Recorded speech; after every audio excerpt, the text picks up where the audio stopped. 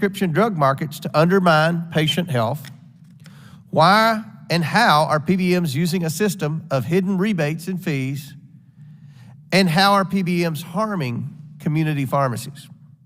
From what we've seen, many PBMs are acting without consequence to the detriment of patients and their pocketbooks because PBMs have been allowed to hide in the shadows. It's time to bring them into the light. I now yield to the ranking member for his opening statement. Thank you very much, Mr. Chairman. Good morning to all, and thank you for coming to testify today. The dangerously high price of prescription drugs is a serious social problem that we've long sought to address. In the last two Congresses, Democrats on this committee held 5 hearings on how to make medication more affordable and accessible to Americans. The average American spends more on prescription drugs each year than people living anywhere else in the world. In 2022, more than a quarter of U.S. grown-ups reported that they did not take their prescription medication at some point in the last year because they couldn't afford it. So we're in an affordability crisis. No American should be forced to choose between living expenses like groceries, rent, or transportation and affording their life-saving medication. In the wealthiest country on earth, every person should be able to access the care and medication they need. The committee's focus on the problem of the PBMs is an important bipartisan step forward in addressing the overall crisis of healthcare in the country. But this crisis begins with the outrageous pricing of pharmaceutical drugs by the big pharma companies. Under former Chairman Elijah Cummings and former Chair Carolyn Maloney, this committee spent 3 years investigating the ways some pharmaceutical companies use unjustified and unfair pricing practices to enrich themselves at the expense of patients across the country. Former Chairman Cummings observed how, quote, for years drug companies have been aggressively increasing prices on existing drugs and setting higher launch prices for new drugs while recording windfall profits. The Oversight Committee's investigation found drug companies engage in anti-competitive practices to keep drug prices high and exploited the fact that Medicare was not allowed to directly negotiate drug prices with them.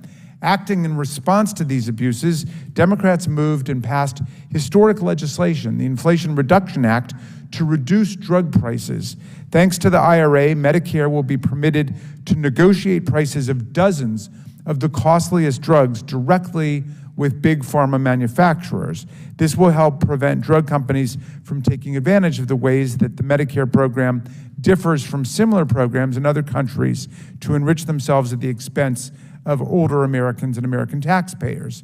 The IRA will also cap the price of insulin at $35 a month for people covered by Medicare. Seniors who take insulin for diabetes will no longer be forced to ration their life-saving medication as drug companies rake in record profits. And the IRA caps out-of-pocket costs under Medicare Part D to $2,000 a year, indexed to inflation, bringing much-needed relief to seniors, like in my district, who are spending thousands of dollars, $5,000, $10,000, $15,000, just to cover the cost of their medication on a fixed monthly income.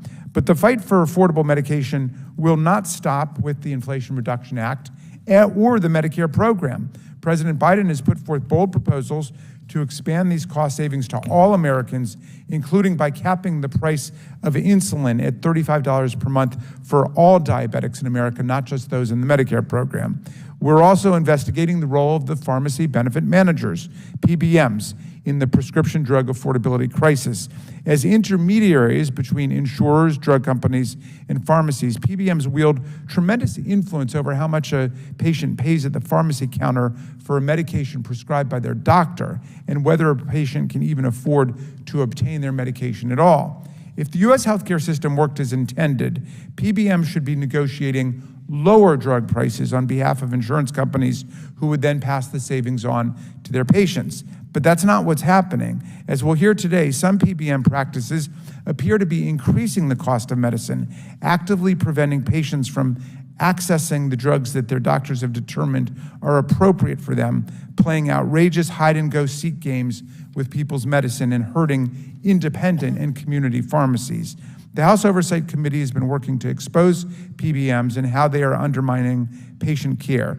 That's why former Chair Maloney launched an investigation last year into whether the practices of the PBMs and health insurers in the country create financial barriers for patients trying to access birth control.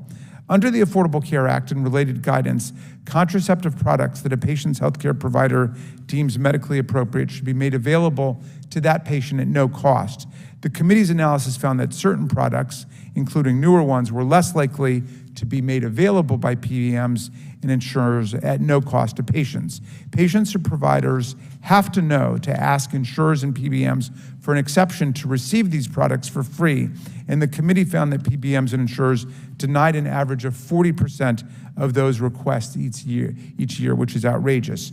Today's hearing is an opportunity to build on this important work. I look forward to hearing from each of our witnesses about the ways that PBM practices may deny or delay patients' receipt of their affordable medications. But PBMs are just one piece of the puzzle. Drug companies are ultimately responsible for setting high prices, and in fact have poured millions of dollars into TV and social media ads, as well as lobbying, to deflect attention away from their own role in setting high drug prices by shining the spotlight on the PBMs. So I would ask all of our colleagues to join with the Democrats in taking decisive action to lower prescription drug prices and engage in comprehensive oversight of the entire healthcare system, not just this part of it. I hope today's hearing is just one of many dedicated to building upon this committee's longstanding work to improve access to affordable medicine for all. Thank you, Mr. Chairman. I yield back. I ask unanimous consent for Representative Carter of Georgia, Representative Harshbarger of Tennessee, and Representative Auchincloss of Massachusetts to waive onto this committee for the purpose of asking questions during this hearing. Without objection, so ordered. I'm pleased to introduce our four witnesses today. Dr. Miriam Atkins is a medical oncologist, physician owner, and partner with AO Multispecialty Clinic in Augusta, Georgia. She is also the president of the Community Oncology Alliance, a national nonprofit that advocates for physician-owned community oncology practices and their patients. Greg Baker is a clinical pharmacist and CEO of Affirmed RX, a PBM that works to bring transparency, integrity, and patient-centered focus to pharmacy benefit management.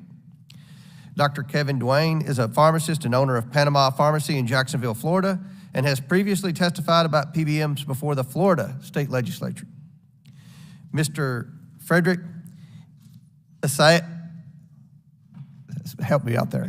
Asasi is the Executive Director of Families USA, a nonprofit dedicated to ensuring healthcare is accessible and affordable to all. I want to welcome all of you to the committee. I look forward to hearing from you about your experiences with PBMs. Pursuant to Committee Rule 9G, the witnesses will please stand and raise their right hands. Do you solemnly swear or affirm that the testimony you are about to give is the truth, the whole truth, and nothing but the truth, so help you God? Let the record show that the witnesses all answered in the affirmative. Please be seated.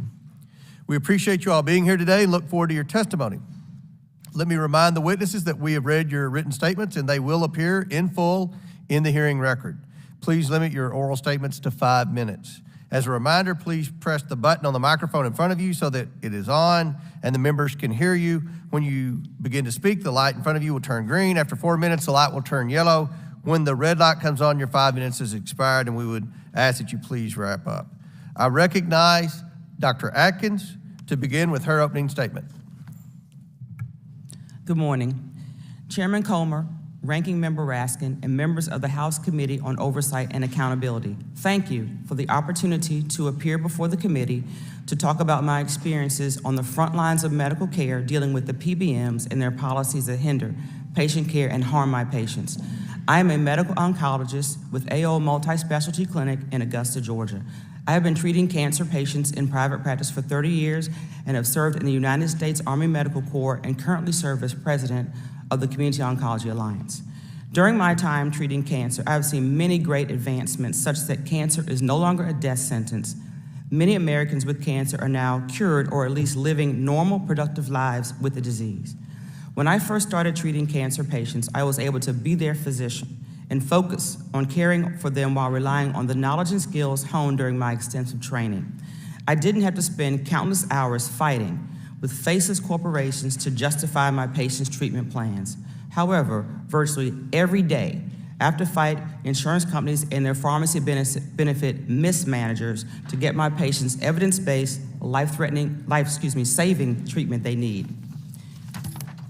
PBMs and their corporate insurers want to control what treatments I give and how and where they are given.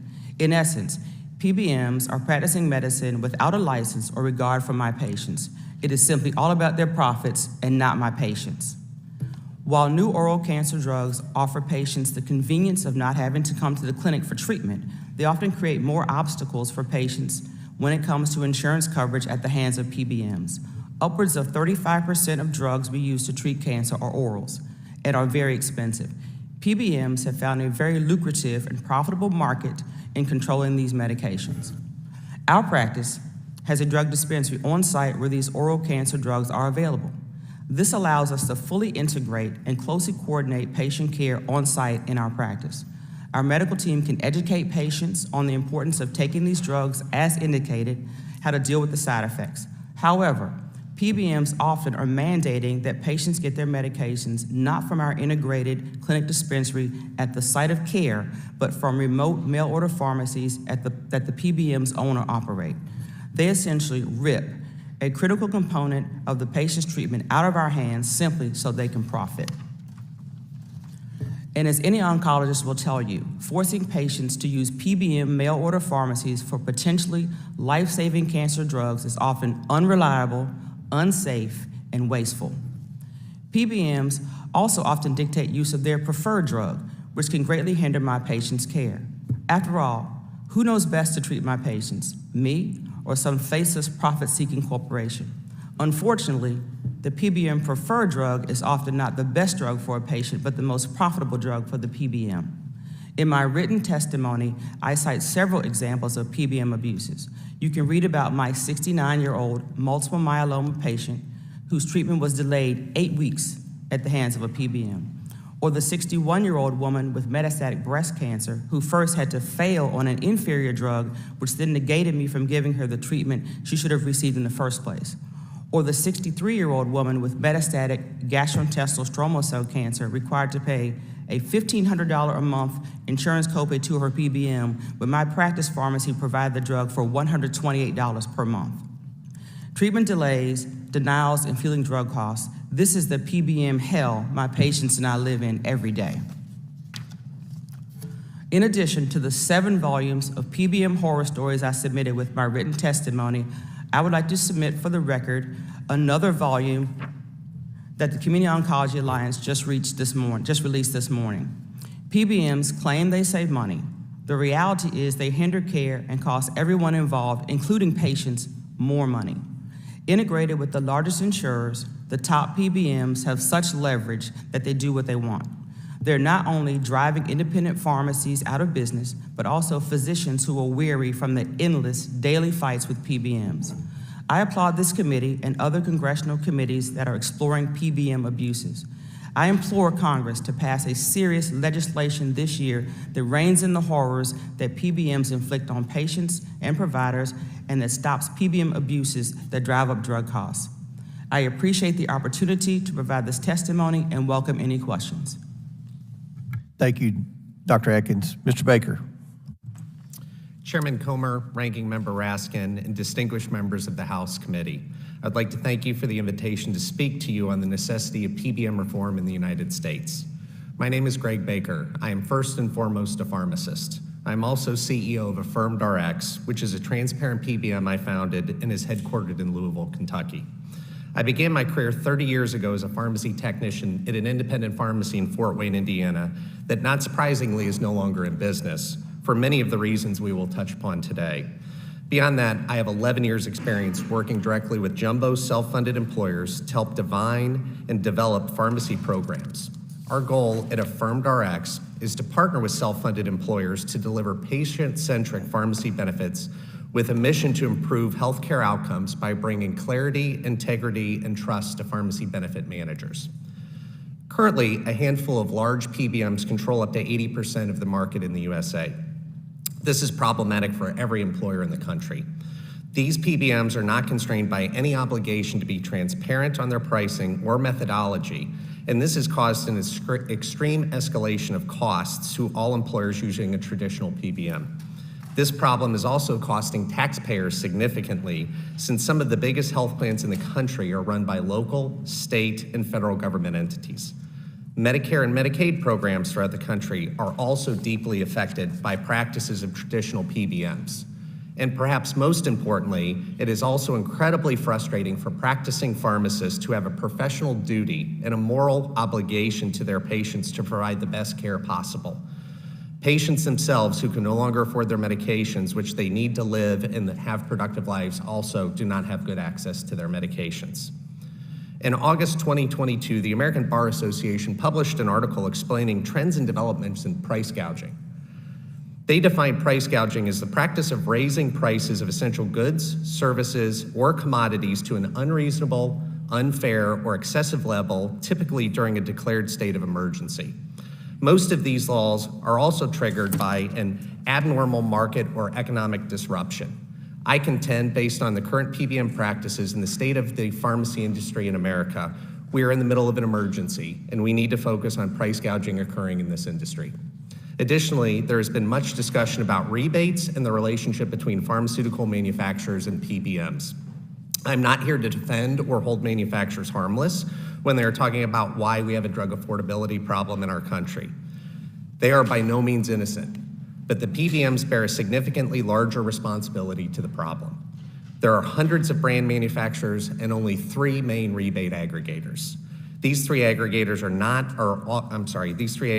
are all owned by the big 3 PBMs. They not only negotiate rebates for traditional PBMs, but they also provide these rebate services to almost every other PBM in this industry.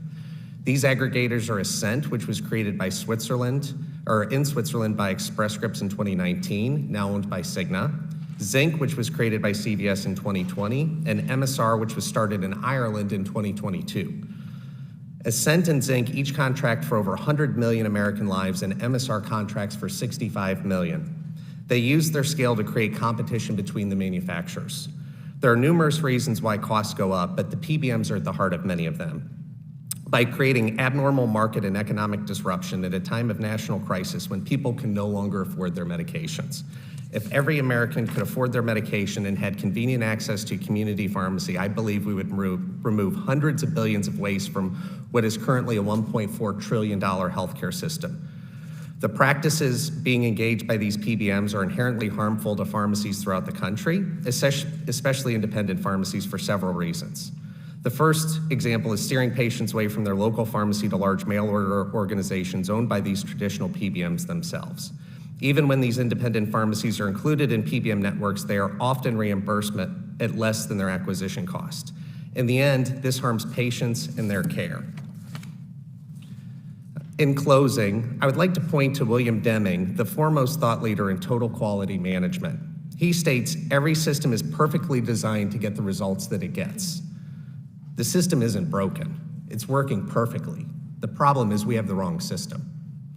We need to take time to build a system that works best for Americans, American taxpayers, and independent pharmacists.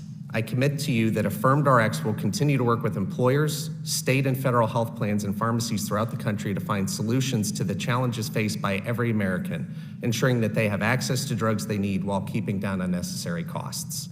Thank you, members of the committee, and I look forward to speaking with you today and your questions. Thank you. Dr. Duane. Thank you, Chairman Comer, Ranking Member Raskin, and members of the community. I appreciate this opportunity today to speak to you regarding my experience as a pharmacist and pharmacy owner, and how the current marketplace distortions from pharmacy benefit managers, or PBMs, have negatively impacted my ability to care for my community. My name is Kevin Duane, and I'm a pharmacist and the owner of Panama Pharmacy in Jacksonville, Florida. Panama Pharmacy is one of the oldest community pharmacies in Jacksonville, having served patients in our area for over 100 years. Our patient base is largely from a poor and underserved community, with over 70% of patients on a government-funded health plan. I'm a first-generation pharmacist. I'm actually the first in my family to attend college. I've always considered small business ownership to be that kind of American dream that you hear about in life, but my experience in this field could better be described as a nightmare, and the monster in my dream is a PBM. The outsized role PBMs take in the pharmacy space has caused many problems for our patients and our practice.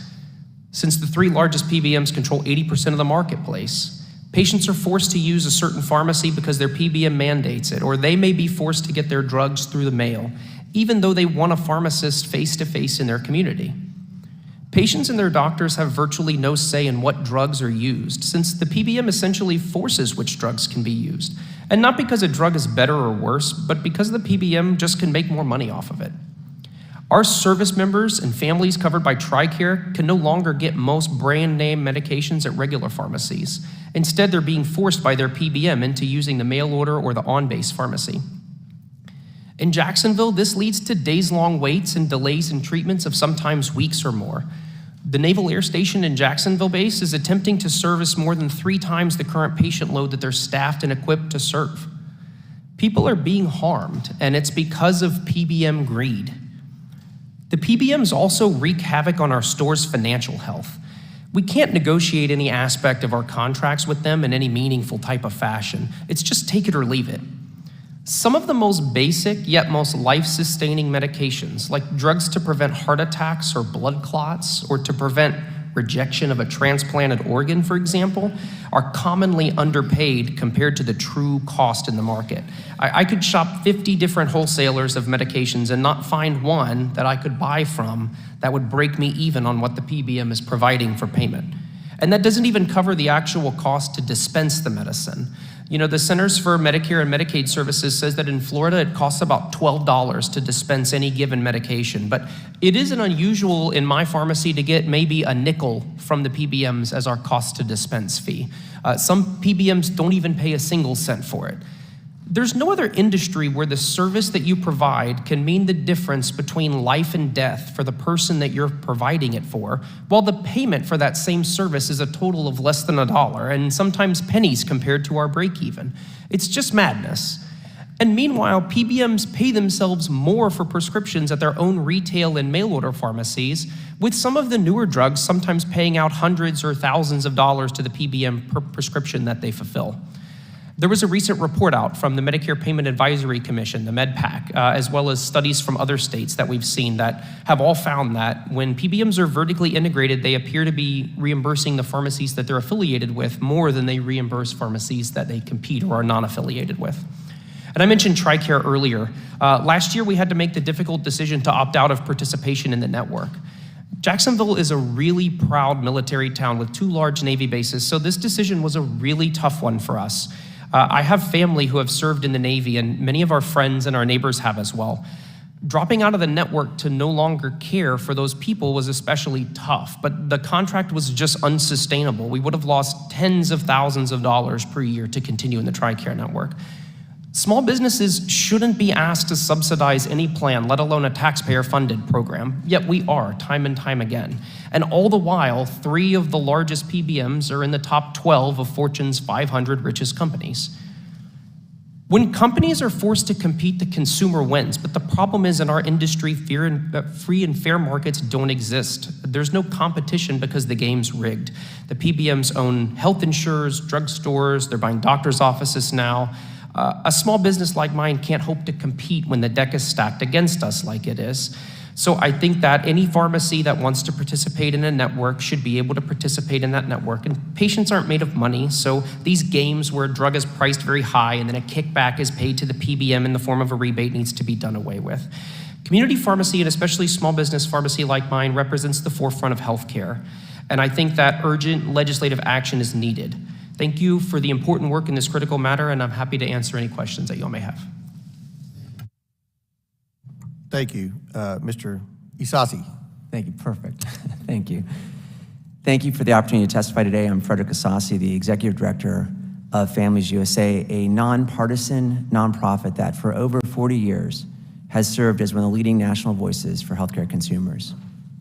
And thank you very much for holding this hearing on lowering drug costs in pharmacy benefit managers. As you've heard, millions of Americans live with the fear of not being able to afford their prescriptions. And one third of Americans are not taking their prescriptions because they are too expensive.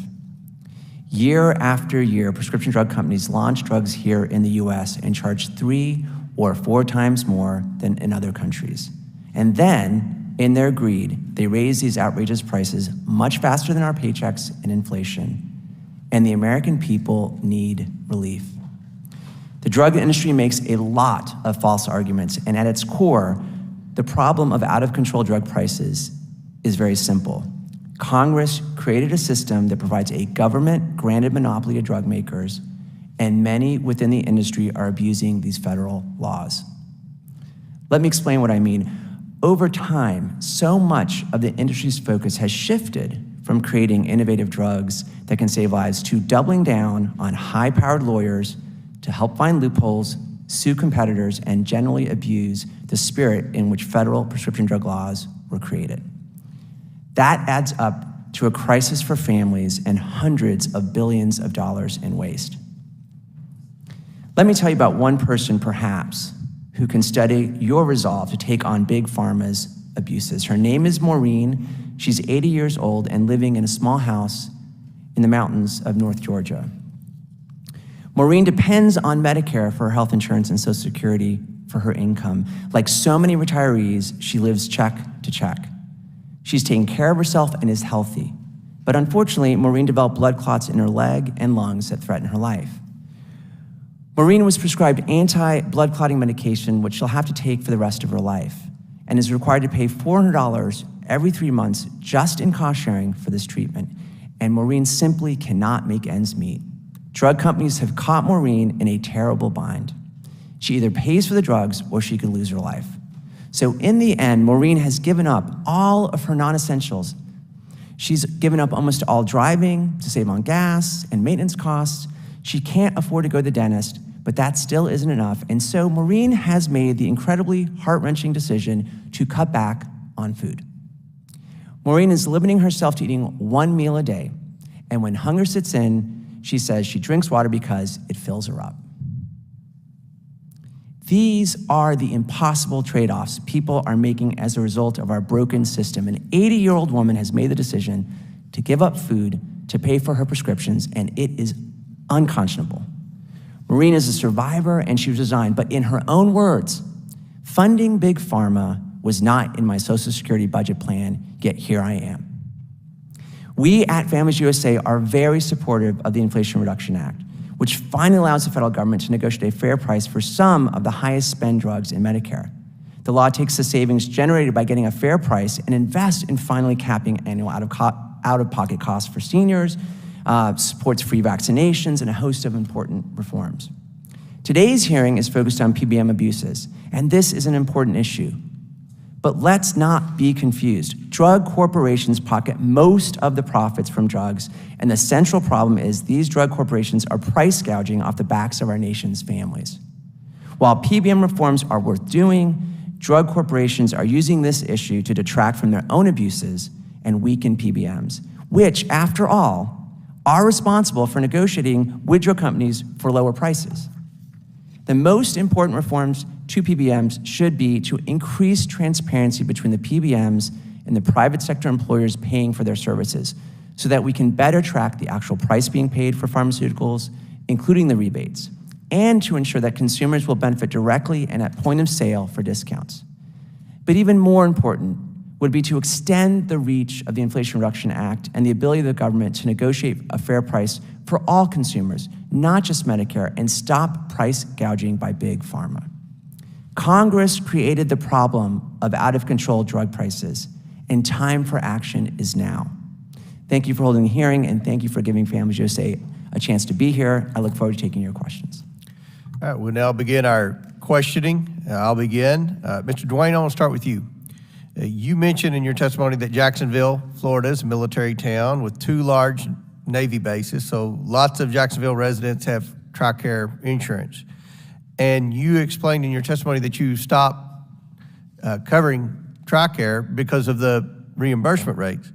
Did the PBM push the TRICARE recipients to a pharmacy that they owned?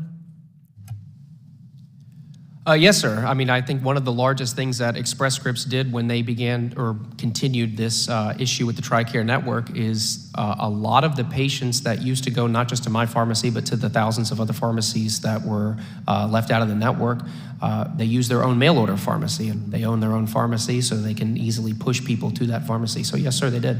What was was there a difference in the prices that through their mail order pharmacy and the prices that you charge the patient?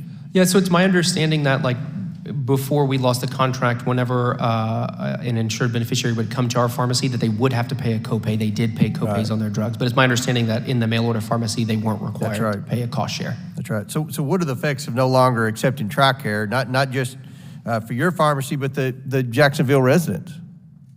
Well, I mean, it's been tough. Not everyone wants to use a mail order pharmacy. Not everyone has the wherewithal or the health literacy to use an online or mail order pharmacy. So then they're forced to either pay large amounts of money out of pocket and not use the benefits that they fought hard in order to earn.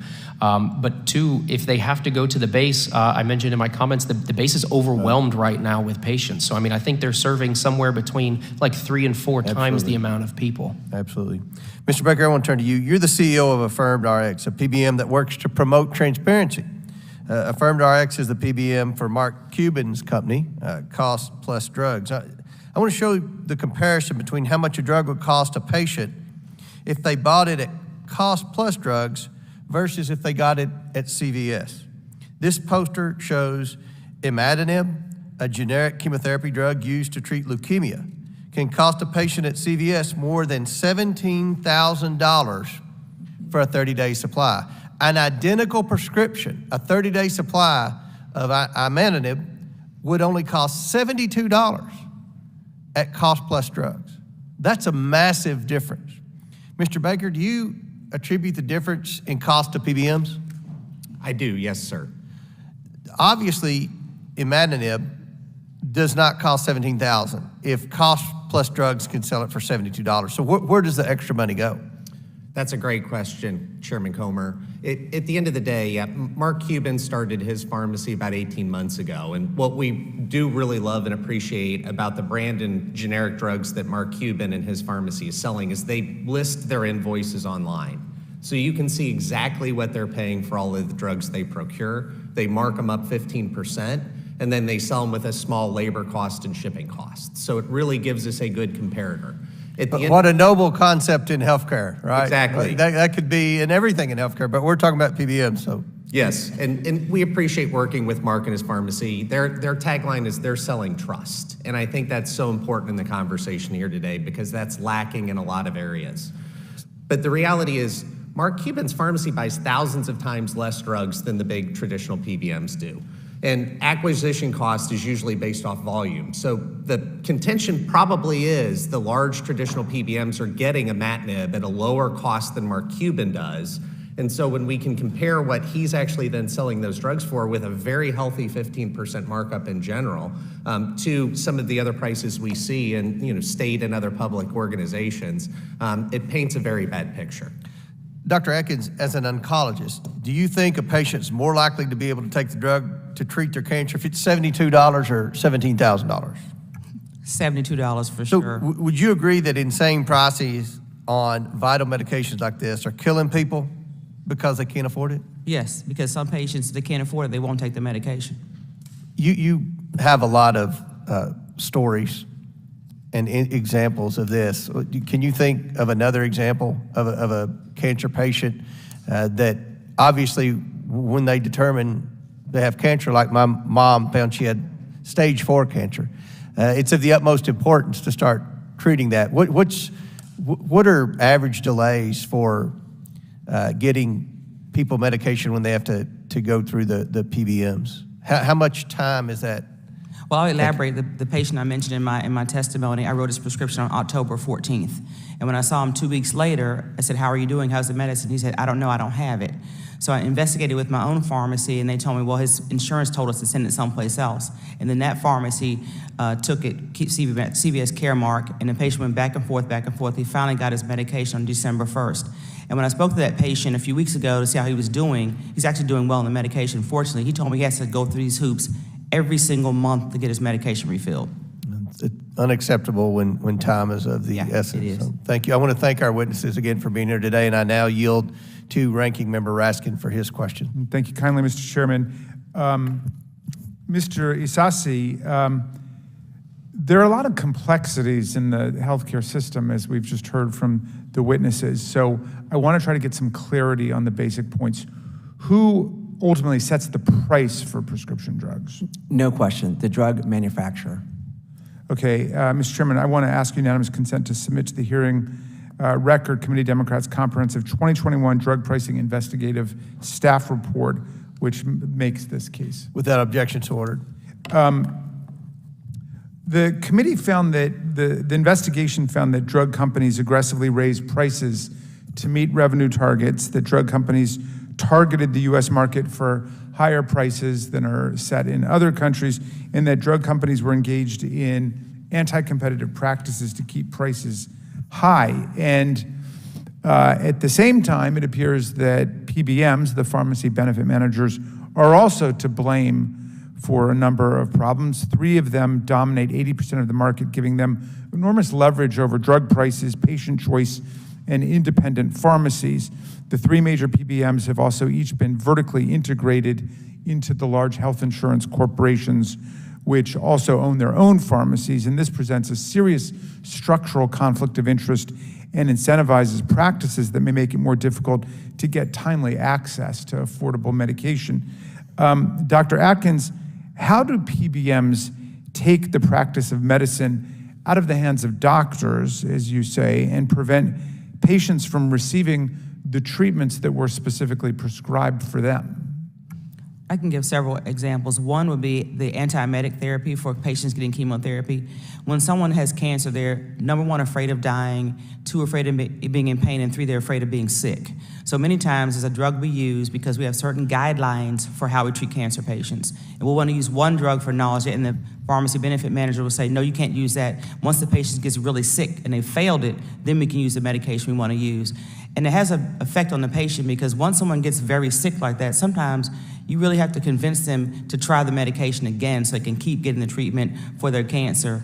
Another example would be, as I mentioned in my statement, I had a patient, I wanted her to get one drug for her metastatic breast cancer.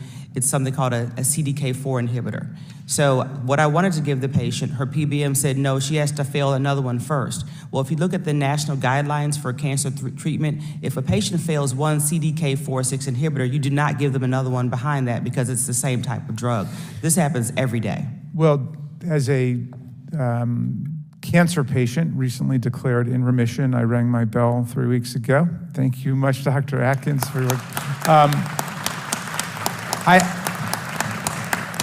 I've got to say, what you're telling me is just horrifying. The idea that you as the oncologist would prescribe a specific drug for your patient and then be forced to use a different drug that doesn't work when obviously you're expert in the field and you have someone presumably who's a non-doctor overriding your judgment and forcing the use of this other drug.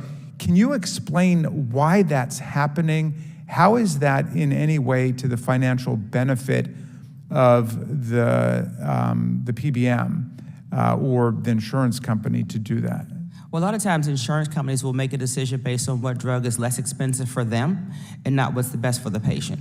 So I would assume that the drug they wanted me to give this patient was less expensive for them and not what the other drug. Okay, Mr. Baker, following up on this, how do PBMs actually make their money? What are their incentives that cause them to appear based on Dr. Atkins' inventory of really, horrible examples of people getting the runaround? What are the incentives that the PBMs have to keep people from getting their medicine? Yes, thank you for the question. I'm not sure how much time we have here today if we want to go into all the different ways PBMs make money, but I can start with just a few. At the end of the day, what the PBMs are consistently trying to do, in our opinion, is figure out how they get around the different mechanisms by which people can see transparently what they're doing, the rules that they're making, and then how they're charging, I would say, the American taxpayer, the American government, and self-funded employers everywhere for medications. is the poster behind, Chairman Comer shows. One way is they drive to their own pharmacies, they decide what they pay themselves, and bad things can occur when a PBM can decide what it ultimately pays itself. They keep a percentage of manufacturer revenue. Two of the big three GPOs, as we've talked about today, are not based here in the United States. One's in Switzerland and one's in Ireland for what is mostly an American issue of paying rebates back to put formulary placed drugs out. And so it is that rebate and the formulary placement that I think also drives some of the decisions that PBMs make that then, oncologists everywhere have to abide by. So my contention is it's not always driving to a lower cost. It's more frequently driving to a higher cost, because when you as a for-profit company make a percentage of revenue, would you want to make 7% off a $50,000 drug or 7% off a $50 drug? And that's the conflict that exists when these large organizations are trying to come up with formulary decisions and tell physicians how they're supposed to prescribe. Well, thank you very much, Mr. Chairman. I'm going to yield back, and I just hope we can figure out some bipartisan reforms that change the incentive structure here. 100% in agreement with you on that, and I hope that we can do that. That's the objective, and look forward to doing that. Chair recognizes Dr. Gosar from Arizona for 5 minutes. Thank you, Chairman. James Madison once said, "Monopolies are sacrifices of the many to the few." Thomas Jefferson wanted to include an anti-monopoly provision to the Bill of Rights. The author of the Declaration even thought that all patents should expire after a certain amount of years in order to protect against monopoly. George Mason refused to sign the Constitution due to the lack of prohibition of monopolies. Even through an explicit anti-monopoly provision, never made it into the final text of the Constitution, all the founders shared a fear that monopoly power would result in the rich few setting unjust prices, all at the expense of the common man. Whether it's big tech, big banks, or airline industry, Americans lose when monopolies form and thrive. Censored conservative Americans have almost nowhere to turn their voice and their views thanks to big tech. Community banks are disappearing as the Treasury Secretary publicly promises to bail out big banks, but let the smaller ones fail. There is clearly something wrong, not right, with the healthcare industry. There are very few but gigantic entities among health insurers, drug companies, pharmaceutical industries, and of course, pharmacy benefit managers. I actually had the opportunity to spearhead the passing of a bill in early 2021 that ended a special privilege afforded to health insurance companies that allowed them to ignore important antitrust protections. I commend Chairman Comer for his willingness to shine on the light again on this questionable business practices of these PBMs. Dr. Adkins, do you believe these three companies accounting for 80% of an entire market with revenues of over $453 billion is healthy? No, I do not. Do you consider it a monopoly? I would consider it a monopoly. Mr. Baker, do you feel the same way? I would consider it an oligopoly, which is very similar to a monopoly, but yes, sir. And Dr. Duane? Absolutely, yes. Do you think it is important for the American government to protect against monopoly power in an industry where 82% of the Americans participate? Dr. Atkins? Yes, I do. Mr. Baker? Yes, sir, I would agree. Dr. Duane? I do agree. Now, Dr. Gawa Gupta, founder of the Ascent BioCapital, testified in the House Energy and Commerce Health Subcommittee hearing in 2021 that 47% of the price of a drug that a patient pays goes for the middlemen, mostly PBMs. Does that stat inspire confidence that American consumers are engaging in a healthy drug market, Dr. Atkins? No, it does not. Mr. Baker? I would say if there's transparency and we knew exactly where that 47% was going and it was being used to make drugs more affordable, yes. But in this point in time where there's no transparency, no. Dr. Duane? I can't think of another market where the person in the middle gets nearly half of the entire dollar, so no. Makes no sense. Now, President Trump's Center for Medicare and Medicaid Services released a proposed rule in February of 2019 and a final rule in November of 2020 that the PBM lobby was able to stop in courts. Are any of you familiar with that rule and able to point to any of its positives or shortcomings, Dr. Atkins? I can't comment specifically, but I know that PBMs take money from patients and make it harder to treat patients. And I think when you have monopolies, patients have fewer choices, And it's not just PBMs, it's hospital corporations, et cetera. Mr. Baker? If you're referring to the rebate rule, as I think it was called, yes, we know that rule. It was, of course, I think, as we say here today, it's been delayed till 2032. So I think there's a lot of conversation that can still be had on that. I think in general, PBMs can do a good job of making drugs more affordable in the United States. I think if we understand where and how they're making the decisions they're making, they can help keep pharmaceutical manufacturers in check so they do not price gouge on the American public. But again, at the end of the day, those things are not occurring as we sit here today, and those are problems I think we need to solve. So, Dr. Duane, do you think, can you think of any administrative changes that would be beneficial to that ruling to actually make it more applicable? I mean, in my opinion, it should be applicable immediately. I mean, the sooner you get rid of rebates, the sooner you can see drugs completely transparently in their cost, and the sooner that pharma can compete on the merits of the drug itself and not just based on who's willing to pay more to a kickback. Now, Mr. Baker, you brought up the point that two of these beasts are not in the United States, but they do business in the United States, so we can actually dictate to them, can we not? I would hope that's the case. Yes, sir.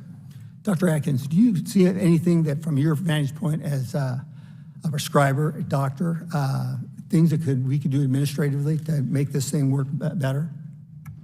More transparency and more choices for patients. Thank you very much. I yield back. Gentleman yields back. Chair recognizes Ms. Norton from Washington, D.C. Thank you, Mr. Chairman. Mr. Izaki, you offered an example of a woman called Maureen who had to give up food in order to pay for prescriptions. Actually, half of all Americans insured by Medicare lived on an income below $30,000 in 2019. That translates to 30 million seniors and people with disabilities who are living on $30,000 or less per year.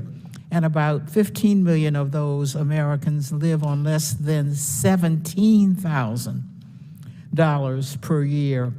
Out-of-pocket health costs can be particularly difficult for seniors who often live on fixed incomes. I'm proud that Democrats passed the Inflation Reduction Act last year, which will cap out-of-pocket costs for seniors covered by Medicare Part D at $2,000 per year, along with other steps to make health care more affordable. Mr. Izaki, how will provisions in the Inflation Reduction Act, like the expansion of low-income subsidies and a cap on out-of-pocket costs, help seniors with less income? You bet. I mean, it's so important to say, and to your question, the way that those improvements, capping out-of-pocket costs, providing immunizations for free, right? These really important provisions, capping the cost of insulin, they were paid for by finally letting the government to get in and negotiate a fair price. So it's a perfect example. When we stop big pharma greed, we can actually do really important things for our seniors and our disabled families. Well, in our 3-year-long investigation into drug pricing, Oversight Committee Democrats found that pharmaceutical companies' practices often inflate drug prices. The Inflation Reduction Act responded to these findings by requiring for most drugs in Medicare Part D that drug companies pay the government any price increase above inflation. So, Mr. Izaki, how will this rebate requirement help lower drug prices for people covered by Medicare Part D? It's so important. So the two main elements for big pharma in terms of their play on price gouging is launching a price at an absurdly high, and then year after year after year raising them faster than our paychecks and inflation. And so the Inflation Reduction Act actually stops that and says, once your drug has come to market, you cannot increase it faster than inflation. And if you do, you have to pay us that money back. It's very important and it's already kicked in, and it is holding drug costs down.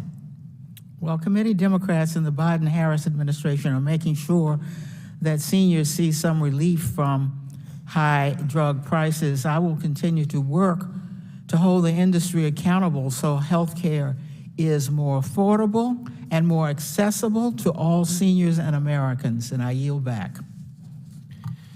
Chair recognizes Dr. Fox from North Carolina. Thank you very much, Mr. Chairman, and I thank our witnesses for being here. Dr. Atkins, I'd like to say from the start that I support capitalism and for-profit companies, along with the amazing innovation they provide our nation. However, I have serious concerns over the PBM industry promotion of fail-first policies, also known as step therapy, that can prevent or delay patients from accessing the medicines they need. A recent study found that a significant share of commercially insured patients taking medicines face step therapy restrictions. Dr. Atkins, in your role as oncologist, you have patients that are required to fail first on a medication, and what can you do when a patient has to fail first? Yes, we deal with fail first almost every day. Usually it's more common with the antiemetic medications, but also with iron products that we use. We try, and also I mentioned in my written testimony about another patient who had to use a different drug than what I wanted to use. We try to talk to the insurance company, talk to the PBM. Sometimes that works, sometimes it doesn't. Unfortunately, in my practice, we have to deal with this every day. We have 10 oncologists and 8 people in charge of dealing with PBMs and insurance. Every day is more than a full-time job. So we try to jump through whatever hoops we need to get the patient treated. So my whole goal is to get my patient treated. Well, a little follow-up on that then. Can you explain a little bit more the dangers of requiring a patient with a life-threatening illness to fail first on a drug they were not originally prescribed? And do you believe the insurance industry should be telling patients what medicines they can take, or should that be a decision left to you and the patient? What drug the patient should take should be left up to the physician, because we're trained to take care of patients and know what the best drug is for the patient. Some of the dangers are treatment delays. As I mentioned earlier, if a patient gets really sick with the medication because I'm forced to give them a different antiemetic than what I want to use, it's really hard to convince the patient to try another cycle of the medication. Some patients would just say, I'm not going to do the treatment anymore, which could shorten their life. We deal with this every day. And again, Dr. Atkins, in 2021, the FDA approved 93 first generic drugs which provide more affordable options for patients. In fact, generic drug prices can be up to 95% less expensive when compared to brand drug prices. Are you aware of instances where PBMs block patient access to lower-cost generic drugs in favor of higher-priced brand drugs? And if so, why would this be the case? When I treat a patient, I'm looking at the drug itself. I don't really think about if it's generic or not, so I can't really give a specific information about whether they blocked it in favor of a more expensive drug. I just know that every day the PBMs get in the way of me treating my cancer patients, and my whole goal is to take care of the patient. Thank you. Mr. Baker, we know that PBMs create formularies or lists of prescription drugs that will be covered by certain insurance plans. Does Affirmed RX create formularies, and how does your company decide which prescription drugs will be covered? Thank you, Dr. Fox. And first, I absolutely agree with your comments about capitalism. We think that everybody should be able to make a fair amount of money, but everybody knows what you pay for a gallon of milk. Nobody knows what they pay for their prescription drugs, and I think that's a big part of the problem. So when we really look at our formularies, we've partnered with the Cleveland Clinic. 12 years ago, they brought all of their own benefits for pharmacy benefits into their own world, and they have their own pharmacists and technicians who manage this. So we really wanted to say, let's partner with a world-class organization who understands the clinical nature of pharmacies, and they also help guide us to make sure that we're making the right decisions on behalf of our clients and their members. And what happens if a patient is prescribed a drug that isn't on the formulary? They always have a path to coverage, Dr. Fox, so we would always work with the providers that want the patient to have that medication and make sure that if there is a good, sound clinical reason for them to be on it, that we can get that approved for them. Thank you. I want to just make a short statement, Mr. Chairman, about what Mr. Baker just said. We need transparency. That is the whole issue in all of our medical field. We need transparency on pricing. We passed our surprise billing bill out of the Education and Workforce Committee. We still don't have the transparency that we need from hospitals. We have to have transparency in the cost of medical care. We have the best medical care in the world. It's also the most expensive. Thank you, Mr. Chairman. I yield back. Gentlelady yields back. Chair recognizes Mr. Lynch from Massachusetts for 5 minutes. Thank you, Mr. Chairman. I want to thank you and the ranking member for holding this really important hearing. Years ago, when I was chairman of the subcommittee on the federal workforce, we actually conducted an extensive investigation into the role of PBMs, pharmacy benefit managers, with respect to the federal Employee Health Benefit Plan, FEHBP. So we were just focusing on what federal employees were paying for their pharmaceuticals. The FEHBP, the Federal Employees Health Benefit Plan, is the largest employer-sponsored group health insurance program in the world. It's got 8 million employees, 8 million federal employee members, retirees, former employees, and also their families.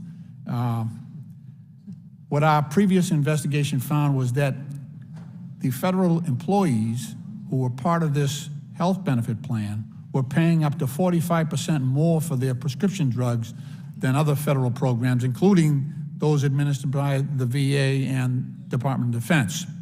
And we found that the one singular reason for the inflated costs of prescription drugs in that program was that the program relied upon pharmacy benefit managers to negotiate prescription drug benefits and maintain affordable prices.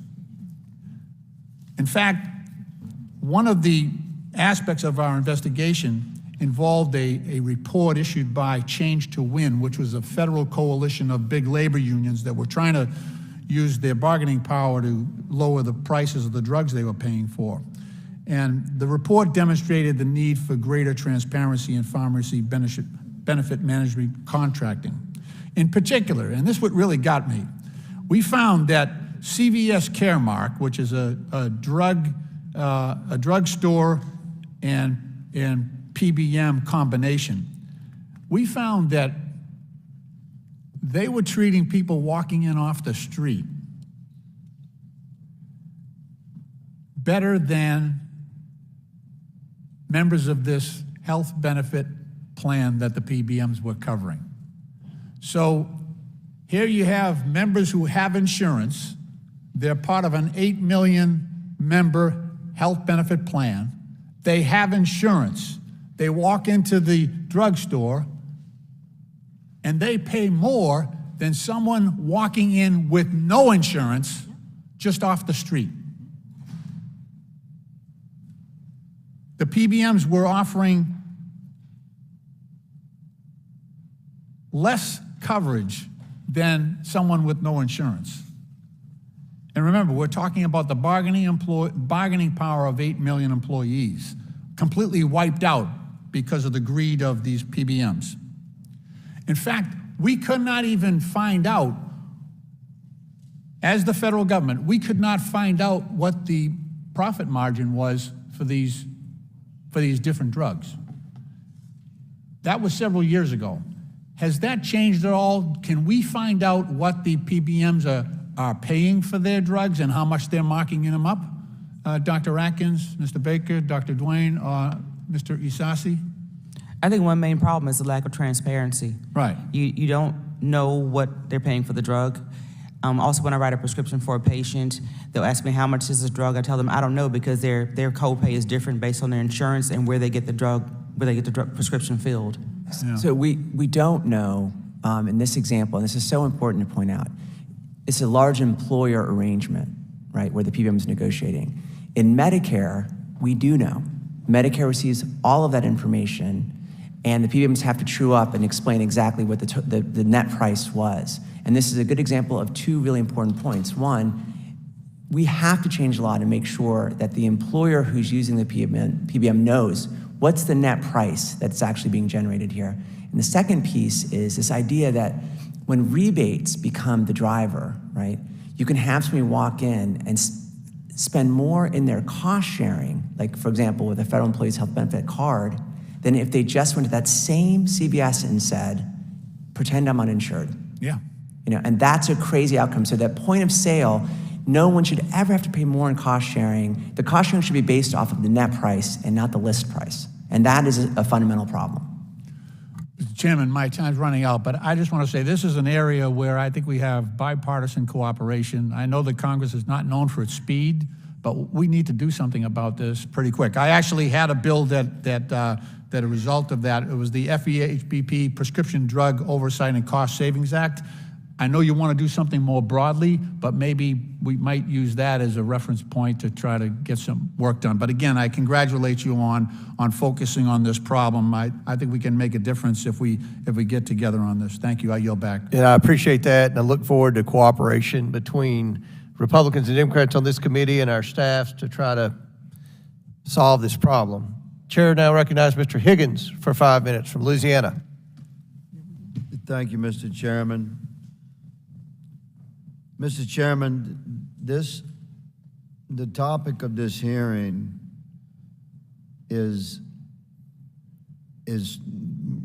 rather difficult to grasp, the complexities that converge here.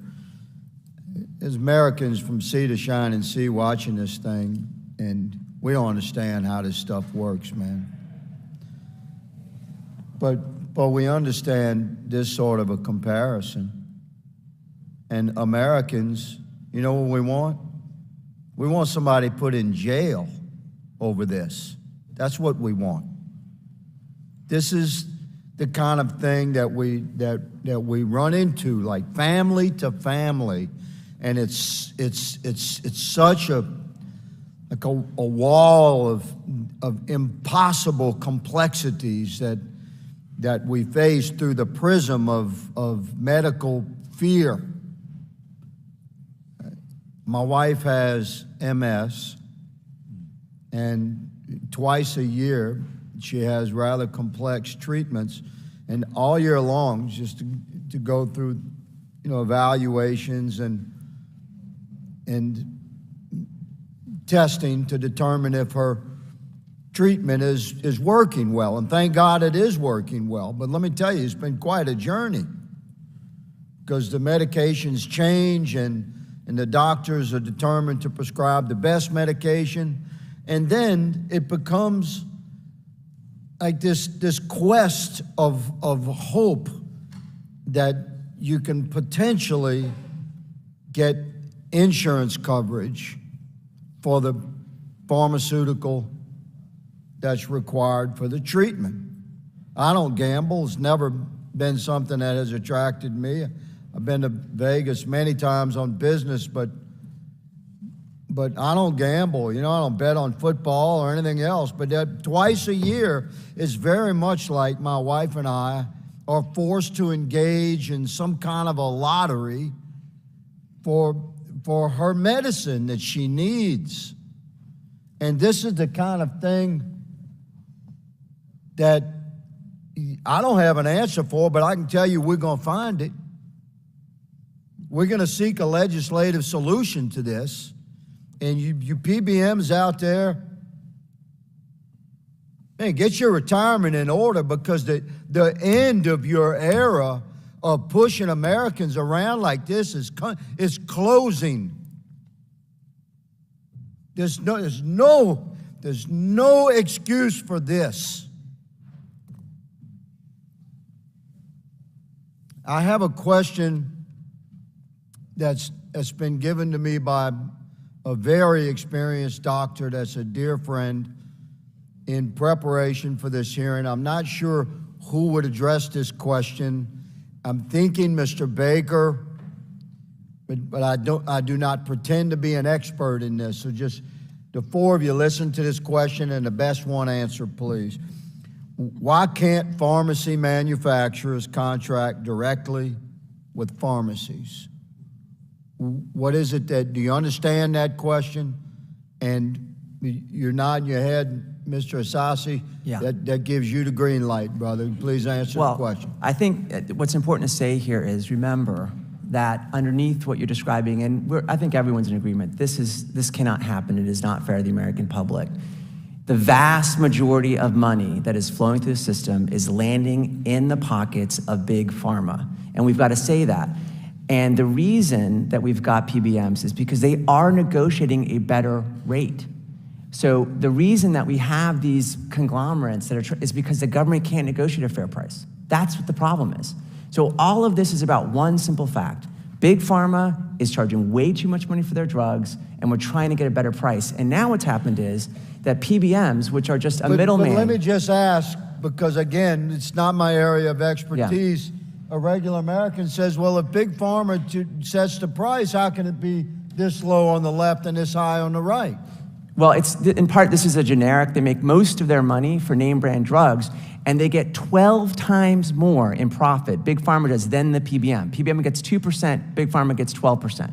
So, I'm sorry, it gets 24%. So, at the end of the day, we cannot hide the fact that underneath all of this, it's because Big Pharma is price gouging us, and we're trying to come up with some mechanism, like a PBM, to negotiate a fair price. But at the end of the day, it's because the government is not negotiating price, and the rest of the world they do. In the rest of the world, they're paying 2 or 3 times less at launch. That's what this is really all about.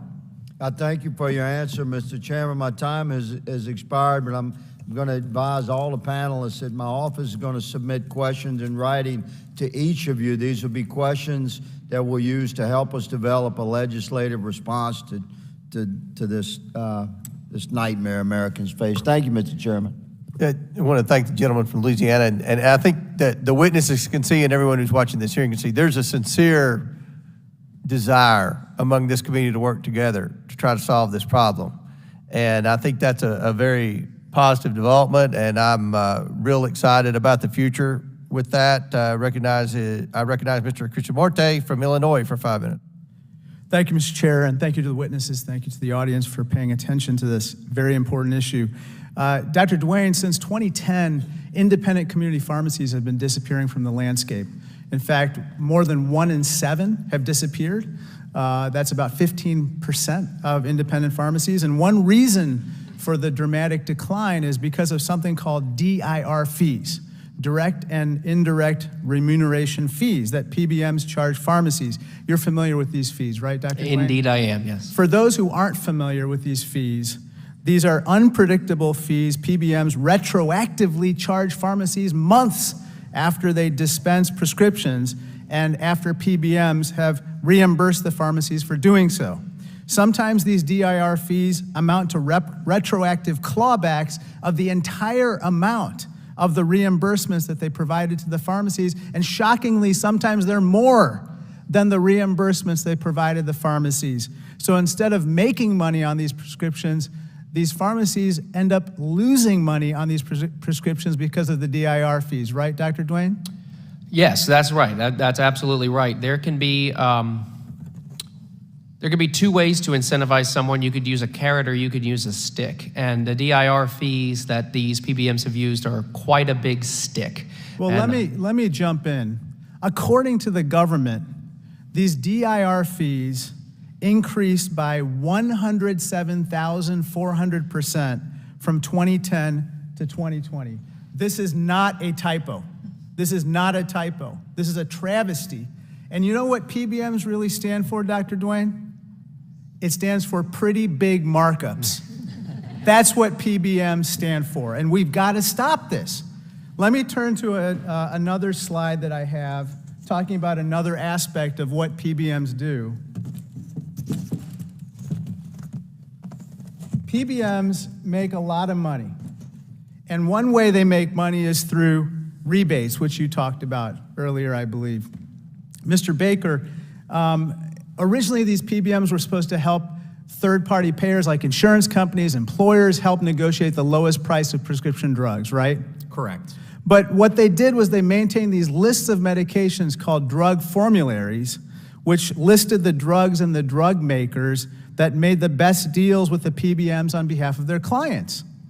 Here's where the problems began. The PBMs started extracting quote-unquote rebate payments, as you described earlier, from drug makers to be listed on the formularies, even though the PBMs did not pass along the rebate payments to the payers and the consumers. So what ended up happening is that these rebate payments look like kickbacks, not like rebates or discounts. Isn't that right? I would agree with that statement. And look at what's happened. It's fattened the bottom line of PBMs. PBMs have seen their profits rise from 2010 to 2020 by 97%, so almost doubling in 10 years. That's 3 times what the stock market has yielded. So, let me just ask you, Mr. Baker, is it any surprise that PBMs have caused such great concern among consumers? A recent poll by Morning Consult showed in March of 2023, so this year, that 85% of Americans are quote unquote concerned, including almost 70% very concerned, that PBMs are quote overcharging for prescription medicines and pocketing the difference as profit. And in that survey, 88% of Democrats and 88% of Republicans shared that concern. Can you think of a single issue where almost 90% of Democrats and Republicans agree on anything, Mr. Baker? No, but that's encouraging to see. I think, Mr. Chairman, we have a mandate on the part of the American people. When 90% of Americans are concerned about an issue like PBMs, we must investigate. I'm glad the FTC and the Biden administration are doing so right now. I look forward to the results and on taking corrective measures. We cannot be complacent on this issue. Thank you, and I yield back. Thank you. Chair recognizes Mr. Biggs from Arizona for 5 minutes. Thank you, Mr. Chairman, and thank you for holding this important hearing, and I appreciate our witnesses being with us today. Thank you so much. Mr. Chairman, I thank Buddy Carter of Georgia, who's done a lot of work in this area, and I request unanimous consent to submit into the record his report entitled Pulling Back this Curtain on PBMs. Thank you. I have serious concerns about the impact of concentration and apparent self-dealing activities in the pharmacy benefit manager market, which seems to be driving up costs for consumers. The largest 3 PBMs control about 80% of the market. CVS Caremark has 34%, Express Scripts 25%, and Optum Rx with 21%. Mr. Baker, thank you for being here today.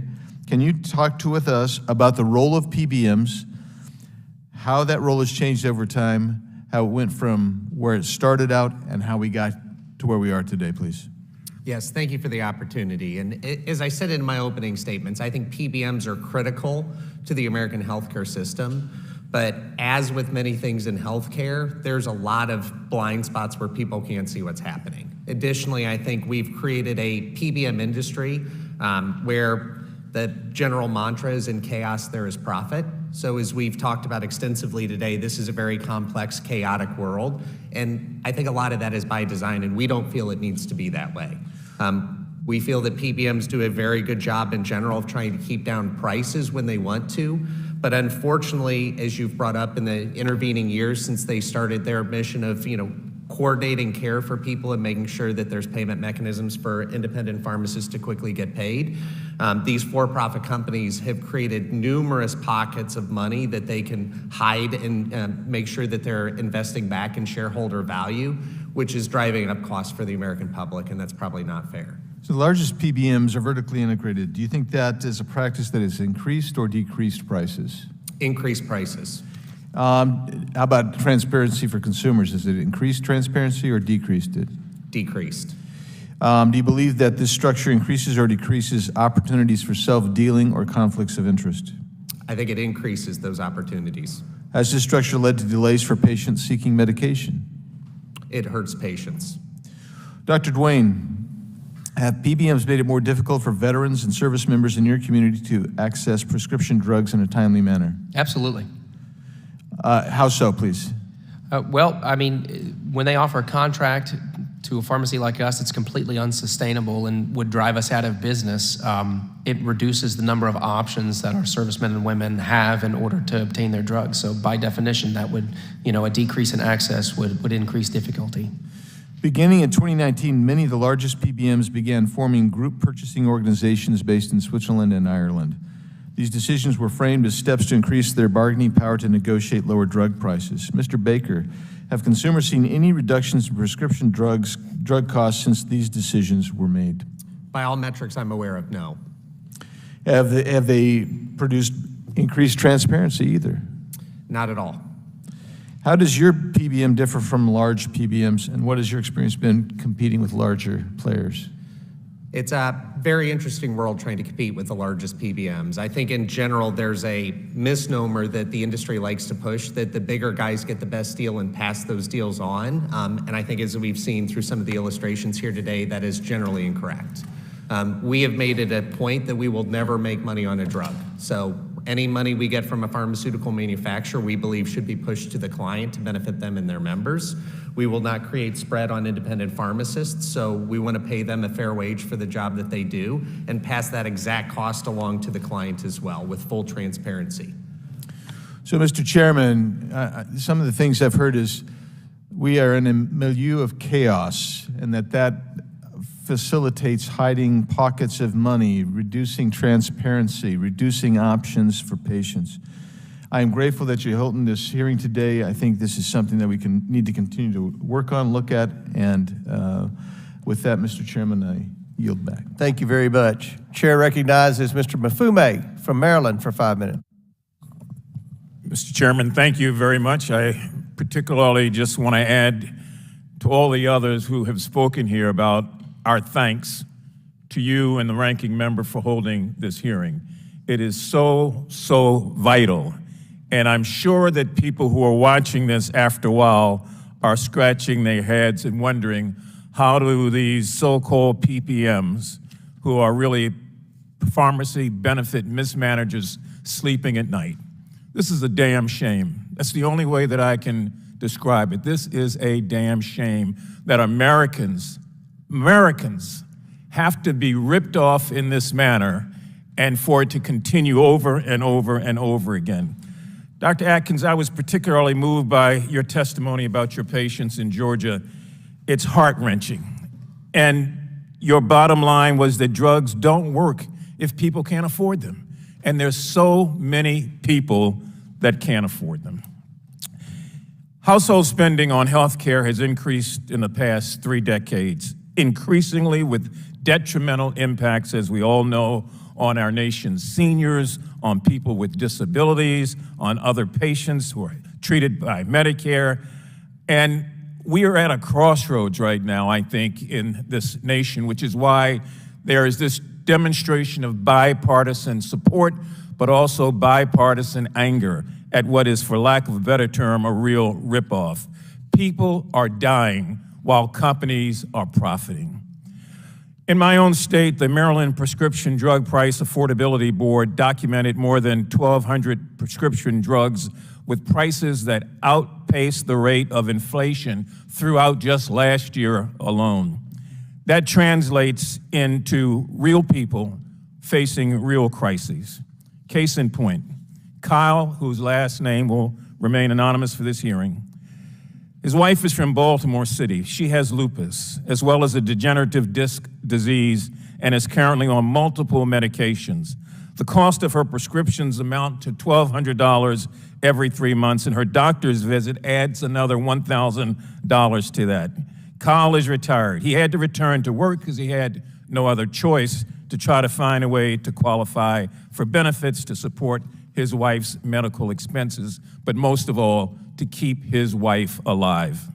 John from Baltimore County was diagnosed with multiple myeloma and recently finished bone marrow treatment. John now takes 21 doses of Revlimid, and each pill costs $990.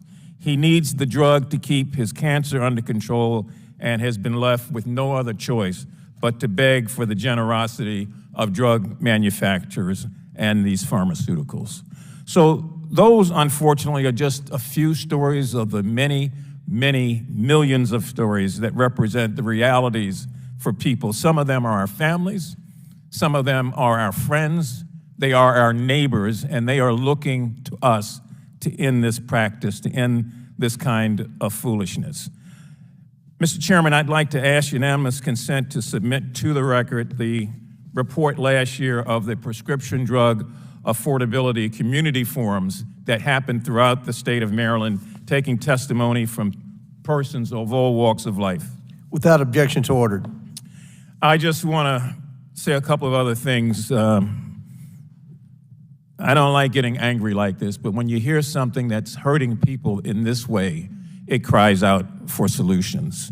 I don't like the fail first policy and practice, which is absolutely ridiculous.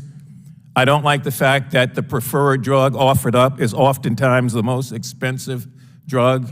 We all are ticked off of this notion of ongoing price gouging, the lack of transparency, and the fact that no one seems to regulate the PBMs, but the PBMs. They're having a field day out there, getting rich over and over and over again. They're practicing medicine without a license, ladies and gentlemen. They're making determinations that oftentimes end the lives of people who cannot fight back for themselves. And so I hope and pray that out of this committee and out of this very important hearing comes bipartisan legislation to create a solution to end this once and for all. It is a sin, it is an abomination, and it is an affront to everything that we hold moral and right in this country. Thank you again, Mr. Chair, to you and the ranking member, and I would yield back.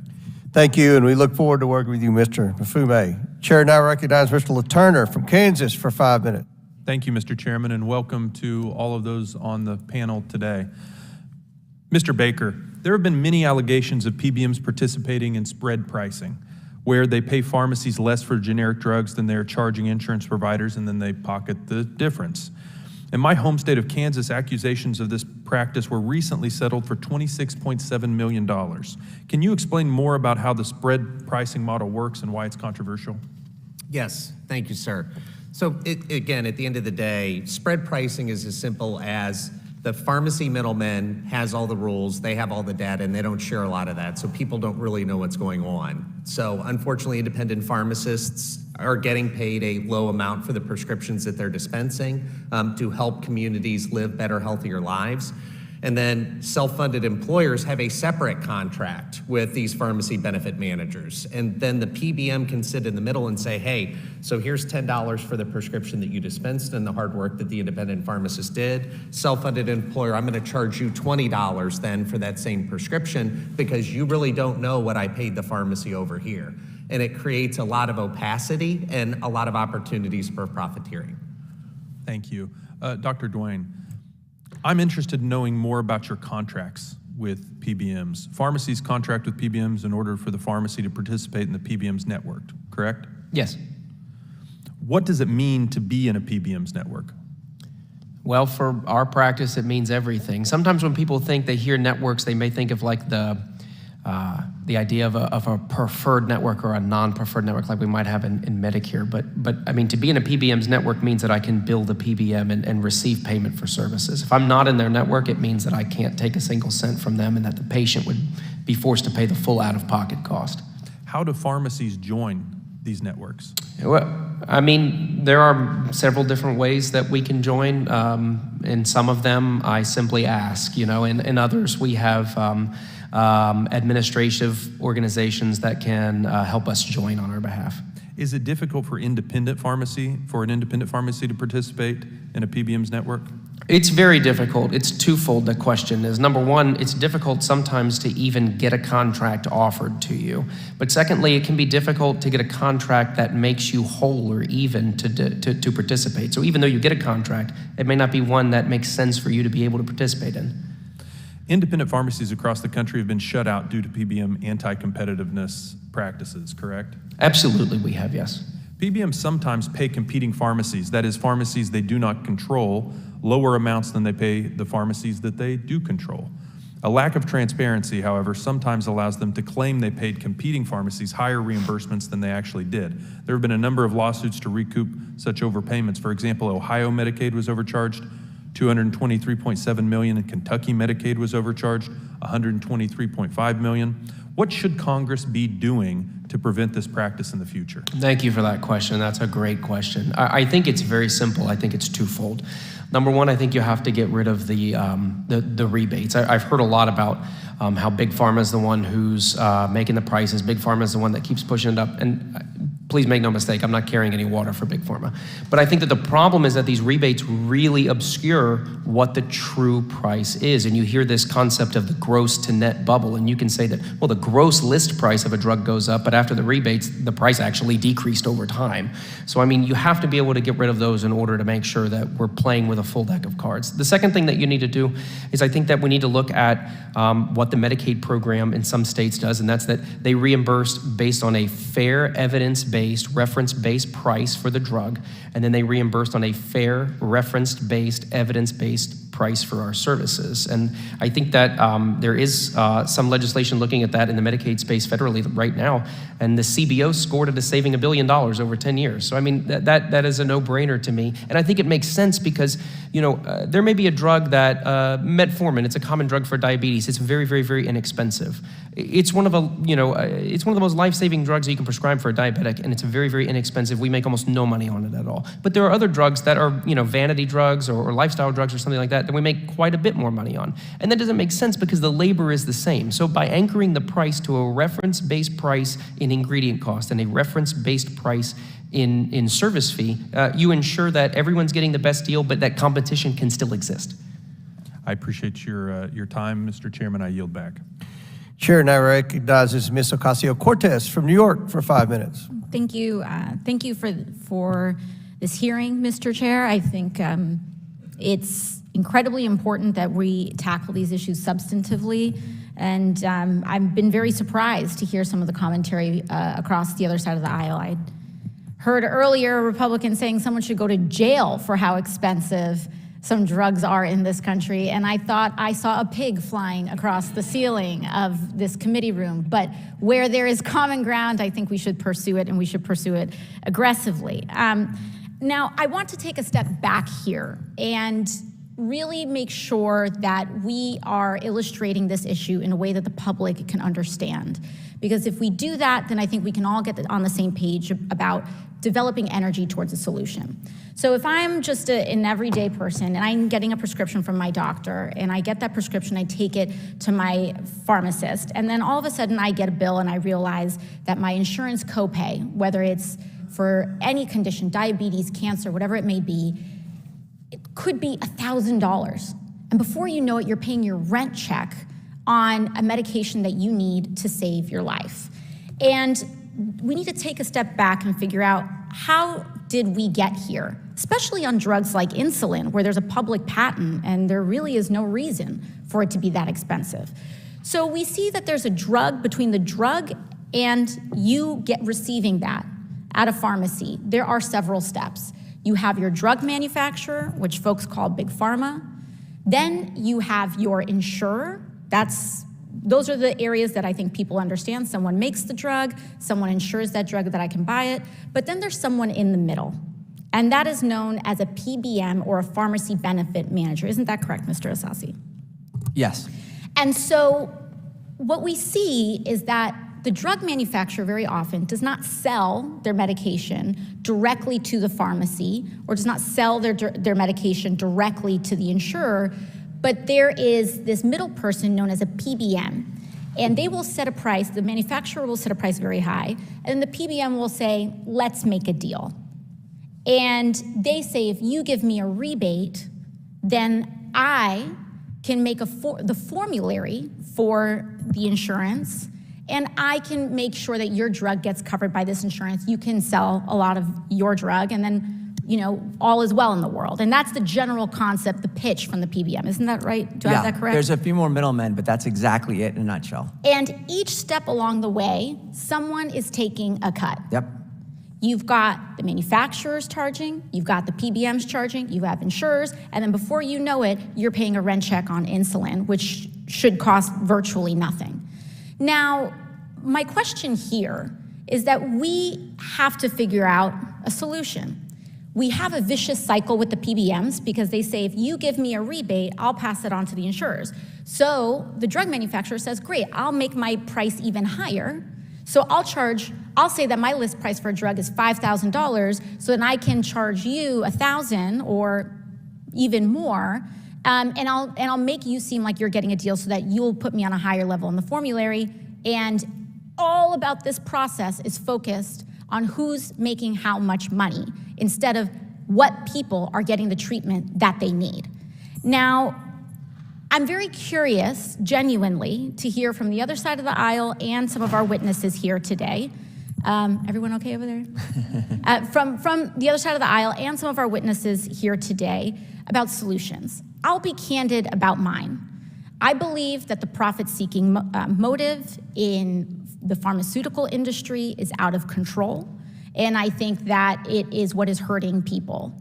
I personally believe that if you have a public entity that does not have a profit motive, like Medicare, negotiate these prices with the manufacturers, including the transparency that we see, along with other entities like TRICARE, Medicaid, et cetera, then we can get an actual fair price for these medications that includes their manufacturing and R&D costs, but will not finance stock buybacks and other types of predatory behavior.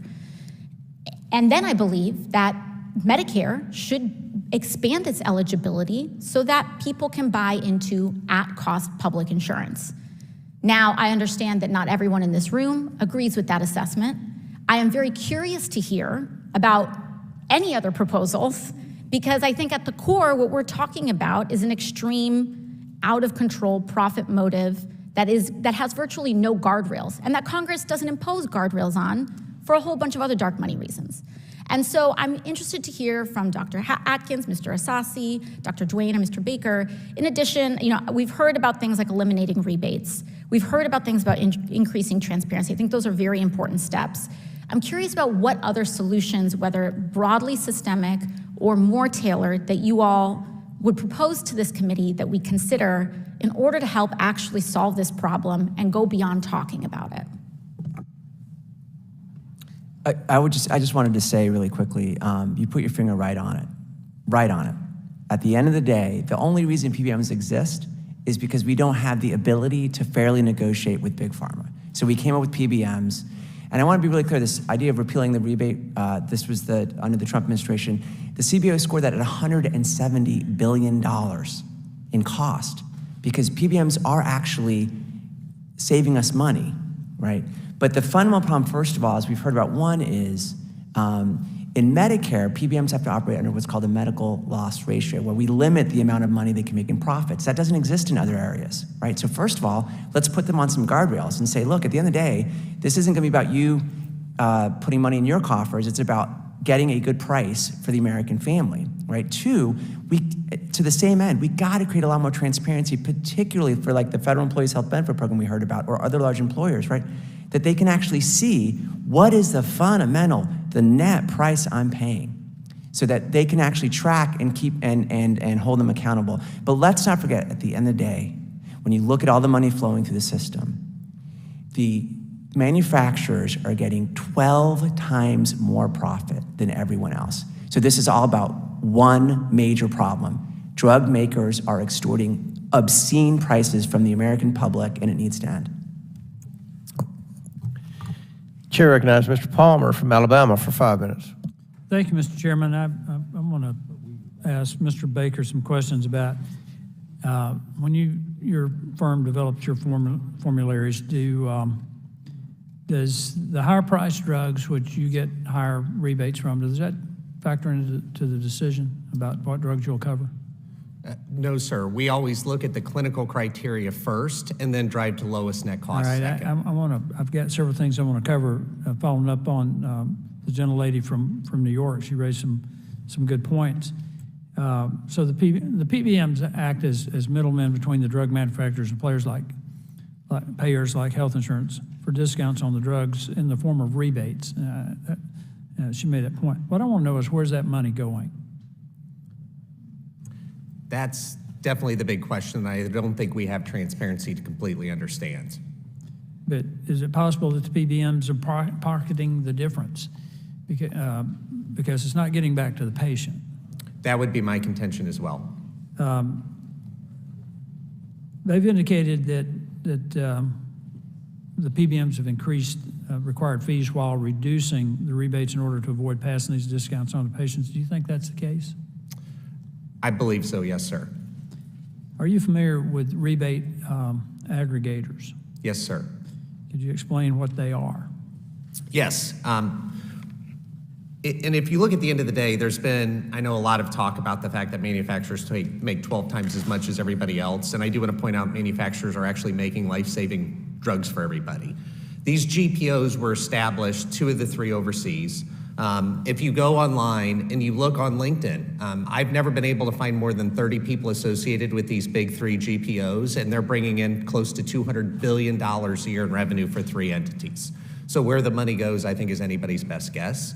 But they do have numerous fees that they charge. They keep those fees inside of their own organization for profit purposes and to drive shareholder value. And then what actually trickles out the other end, I don't think anybody really understands what went in the top versus what went in the bottom and how much is kept in the middle. You made a point just now that I think needs to be followed up on. That is that these aggregators are sometimes located in foreign countries. Is that correct? Like Switzerland, Ireland? That is correct. What drives that business to those countries? That is a very good question. I think we can only speculate. Could it be that we have so overregulated on our end? I mean, I think there's a problem on both ends of this, that our regulatory regime has created an environment that forces things overseas. I know in 1996, President Clinton signed a bill repealing Section 936 of the IRS code that devastated the pharmaceutical industry, manufacturing industry in Puerto Rico, literally put Puerto Rico in depression.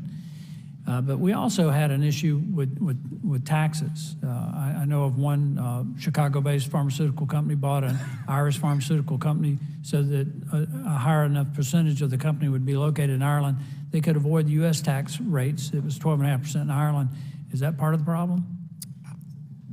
That would be my guess, but I do not have facts to state otherwise. Part of my concern is when they have these aggregators overseas, it's a form of tax evasion, isn't it? I will rely on your expertise on the IRS code. I'm asking you. This is not an IRS code. This is a business question issue. Are they making business decisions to avoid paying higher taxes by locating $200 billion in profits overseas? I was not there when they made those decisions, but again, I think it definitely looks like that's what was occurring. Are you familiar with PBM practice of spread pricing, and can you explain why there's a controversy around that? Yes, sir. I think depending on what happens with the money that's actually spread. So some people contend that when that spread occurs, the monies go back and help drive down plan costs. And if that's the case and we have transparency around it, it might not be a bad thing. My general contention is the opposite, that I think more often than not, spread pricing is just used in a world where nobody sees what's occurring to drive profits back to these large organizations, and that's a bad thing. So you could be directing patients to use certain medications to receive the larger rebates, and because we don't have the transparency, we really can't track it. Is that what you're saying? That's a very accurate statement. Mr. Chairman, I think this is an extremely important hearing. I think we've gotten some information from the witnesses that I think will be constructive in working together in a bipartisan way to come up with some solutions to help patients. And one of the things I think we need to look at is where a lot of these profits are landing. And with that, Mr. Chairman, I yield back. Thank you very much. Chair now recognizes Ms. Bush from Missouri for 5 minutes. Thank you, Mr. Chairman. St. Louis and I are here today specifically in support of Medicare for all and health care as a human right, leaving life or death medical decisions in the hands of drug manufacturers and multi-billion-dollar PBMs instead of patients and their healthcare providers is literally killing people. Let's put this conversation into context. In the wake of a deadly pandemic that has left millions traumatized, disabled, and suffering long-term health challenges, Republicans are using the debt limit to needlessly restrict access to Medicare and Medicaid. This will leave millions more uninsured or underinsured and have to rely on predatory corporations like PBMs to receive medical care. As we've heard today, pharmacy benefit managers are intermediaries that negotiate with drug manufacturers, health insurers, and pharmacies to determine the cost and the coverage of medicine. As a nurse, I've seen America's broken healthcare system force patients to make the impossible choice between paying for life-saving medication or buying groceries. I've seen them cry because their medications were changed and the doctor ordered one thing and they were not able to get that particular medication because of this broken healthcare system. When congressional Democrats and the Biden administration worked to pass the Inflation Reduction Act, we capped the price of insulin for Medicare beneficiaries and empowered Medicare to directly negotiate lower prices for drugs. But St. Louis and I know that we still have such a long way to go. That's why Senator Bernie Sanders and I recently introduced the Insulin for All Act, historic legislation to rein in Big Pharma and cap the price of insulin at $20 per vial for every person who depends on insulin to live. The privatization of our healthcare system itself is at stake, which is why I stand with my colleagues and I demand Medicare for All be enacted now. Dr. Dwayne, according to a 2019 study by the American Medical Association, 1 in 8 pharmacies closed between 2009 and 2015, and these closures disproportionately affected independent pharmacies in low-income neighborhoods. In St. Louis, 15% of residents live more than a mile away from a pharmacy, and a lack of trust in culturally insensitive medical providers, which I've seen firsthand, can pose just as great a barrier to accessing care as a lack of transportation. What can be done, Dr. Dwayne, to level the playing field so independent pharmacies like Greater Health in my district can keep serving our communities and those hard-to-reach populations? Yes, ma'am. Thank you for the question. I think that the biggest thing that we could do is to make sure that providers are being not asked to subsidize any system that is in place. And I think that, my pharmacy is in a predominantly low-income area as well. And sometimes we have to make heavy decisions about whether we participate in certain Medicare plans or whether we participate in certain Medicaid plans because we know that it won't be sustainable for us to do so. And that's not a choice that as a healthcare provider I should have to make. I should just be able to do what I went to school, what God put me on this earth to do, which is to care for people. So I think that anything that we look at has to be looked at through the lens of making sure that the practitioners that are here to serve all patients, those underserved patients included, make sure that they're able to do so in a sustainable manner based on not the profitability of 3, Fortune 12 companies, but of what we as practitioners need, the resources, the tools in order to do what's right by those patients. Yeah, thank you for those insights. This industry is dominated by 3 big PBMs that control about 80% of the entire market. These PBMs also integrated with insurance companies and pharmacies to funnel business toward their own pharmacies at the expense of our independent community pharmacies, which our communities lean on. Dr. Dwayne, does this create a conflict of interest, in your opinion? It absolutely does. I think that no matter what walk of life you come from or what kind of insurance you carry, you ought to be able to choose the person that you receive care from. And when the PBMs restrict their networks or when they, steer you through the advertising that they send to your home or the logo that they print on your insurance card, it makes you second guess yourself or wonder, if you can go to a certain practitioner or if you're forced to go to a different pharmacy or something like that. So I think that it does disadvantage people because, this is a very difficult concept for someone like me who lives it and breathes it every day. But for someone who, is of low health literacy or is just not able to involve themselves in their care to the extent that they may want to, it becomes almost insurmountable to understand really the complexities of that system. And I think that the PBMs end up taking advantage of that. And they rely on people to not investigate and instead to just kind of, go with their intention, which is to push them to the pharmacy that they stand to benefit from the most. And with that, I yield back. Thank you, Dr. Dwayne. Thank you. Chair recognizes Mr. Fallon from Texas for 5 minutes. Thank you, Mr. Chairman. So much of this is head-scratching, the formularies and gross-to-net bubbles and aggregators. It kind of makes my brain hurt a little bit, to be quite honest. I think it's purposely complex, though. I think there's a method to the madness. And I see in my colleague from Georgia, Congressman Buddy Carter, a great pharmacist in his own right, I was reading through this and kind of in the middle, he made mention that 2,300 independent pharmacies, the United States lost 2,300 independent pharmacies between just December of 2017 to 2020, in just 3 years. That scares me as a small business owner, former small business owner. And I just curious, Dr. Duane, do you think this is in part because it's so difficult for independent pharmacies to join PBMs, that we've lost so many in just 3 years? Well, I mean, it can sometimes be a lose-lose because if the PBM offers a contract to us that's unsustainable and we take it, it runs us out of business quicker. If we decline a contract that's unsustainable, their affiliate pharmacies stand to gain those same members that I do not serve for that reason. So yes, I think it is. You think it's fair to say, it seems to me PBMs, I mean, we've seen as spending on drugs has decreased as a percentage of overall healthcare expenditure since 2009, but I think it perhaps could be the vulturous vertical integration that is that is not helpful in any regard. In the fall of 2022, Express Scripts announced that they would be reducing prescription reimbursements for almost 10 million TRICARE members. Additionally, 15,000 primarily rural and independent pharmacies were dropped from the TRICARE networks. That's particularly concerning to me because I represent 10 rural counties.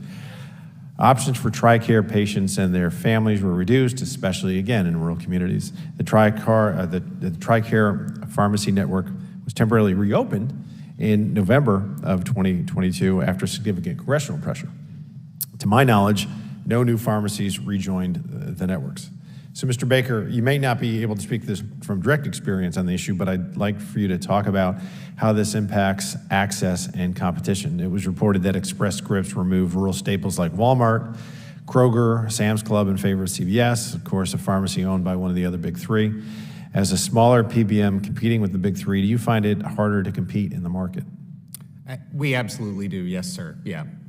Have you seen evidence of the big three playing favorites with or preferring pharmacies that they own over other pharmacy options? I think when we deal with jumbo self-funded employers who have mandatory mail and specialty programs, that's very obvious, yes, sir. And if we're removing competition from TRICARE networks, how does that improve service and lower costs? We agree that it does not do either of those things. And what's particularly concerning me is when you have three PBMs owning 80% of the market share and then 82% of Americans participating in this, that is very concerning. And Dr. Duane, did you know Admiral Kevin Delaney, by the way? I do not know. You didn't know? Okay, just curious. He was a staple in Jacksonville. You spoke in your opening statement about how TRICARE covered patients are affected by PBM pharmacy network changes. How is this impacting our veterans community?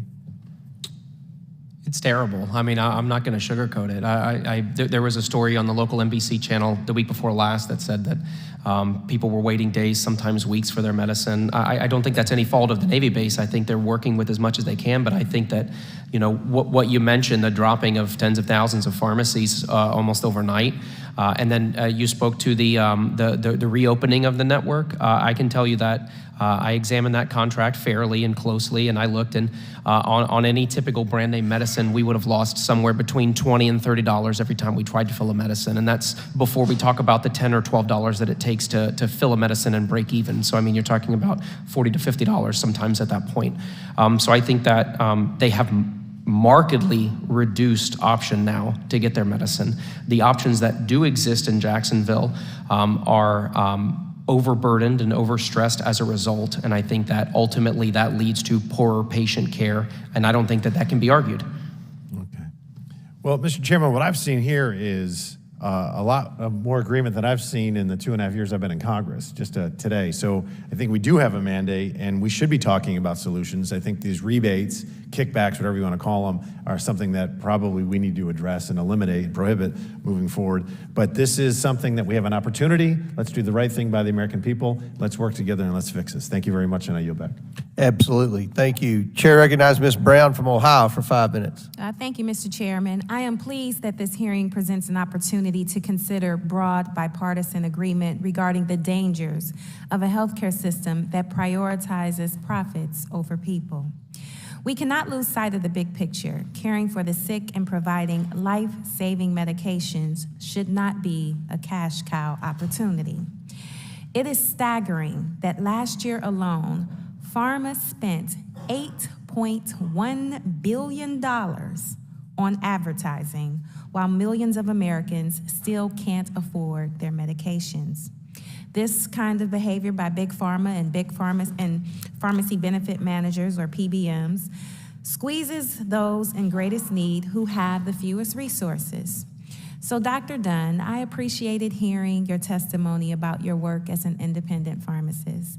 Could you tell us why it is important patients have access to a local pharmacy they trust? Yes, thank you. So people need to be able to go to a pharmacy that they know will be able to take care of their complex medication regimens. And I think that the average person sees their pharmacist a lot more than they see their doctor. So I think that it's very important that they have a variety of choice, because someone needs to, just like any other healthcare practitioner, have a level of trust and confidence in that person that they're receiving care from. Thank you so much for that. And I want to circle back, as stated by my colleague, Rep. Bush, according to one of the studies in 2019, 1 in 8 pharmacies closed between 2009 and 2015. This is deeply unfortunate, especially for those who rely on their neighborhood pharmacies for more than just their prescription pickup. Now, we heard from Dr. Dwayne when he responded to Ms. Bush's question, but I want to ask you, Mr. Asasi, if you could elaborate a little bit more on how the closure of an independent or community pharmacy limits healthcare access for a patient living in a low-income urban setting. You bet. So important to say that pharmacists can play a critical role in the ability of people to get high-quality health care. There's wonderful examples across this country. North Carolina Community Cares comes to mind, where they help patients who are coming out of really complex inpatient procedures, and pharmacists played a key role in continuity of care and making sure they were okay. When you move people to mail order pharmacies, you move people out of community-based settings, you lose all of that context. And for folks who are in underserved communities, they already have much less access to doctors, nurses, et cetera. Pharmacists can be on the very front line and very effective. So it's a really concerning trend if we are creating financial incentives that are closing the access patients have to their pharmacists. Thank you so much. According to the same study, in 2019, closures were twice as likely to occur for independent pharmacies located in lower income neighborhoods. These pharmacy closures, as you stated, make it more difficult for the people that are already more likely to experience health disparities to access care and medication. I also continue to call for greater transparency from PBMs on how and why specific drugs make it into their formularies. This secretive selection process of winners and losers, where PBMs make backroom deals with manufacturers, is just unacceptable. I am proud of the achievements that congressional Democrats delivered in the Inflation Reduction Act, elevating quality care for vulnerable populations and dramatically lowering the cost of prescription drugs for Medicare patients. Democrats are committed to putting patients over profits, and we will continue to fight to make health care more accessible and more affordable. I want to thank the chairman and the witnesses today for their testimonies. This is a very important issue, as you can see by the level of participation and the collaboration of both Democrats and Republicans. And with that, I yield back. Thank you. Chair recognizes Mr. Edwards from North Carolina for 5 minutes. Thank you, Mr. Chair. Thanks to all of our witnesses for being with us today. I'm curious, as we look at some of these examples on the charts earlier today, and there's no denying there is reason to be alarmed with those margins. Can any of you point to any impetus that may have led to these types of margins, or is this something that has grown over time? If it's grown over time, for what period of time has it grown to this point? Anyone? Yes, I'll go ahead and get that started. I think it starts in the reality that healthcare is generally run by for-profit companies that need to make more money next year, the year after, and the year after. I would note We do not think that, for-profit companies are a bad thing, but we have, designated ourselves as a public benefit corporation. I love the comments. Our motto is same as patients over profits. I think if we focus on patients first, you can still do the right thing and bring a lot of good to this world.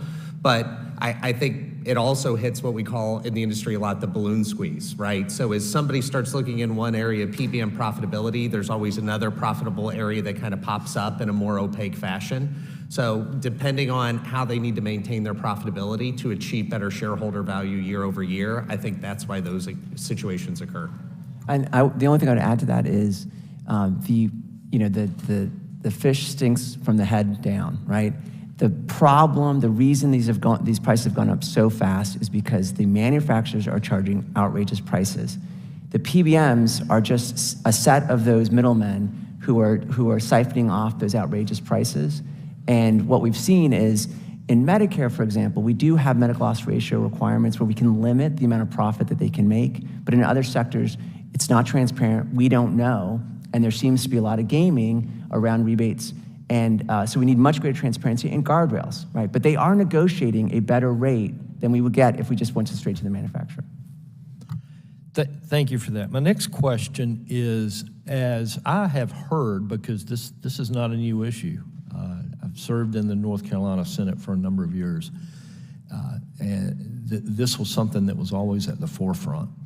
I have heard from drug manufacturers that they need to charge more than cost for drugs in order for research and development to add additional cures for diseases, to create drugs that would have less side effects and that sort of thing. Do any of you have an opinion? Yes, I absolutely do. And just to make it very clear, first of all, the deal that was struck under patent law for drug manufacturers was go out there and find a cure for cancer and make a bunch of money for a limited period of time, 9 years, 12, 11 years, depending, and then go find something else.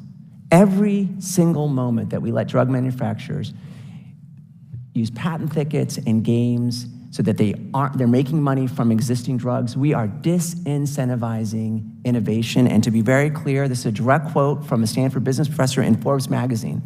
In the 21st century, most drug companies have replaced moonshots with chip shots, strategies aimed at minimizing risk rather than chasing the elusive game-changing drug. Today's biopharma giants focus on monetizing easy wins. We know they are spending much more on marketing than they are on research and development. All right, thank you for that. My last question, Dr. Duane, is in the North Carolina legislature. Again, this was this was at the forefront, and what we did in North Carolina is that we gave more authority to our insurance commissioners and feel like we gave him the tools to better make transparent transactions with PBMs and to regulate them. Have you seen any other states take any actions, and can you comment on what you see working in the states, what you see not working, and any advice that you've got for this Congress as a result of what we've learned from what's taken place in the states? So I think that states have taken steps for that. The state I live in Florida, has just recently passed a large bill to address a lot of the things that we've talked about today, like spread pricing. In the state of Florida, the legislature, working with the governor, made sure that rebates were passed down directly to the point of sale to the patient to make sure that it lowers their out-of-pocket costs through their premiums that they pay and their co-pays at the pharmacy counter. So I think that that's important. Other states have looked at reference-based pricing structures and reference-based dispensing fee structures.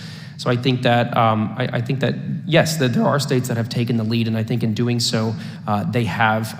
Certainly we don't hear about states' actions that have been taken that have risen drug prices faster than what we see nationally. So I think that that speaks for itself, what the states are doing and how they're regulating, and their Office of Insurance Regulation and those kinds of things have lowered costs, because we have heard nothing to the opposite. Thank you. Mr. Chair, I yield. Thank you. Thank you. Chair recognizes Mr. Garcia of California for 5 minutes. Thank you very much, Mr. Chairman. Thank you to our witnesses for being here. We appreciate your time. And I think we can all agree that certainly here in our country, as the wealthiest nation on earth, we should be ensuring that everyone has access to high quality, affordable health care all across our country, regardless of whether someone is in between jobs or able to work or whatever their condition is, whatever their age is. Now, we know that the Inflation Reduction Act has made really great progress in this area, and we're really grateful to the work of the administration. The issue of and the cost of prescription drugs is a critical issue for our country. We know that the prescription drug industry overall has failed to prevent prices and price surges as a history in this country, and we know that pharmacy benefit managers play a role in that, and so I appreciate all of the comments that have been made. Now, for millions of people, we know that these people make impossible choices. I've heard it back home. We all hear it from constituents, and the choices of medication, the choice of paying rent, the choice of being late on bills is a real thing for so many Americans, for seniors especially, and for low-income folks as well. And I appreciate this hearing, but I just want to remind us and make it crystal clear that the biggest obstacle to fair pricing is Big Pharma, period. I'll say it again. The biggest obstacle to fair pricing is Big Pharma. They wield the most power in this market. And so this hearing is really important. I would love to have a hearing with the heads of all of Big Pharma to be able to ask them the questions as to why they're price gouging the average American. I think that is also very important and an important conversation that we need to have. Now, we know that in the 5-year period between 2016 and 2020, pharmaceutical companies raised their prices on drugs 36%, almost 4 times the rate of inflation during that same period. And this is something that's continuing to happen, and we don't see it stopping. Now, we've done some incredible work, and I want to thank the President again. The Inflation Reduction Act and the work it's doing around Medicare and the capping of prices is really, really important. This has been a priority. It's finally getting done, and we want to thank President Biden for that. This committee had found that from 2014 to 2018, taxpayers lost $25 billion in savings on 7 drugs alone because Medicare cannot negotiate those prices. Now we're going to have some reform. We're going to have some change, which we want to encourage. I want to also just say for the record, I've been a long advocate for Medicare expansion. I mean, Medicare should be covering everyone, in my personal opinion. Medicare is popular. We should be building on that work, and I just wanted to make sure we noted that. Going back to pharmacy benefit managers, it seems clear to me that essentially a lot of pharmacy benefit managers are essentially extracting fees, serving as middlemen, and not passing on, in my opinion, a lot of value or significant value to consumers or the public. And we should always be looking at unnecessary costs and strategies to uphold monopoly pricing. Now, monopoly power is a huge concern in the pharmaceutical space, as well as for pharmacy benefit managers, where 3 companies control 80% of the market. That's been discussed already in this hearing. Mr. Baker, can you also again briefly, once again, describe why consolidation hurts consumers? Yes, I think at the end of the day, when you look at the fact that 3 of these organizations are controlling hundreds of billions of dollars of revenue, it gives them the ability to basically make whatever rules they want to drive to higher costs. And then those higher costs, as we've discussed today, always fall back to a percentage of profit for them. So it allows them to drive to that higher profit. And this monopoly that's currently in place in our country, it is hurting the average Americans and especially low-income folks and seniors. Would you agree? I think that's accurate, yes, sir. Do you think it's fair to say that this consolidation is directly allowing these benefit managers and for the pharmaceutical space in general to price gouge? I would agree with that, yes, sir. I think we obviously need to look at more enforcement, and so I think something I hope the committee looks at as well in the future is how we're going to enforce and ensure that this price gouging isn't happening. What we have essentially going on right now is a monopoly system that is causing direct harm to consumers and to folks within our healthcare system that need access to pharmaceuticals. And so I just think we ought to uplift that and continue to call out this serious monopoly that is going on in our country. I want to again just thank you for the work, for the witnesses. Again, I think that we should have another hearing with the heads of all the pharmaceutical companies who are causing the absolute biggest damage to consumers, to those that need medicine, to need health care. And with that, Mr. Chairman, I yield back. Chair now recognize Mr. Donalds from Florida for 5 minutes. Thank you, Mr. Chairman. And first of all, Mr. Chairman, I do want to recognize fellow Floridian, Mr. Duane, Dr. Duane, my apologies. I want to make sure I get it right. Thank you. Thank you so much for taking the time to come up here. The rest of the witnesses, thank you so much for your time as well. Dr. Duane, I'm going to start with you. In your testimony, you described PBMs as the monster in a nightmare. You care to elaborate on that? And also, do you think the rest of the witness panel would agree with your characterization? So, my wife and I bought the pharmacy with an SBA loan. We saved up what money we needed in order to put the money down. The rest of it we used an SBA loan for. That was in 2016. Since 2016, PBM vertical integration, the steering that they do to push their patients to their own affiliated pharmacies has increased dramatically. If I knew then what I know now, I probably wouldn't have done the same thing. So in that, I say that what I saw to be a wonderful opportunity, what I hope can still be a great opportunity for my community, is in peril because specifically the things that we've talked about today. So in that, what we believe to be the real American dream, owning your own business, owning your own destiny, that kind of thing, it's been a whole lot tougher than what we thought it would be. Okay. Anybody else want to comment? Dr. Atkins, Mr. Baker? Yes, I would agree. As I mentioned in my testimony, when I first became a physician, I could just focus on taking care of patients. Now, every day I have to fight a faceless corporation who doesn't do what I do, doesn't understand what I do, and really doesn't care.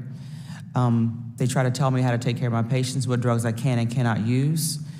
They take prescriptions from my patients, delay their care, delay them. And another example of the mail order, I've had patients where some chemotherapy agents require a certain temperature for the drug. So these medications are sometimes left on their front porch in the heat of the summer. So when they get the drug, it may be too hot, and then we don't know if it's still effective. And sometimes the drugs are lost and the patient's still charged. These are obstacles for patients. Sometimes PBMs also mandate the use of an innovator product instead of using a less expensive biosimilar. And all these things interfere with patient care. They also destroy the patient's hope and destroy their quality of life. Okay. Mr. Baker? I can see you have bated breath over there, Mr. Baker. Go ahead. Yes, no, thank you. And I think even a different spin on this, I think we've talked a lot about the independent pharmacist and the patient impact, but even from the employer perspective, we deal with a lot of the largest employers in the country, and they don't get access to their data. So they don't really know what they're paying for their medications. They don't see at the claim level how much rebate dollars are making back to buy down the cost of their health care. So this lack of data is a real problem. If we go to any manufacturers and ask what they're paying for aluminum, what they're paying for tires, what they're paying for any of the other vendor services that they use, they can tell you almost exactly at that CFO level. But for some reason, when it comes to PBMs, everybody's okay saying, well, gosh, I don't get the data, I don't know.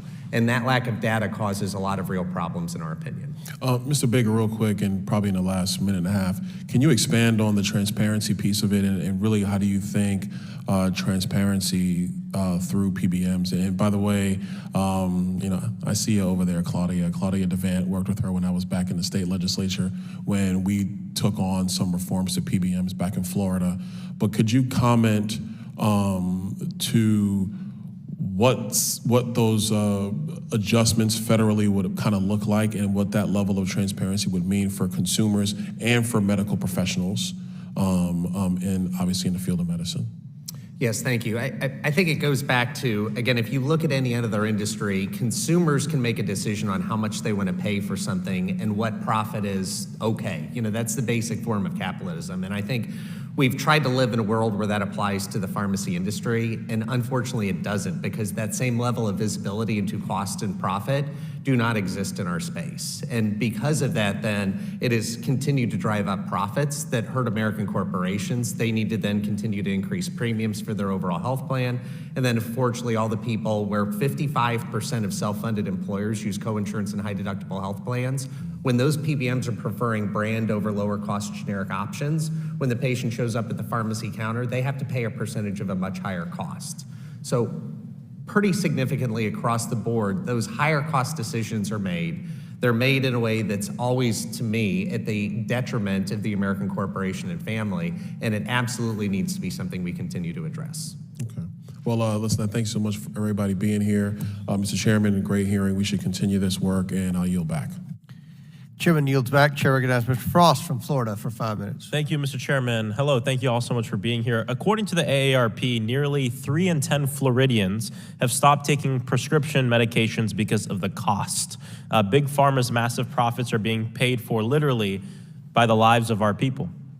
It's very important that we in Congress understand the practices and that lead to higher drug prices. And one of these practices entails PBMs offering pharmaceutical companies prime placement on a health insurer's list of covered medications in exchange for steeper discounts or rebates on drugs. Mr. Baker, can you briefly walk us through how exactly this specific rebate process works? Yes, thank you, sir. And I think the best way to do that is through an example. We've talked for years in the industry about the biosimilars coming for Humira. Humira is the largest pharmaceutical drug in the history of the world, $200 billion medication. We now have lower cost generic alternatives available. Very first biosimilar that came out at 2 list prices. One, what we call high WAC, high rebate. So it was a 5% discount off what's almost a $9,000 a month drug. The second one was a low WAC, low rebate, 55% off. So as my previous comments just made, when we think about somebody who's got coinsurance or deductible and they have to show up at the pharmacy counter and pay a percentage, high is bad. The other issue is there is no visibility on how much of those rebate dollars are actually being paid into the system to, make cost of healthcare better. So we're living in a world where most PBMs continue to pick the high WAC, high rebate because they like the lack of transparency that goes into those rebate dollars. They can siphon some of that money off.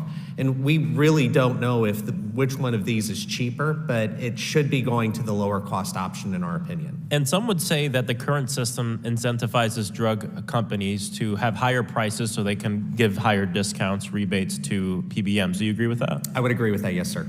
Florida consistently ranks as the most popular place to retire in America. However, with a larger population of seniors comes a larger population of folks vulnerable to healthcare challenges, and that essentially, especially sensitive to the price of prescription drugs. Dr. Atkins, you testified about a case in which your patient insurance company charged her a copay of $1,500 per month for a drug she needed to treat her cancer.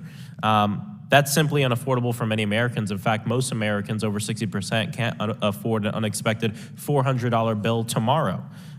What happens to patients whose doctors aren't able to take the time out of their busy day to see if their prescriptions can be obtained for a more affordable price? Most of those patients just won't take the medication, and then that will affect their life expectancy.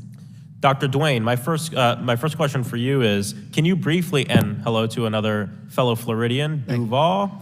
My question for you is, can you briefly share the important role of independent pharmacies like yours, what role they play in the community, especially for those who face barriers to accessing healthcare?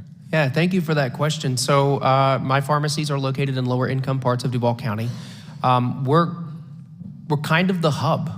It's more than just, here are your medicines. We put the pills from a big bottle into a littler bottle for you. I have people that bring letters from their bank or from the electric company and ask me to read them because they're functionally illiterate. I have people who ask, my HMO is telling me I have to see a new doctor. I need a new primary care doctor. Do you have any recommendations? Who else do you see that comes through here? So it's much more important to the community than just the actual prescription filling process. I'll say that Representative earlier asked about an article from the Journal of the American Medical Association about what happens when a community pharmacy, especially an independent community pharmacy, closes. People get sicker when that happens. In that zip code, when a community pharmacy closes, their blood pressure goes up. They have more heart disease. There are more heart attacks. These are things that we can definitively link to the absence or presence of a community or independent pharmacy in a particular zip code. So it's vital for the community. And PBMs have a lot to answer for when it comes to the sky high prices of drugs. But big pharmaceutical companies, like Representative Garcia pointed out, have been price gouging for years. This is something that personally impacted me. In 2017, Mylan, the pharmaceutical company responsible for EpiPen, settled a $465 million class action lawsuit over a scheme to avoid paying rebates so they can maximize profits. In 2016, an EpiPen 2-pack cost folks $313, according to the suit. Now, it costs us between $650 and $700. 4 years ago, I almost died because I didn't have an EpiPen. I carry one everywhere I go now. If you weren't able to afford it and you have an anaphylactic attack, you die. Dr. Duane, what can be, almost no time left, but real quick, Dr. Duane, what can be done to level the playing field so independent pharmacies like yours can keep serving our communities and hard-to-reach populations? Yeah, I mean, it's just very difficult for us to compete when the person that we're trying to compete with holds all the cards. When the person who makes the contract is also the person who owns the competitor, which is also the person who increasingly owns the doctor's office, which is also increasingly the person who owns the insurance company. You can't hope to compete with that. So I think anything that's addressed as far as looking at how they stacked up, how they got to be that stacked up, and how we can make sure that there's still level playing field within that system of integration. Of course. Thank you so much for your time. I yield back. Chair, now recognize Mr. Sessions from Texas for 5 minutes. Mr. Chairman, thank you very much. I've been sitting here for an hour and a half or so and not sure that we really get it right.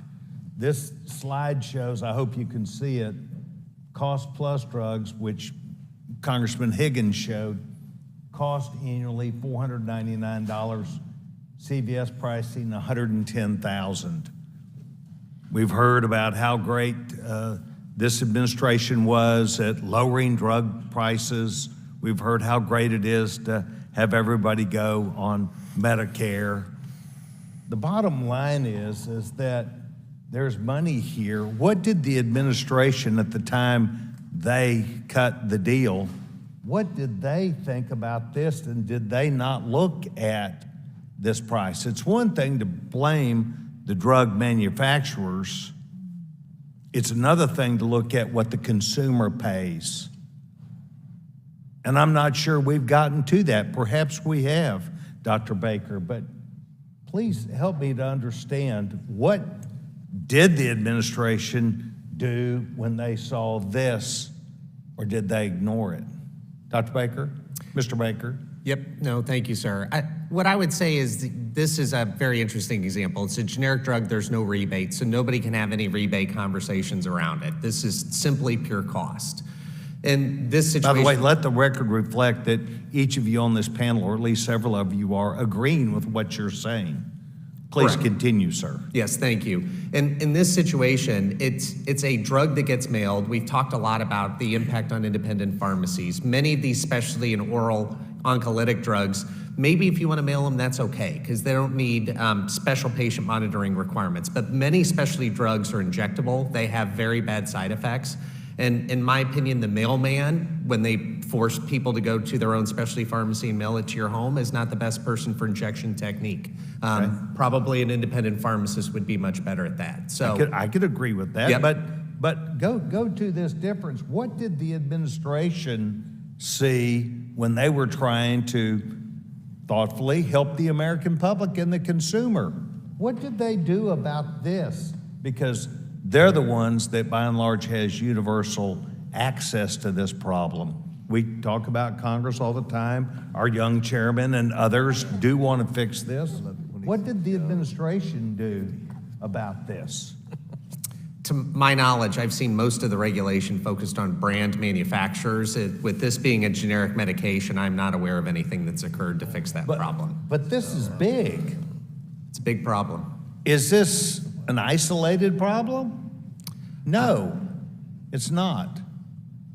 So there's more work to be done, I think, is what I would say. More work to be done. What should be done, in my opinion, is why we're having this hearing today. We're trying to filter out things, but the bottom line is that this costs somebody $499 and this costs somebody $110,000. Who paid this?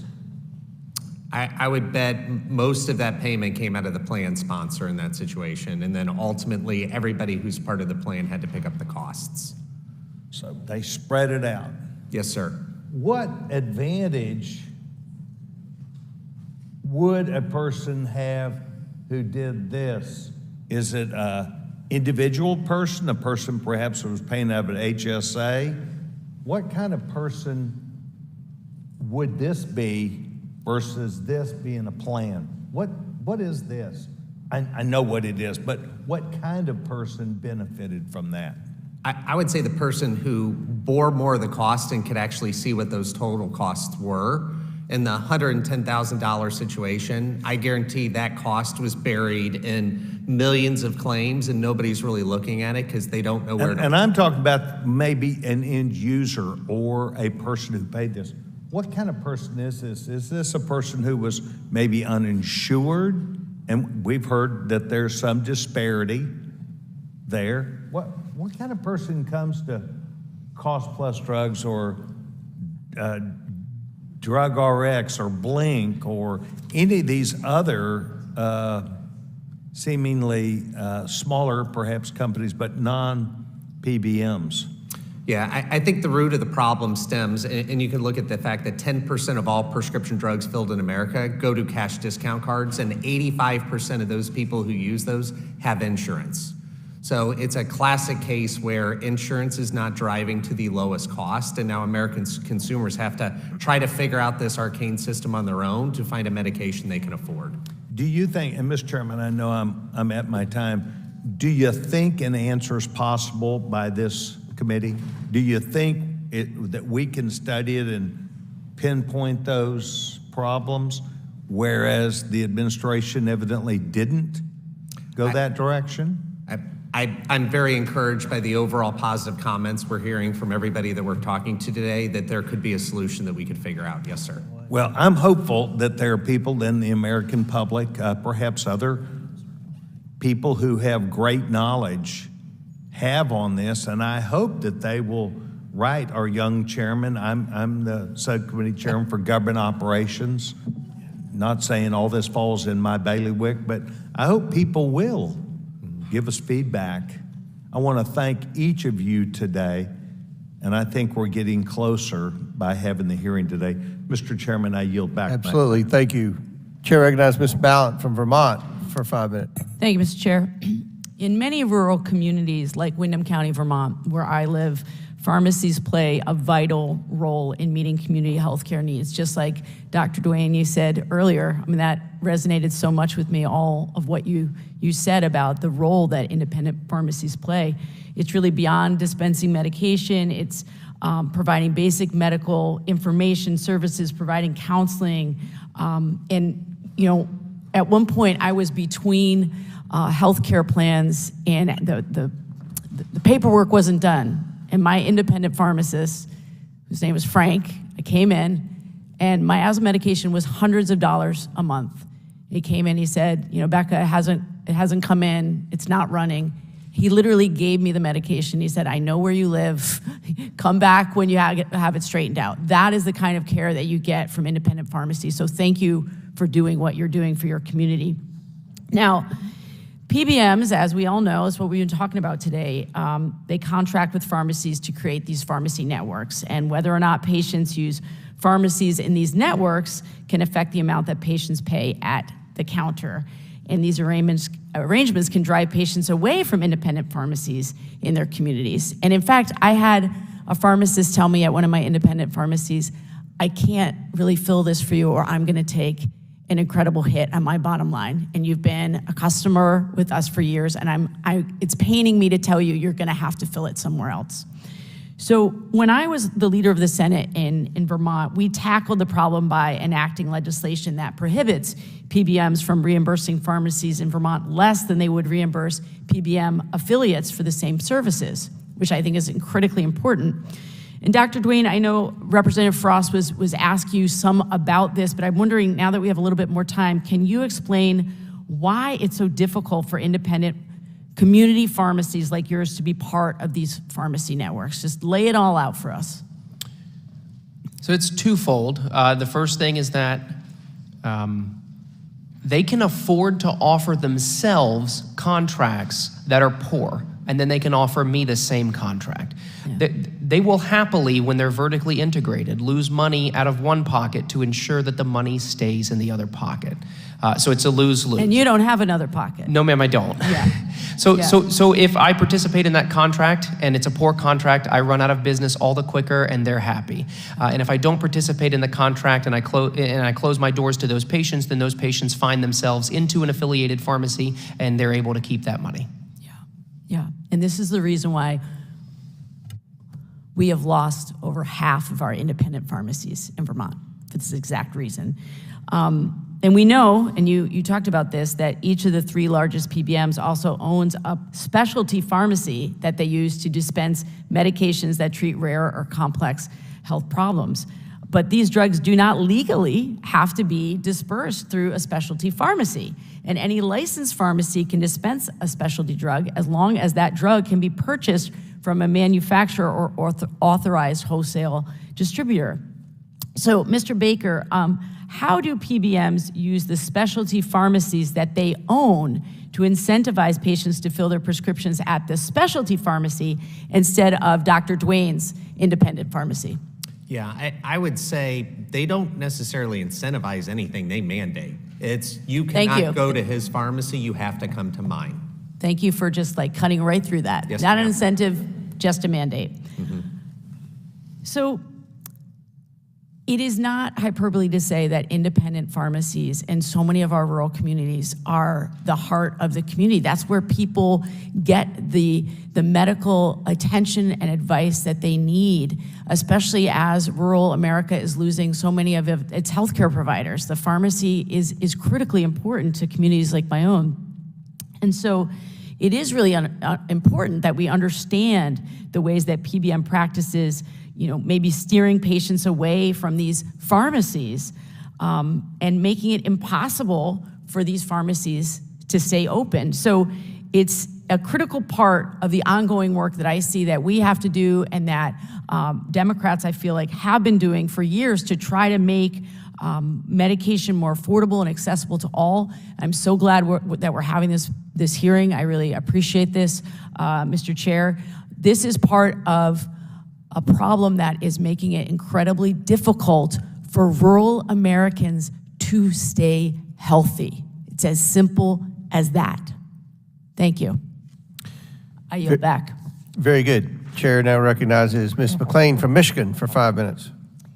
Thank you, Mr. Chair, and thank you all for being here on this very important topic. I think what is encouraging is if you look around, we all agree finally there's a problem and it needs to be fixed, right? Doesn't matter what side of the aisle you're on, what color your skin is, what race, we have a problem, which is wonderful. Now we can get down to the business to fixing it. What I want to make sure that we first understand is to make sure I understand it correctly. And if I'm correct, pharmacy benefit managers were originally meant to facilitate negotiations, really to drive the cost of prescription drugs down for their patients. Correct? I mean, originally, I don't think it was done with malice. That was the original. However, PBMs, it seems like, has evolved into middlemen with an outsized role in the pharmaceutical marketplace, operating really behind the scenes to manipulate drug costs, control access to certain medications, and ultimately decide the payment pharmacies receive for all of their own benefits. So it seems that it's switched. Am I directionally tracking? Yeah, I wouldn't say it's switched. The main driver is still big pharma, but to your point, there's all these other ways they're trying to make money. The PBMs are trying to make money. That's distorting that original. I mean, the largest PBMs control 80% of the market, right? Each own their own pharmacies, disincentivizing negotiations and enabling them to further benefit really from higher prices.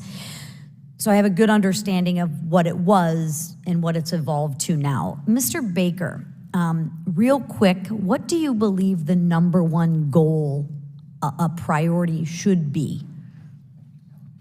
Yes, thank you. I think we've used the word transparency quite a bit here today as witnesses. The other thing I think is important to point out, we have tried to say as a public benefit corporation, how are we going to be a completely unconflicted PBM? So how am I going to make sure I'm always making decisions in the right vein for our clients and their members? And I think a big part of that is we've made this decision never to own our own pharmacy. I think the day I start deciding what I pay myself, conflict can occur, and that's not a really good thing. Okay. My mail order pharmacy, if I were to have one, again, does not provide the same level of service as we clearly get from independent and other community pharmacies.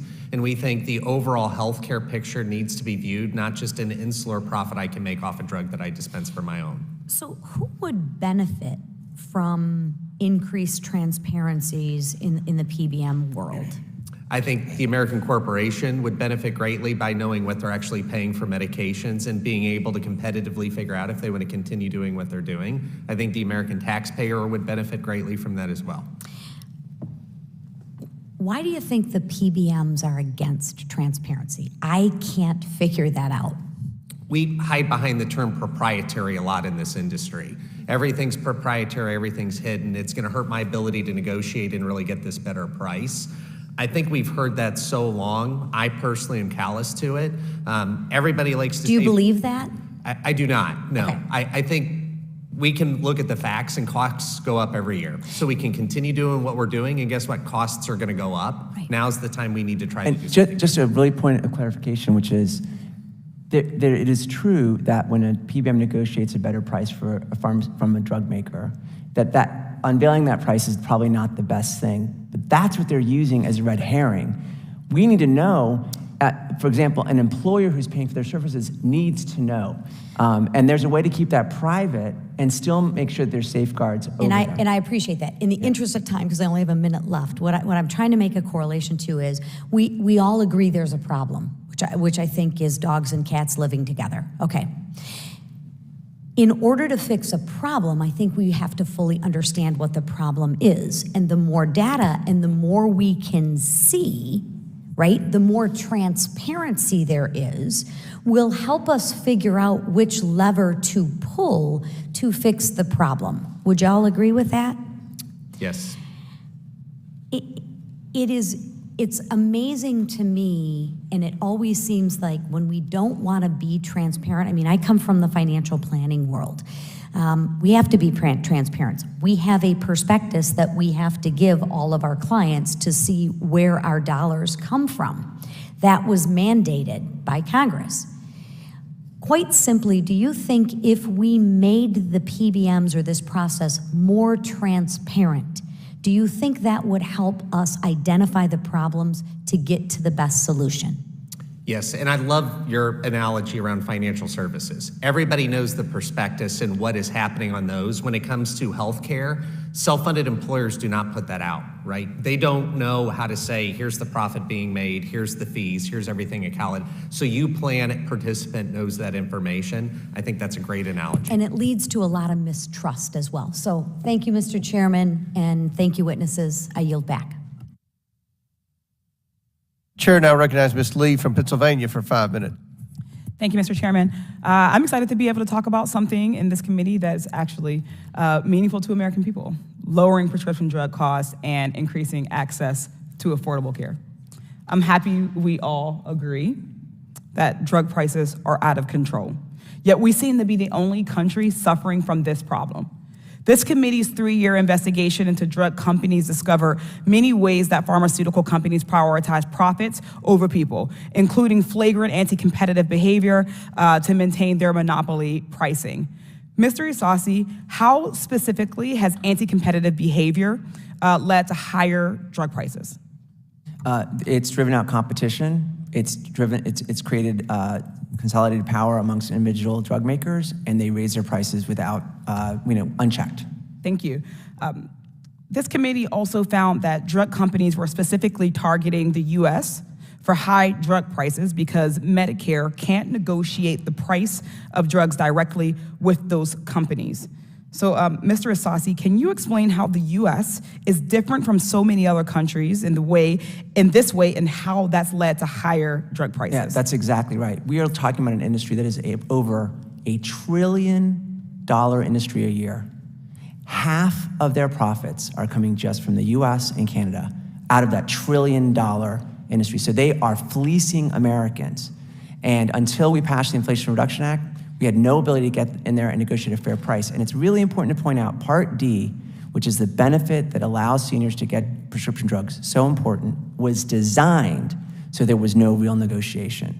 It was designed so there were small regional prescription drug plans who couldn't really negotiate, had no negotiating power. So it was by design a terrible deal for the American public. People across the country have been struggling for years to afford health care. Though important, drug prices are just one piece of that puzzle. How do drug prices inflate overall healthcare costs that families pay? And what does this mean on a practical level for someone who relies on high-cost medication?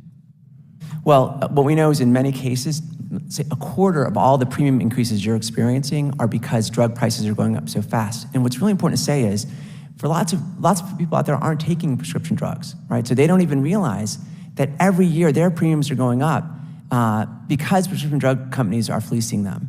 And it goes into the risk pool of your employer, the risk pool of your insurance program, et cetera. So in keeping with that point, more than half of overall spending goes to so-called specialty drugs, even though they make up about 2% of the medicines dispensed. This designation is defined differently across market by PBMs. Mr. Baker, can you explain how PBM's arbitrary decision-making on whether to label a drug specialty is affecting patients? Yes, absolutely, and that's an incredible point. In the pharmacy industry, we can pretty well come to an agreement on what is considered a brand and generic drug. It all stops there. So this world of specialty has really started growing since about 2014, 2015. It is exponentially growing, to your point, being 50% or more of all spend today. And PBMs can call any drug they want a specialty. Every PBM will have a different specialty list. Every PBM could have a different specialty list for a different type of fulfillment channel. So the specialty list that we use for independent pharmacies could be different than the one I use for my own PBM pharmacy if I wanted to use it. So this lack of transparency and ability to have oversight on what is considered specialty, limited distribution, or other does drive to a lot of profiteering. Thank you. In the end, this is actually a somewhat simple conversation. Drug companies set drug prices. If the drug companies set lower prices for medications, American families would pay lower prices. That said, it's important to understand the context in which those drug companies operate and who they operate with. Americans shouldn't have to choose between feeding their families and their diabetes medication. We shouldn't have to go into bankruptcy to treat our loved one's cancer. And we shouldn't have to raise thousands of dollars on a GoFundMe site when we're injured in an accident. This is a uniquely American problem. Our healthcare system is broken and rotted to its core on every level. PBMs are just a part of a greater problem, and we cannot allow them to be a scapegoat to avoid addressing true issues. Americans deserve universal health care. We deserve Medicare for all. And with that, I will yield back. Thank you. Thank you. Chair recognizes Ms. Boebert from Colorado for 5 minutes. Thank you, Mr. Chairman. Dr. Duane, I think it's been mentioned many times here today, and I apologize that I wasn't here for a lot of it. We have other committees going on as well, but we've seen an increase in prices for medication and treatments over the past few years. You would agree?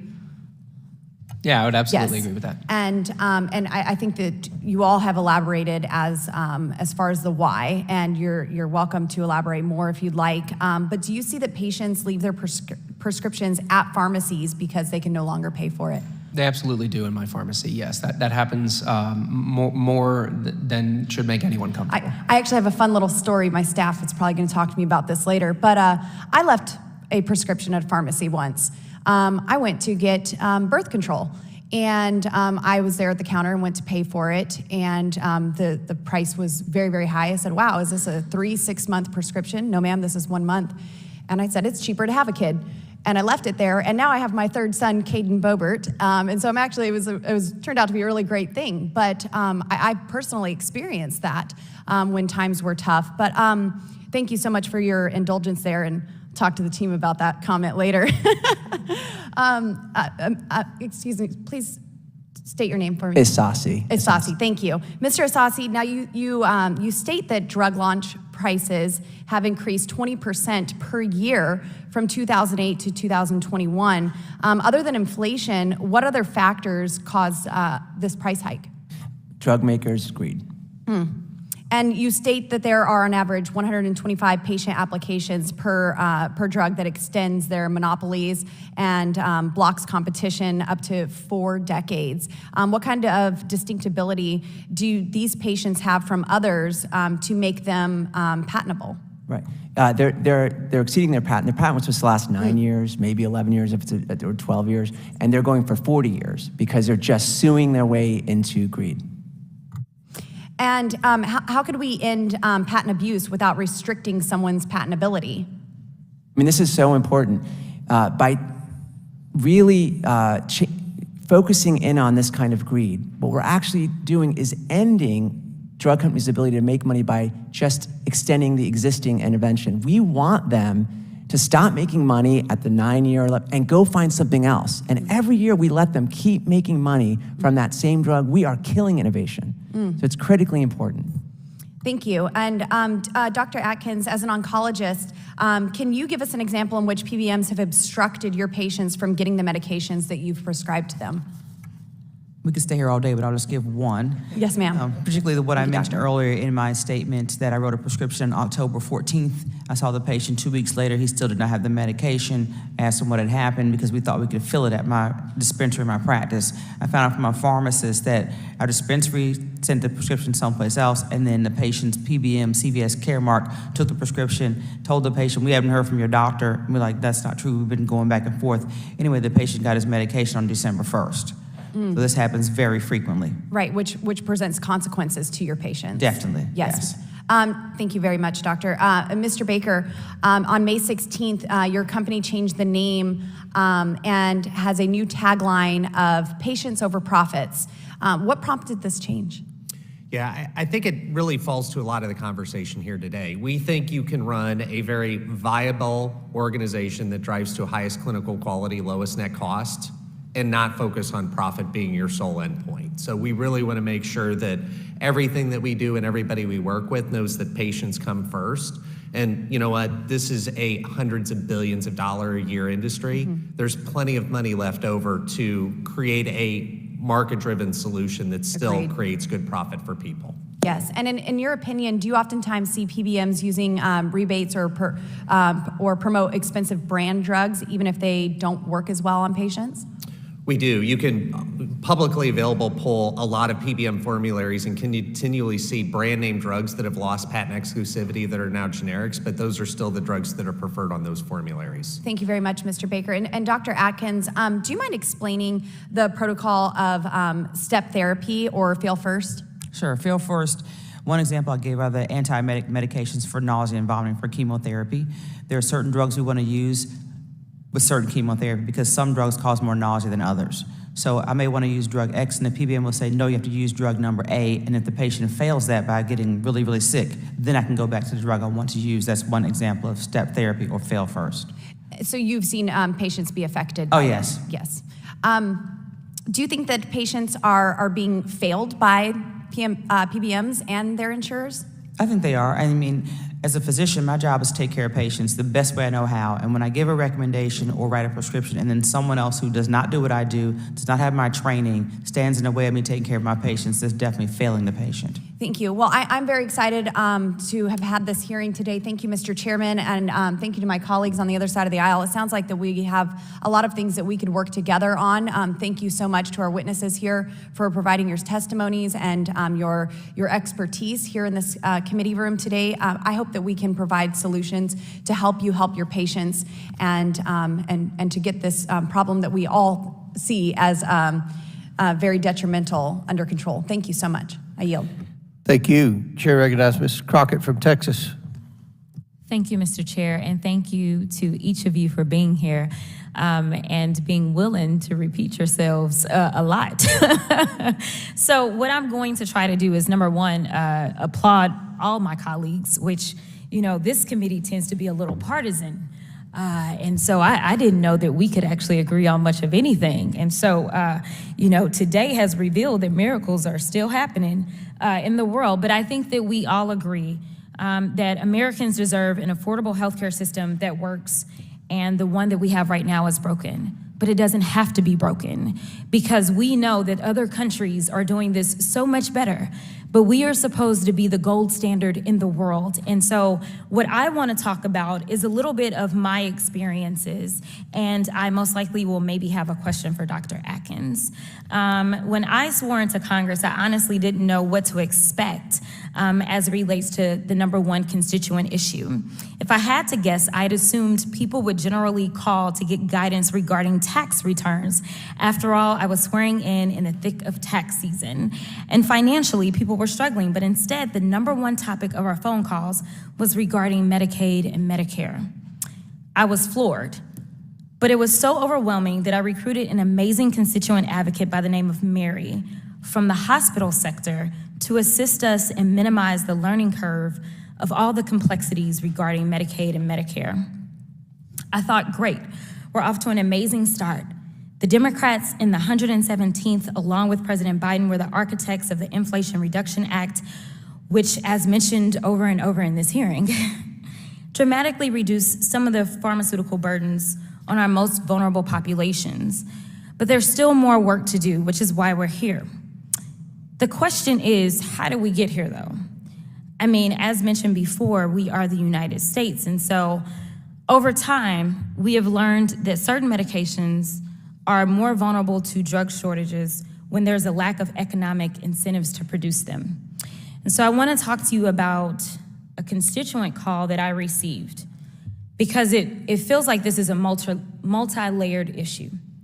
So just this week, Melissa called our office, and Melissa also, I think she wanted to make sure that I got the message. She decided that she was gonna tweet at me as well. And so she tweeted at me on all my accounts to make sure that I knew, but it's just that serious. And that's what I want people to understand. This price gouging, while we heard a conversation about not being able to get birth control, isn't necessarily life or death. When Melissa called because there is a shortage as it relates to cancer medications. Dr. Atkins, I know that you just mentioned some things as it relates to cancer, but are you aware that there is currently a massive shortage that we're experiencing in this country as it relates to cancer medications? Yes. Right now, there are several drugs there are shortage of. One is a medication called carboplatin, and it's a very old drug, so it's only generic, and there are not a lot of incentives to keep making it. So right now, as a matter of fact, I talked to my pharmacist about this yesterday before I came here and said, where do we stand with carboplatin? And he told me, well, we're allowed to order based on what we ordered last month, so we're good through June, but after June, we don't know. And so every other oncology practice in this country is experiencing the same thing. Another medication that's on shortage is a medication called 5-FU. 5-FU is the base drug for every GI cancer, colon, stomach, appendiceal, esophageal. So these are real problems that we face every day. And that's not on top of the price of drugs. Exactly. And so it's frustrating because literally Melissa called our office, and Kylie, who answered my phone, sent a message talking about the fact that she was almost in tears when she got off the phone, because Melissa is scared that she literally may lose her life because she cannot gain access in this country. What is frustrating for me, I am from the state of Texas, as mentioned, and even in the state of Texas, there was a bill that was just passed, and this bill is creating an organization within the state of Texas so that we import drugs from Canada because of the cost that our drugs are placing on our most vulnerable. The final point that I really want to make, though, is that we are also right now in the midst of a fight as it relates to the debt ceiling. And right now, this is the partisan issue. I'm going to tell you that it is quite frustrating that we are talking about potentially not funding folk that are already struggling, because this hearing is about the fact that most people can't afford these drugs as it is. And now we're talking about they may not even have the coverages of Medicaid and Medicare because we're talking about cutting them off. We deserve better. The American people deserve better. And I appreciate your fight. We're in this together. Thank you so much, and I yield back. Chair now recognizes Mr. Fry from South Carolina. Thank you, Mr. Chairman, for having this hearing today. This is actually pretty remarkable, just the back and forth, the camaraderie a little bit that we see on both sides of the aisle. Last year, PBMs raked in billions of dollars in profits. This effectively means that every American, based on the profits, pay about $70 to PBMs just to have access to prescription drugs. Drug manufacturers receive 37% of that money spent on prescription drugs, which is a decrease of from 50% in 2013. PBMs are retaining 69% of the money hardworking Americans are spending. And I get these figures, Mr. Chairman, from this great, and I think Dr. Carter is going to be in here, but if he doesn't make it, I'd like request unanimous consent to put his paper, Pulling Back the Curtain on PBMs, A Path Towards Affordable Prescription Drugs, into the record. Without objection, so ordered. Thank you. One of the things that we touched on a little bit, and I know the ranking member did and Ms. Boebert did, are failed first policies or step therapy. Dr. Atkins, in your role as an oncologist, how frequently are your patients required to fail first a medication? I couldn't give an exact percentage, but one time is too many, as far as I'm concerned. I'll give another example. I had a patient who had stage 4 breast cancer. There's one medication I wanted to give her called a CDK4/6 inhibitor. And the one I wanted to use, her PBM said, no, you have to use this one. And if she fails that one, you can use the one you want to use. Well, the thing that was frustrating was, one, they're getting in the way of me taking care of my patient. That's number one. Number two, per the national guidelines, if a patient fails one CDK4/6 inhibitor, you do not give them another one. So they're getting in the way of me taking care of my patient and also trying to treat a patient without a license and trying to treat that patient in the wrong manner. So Right, they're not very medical frustrating. doctors. No, they're not. They're not licensed in your state. They don't have the training that you have, is that correct? That is correct. But they are making these decisions, and we can speculate why. We have a lot of reasons why, but they're making these decisions without being in the room, the clinical room with you and that patient. Exactly. Why do you think they do that? What do they cite as a reason when they deny a patient? Well, the real reason is money. They do whatever's more profitable for them. They'll say it's for safety or to maybe rein in unnecessary spending, but that is not the truth. The truth is, the more they inhibit me, the more money they make. Right. And so, what does your patient do when they're required to fail first? The patient is very upset. They lose hope. Their life expectancy is shortened, and with oncology, you have the cancer diagnosis and you have the emotional toxicity of the whole diagnosis. So if someone can't get their treatment on time, the treatment that their doctor recommends, it pretty much destroys the patient emotionally. Right, and you're a very competent doctor. When your patients call, I'm sure you call them back, but you see these barriers or these delays even within the office setting. When a patient is required to fail first, they have to call your office back, correct? Yes. And get another prescription, is that right? Yes. And you have other patients that you're seeing. You're incredibly busy, and so in one of the most vulnerable moments of their life, they don't have the ability to get the treatment that they need because these PBMs are requiring you to fail first. Exactly. Without that medical training. Exactly.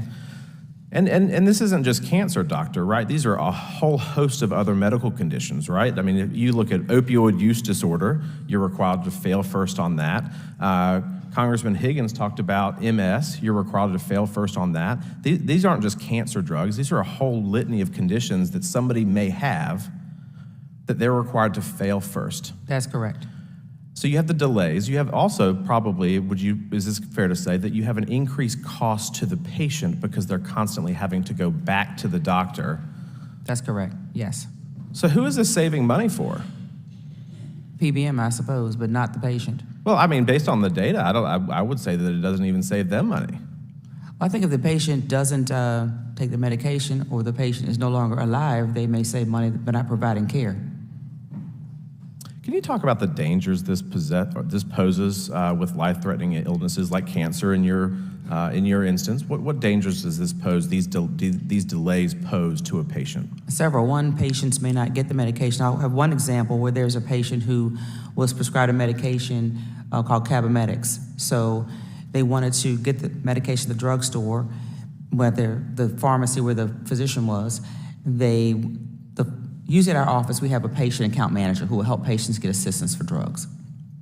Are you aware of any instances where a fail first policy led to a severe disability for a patient, maybe yours or somebody else's? I would say, yeah, a lot of nausea. If someone has a lot of nausea and vomiting, they are very sick unnecessarily. You know, if they fail the first, they're not allowed to use the medication I want to use if they fail something at first. Yes, I would say nausea and vomiting is probably the most common one. Thank you, Mr. Chairman. I know I'm out of time, but with that, I yield back. Chair now recognizes Ms. Stansberry from New Mexico for 5 minutes. Thank you, Mr. Chairman, and I want to say thank you also to our witnesses. Thank you for serving, caring for, and fighting for our families and communities. I personally believe that healthcare is a human right, a fundamental right. The ability to access healthcare obviously is not just about the dignity and well-being of our communities, but about the survival of our family members. Yet millions of Americans and thousands of New Mexicans struggle to access even the most basic care. In New Mexico, in my home state, over 60% of our community members are dependent on Medicaid and Medicare to receive care of any kind. We have one of the highest rates of Medicaid and Medicare need in the entire country. You know, today we've talked a lot about policy, we've talked about very technical issues around billing and insurance, but at the end of the day, what we're talking about is people's lives. These are our parents, our grandparents, our children, people who are unable to actually access life-saving care medications because number one, they cannot afford it. Number two, in New Mexico, we have such a severe provider shortage, they're not actually able to access providers. And I think as we heard today, these for-profit companies are helping to drive more and more care providers out of business. So when we talk about these issues, we're talking about the life and death of our communities. And for me, this is a very personal issue. I grew up in a very low-income family. Before the Affordable Care Act, I did not have health care insurance.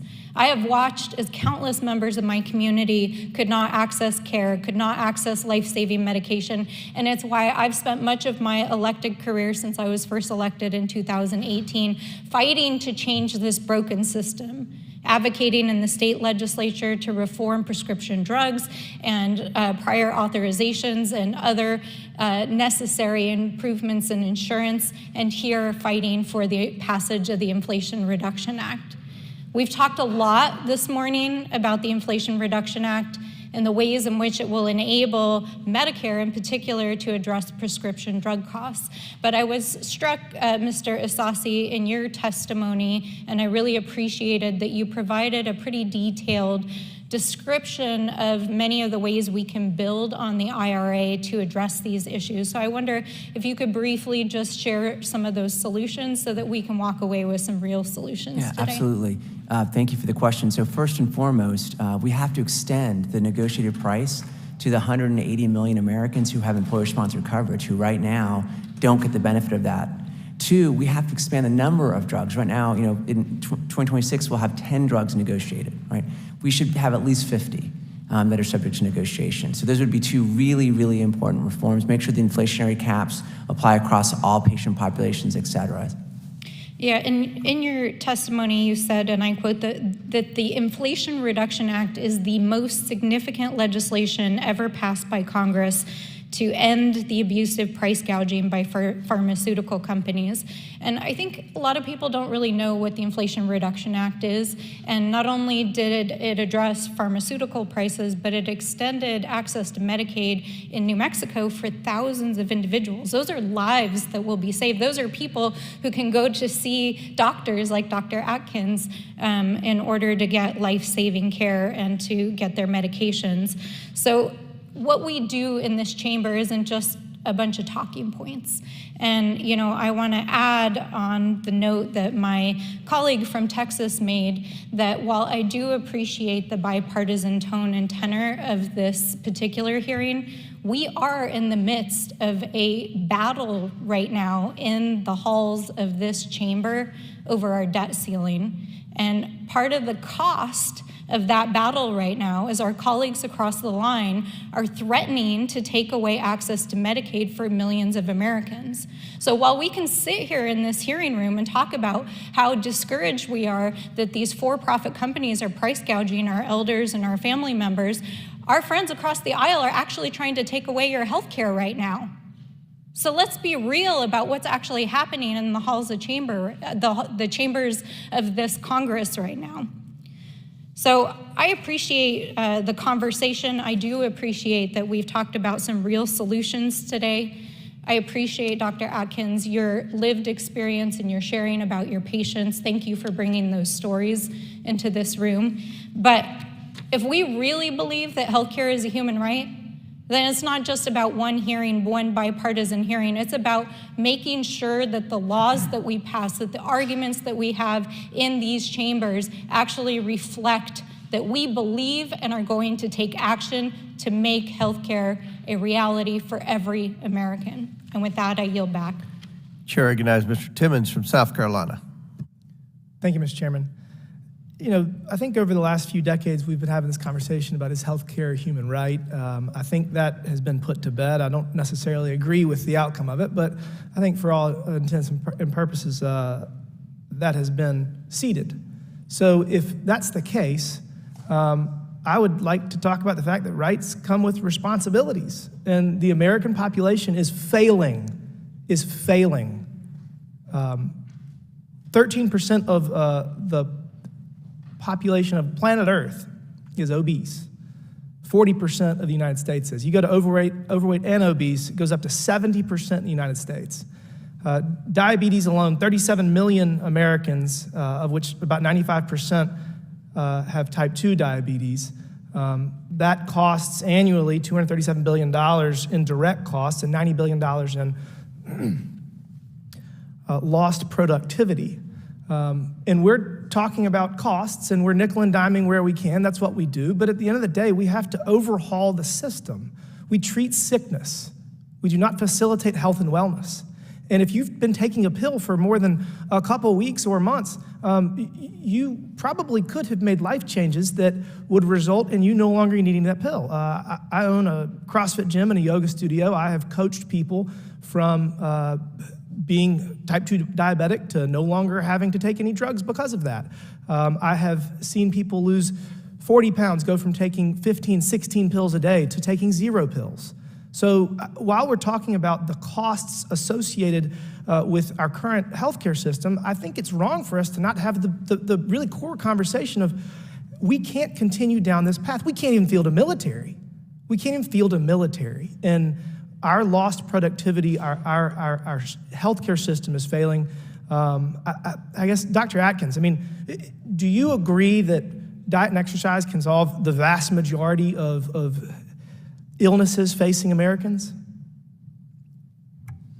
It plays a role. However, when I have a patient with cancer, my goal is to treat them. I'm not concerned about what happened before they got the diagnosis. What's your probability of getting cancer if you're 200 pounds overweight and have not exercised at all? Is it higher or lower than if you are relatively fit? It's higher. I don't know the exact percentage, but it's higher. So it's higher. So again, even cancer, if you are not taking care of yourself, then you have a higher probability, which again, insurance is a game of underwriting risk, and you have to take into account the healthiest person with the least healthy person. And I guess we're just losing this personal responsibility component of all of this. So what are some ways that we could incentivize health and wellness? And I'm going to throw it out, but I mean, as far as I'm concerned, at some point there's got to be some sticks involved. We have to have carrots to facilitate health and wellness, but you can't. I always use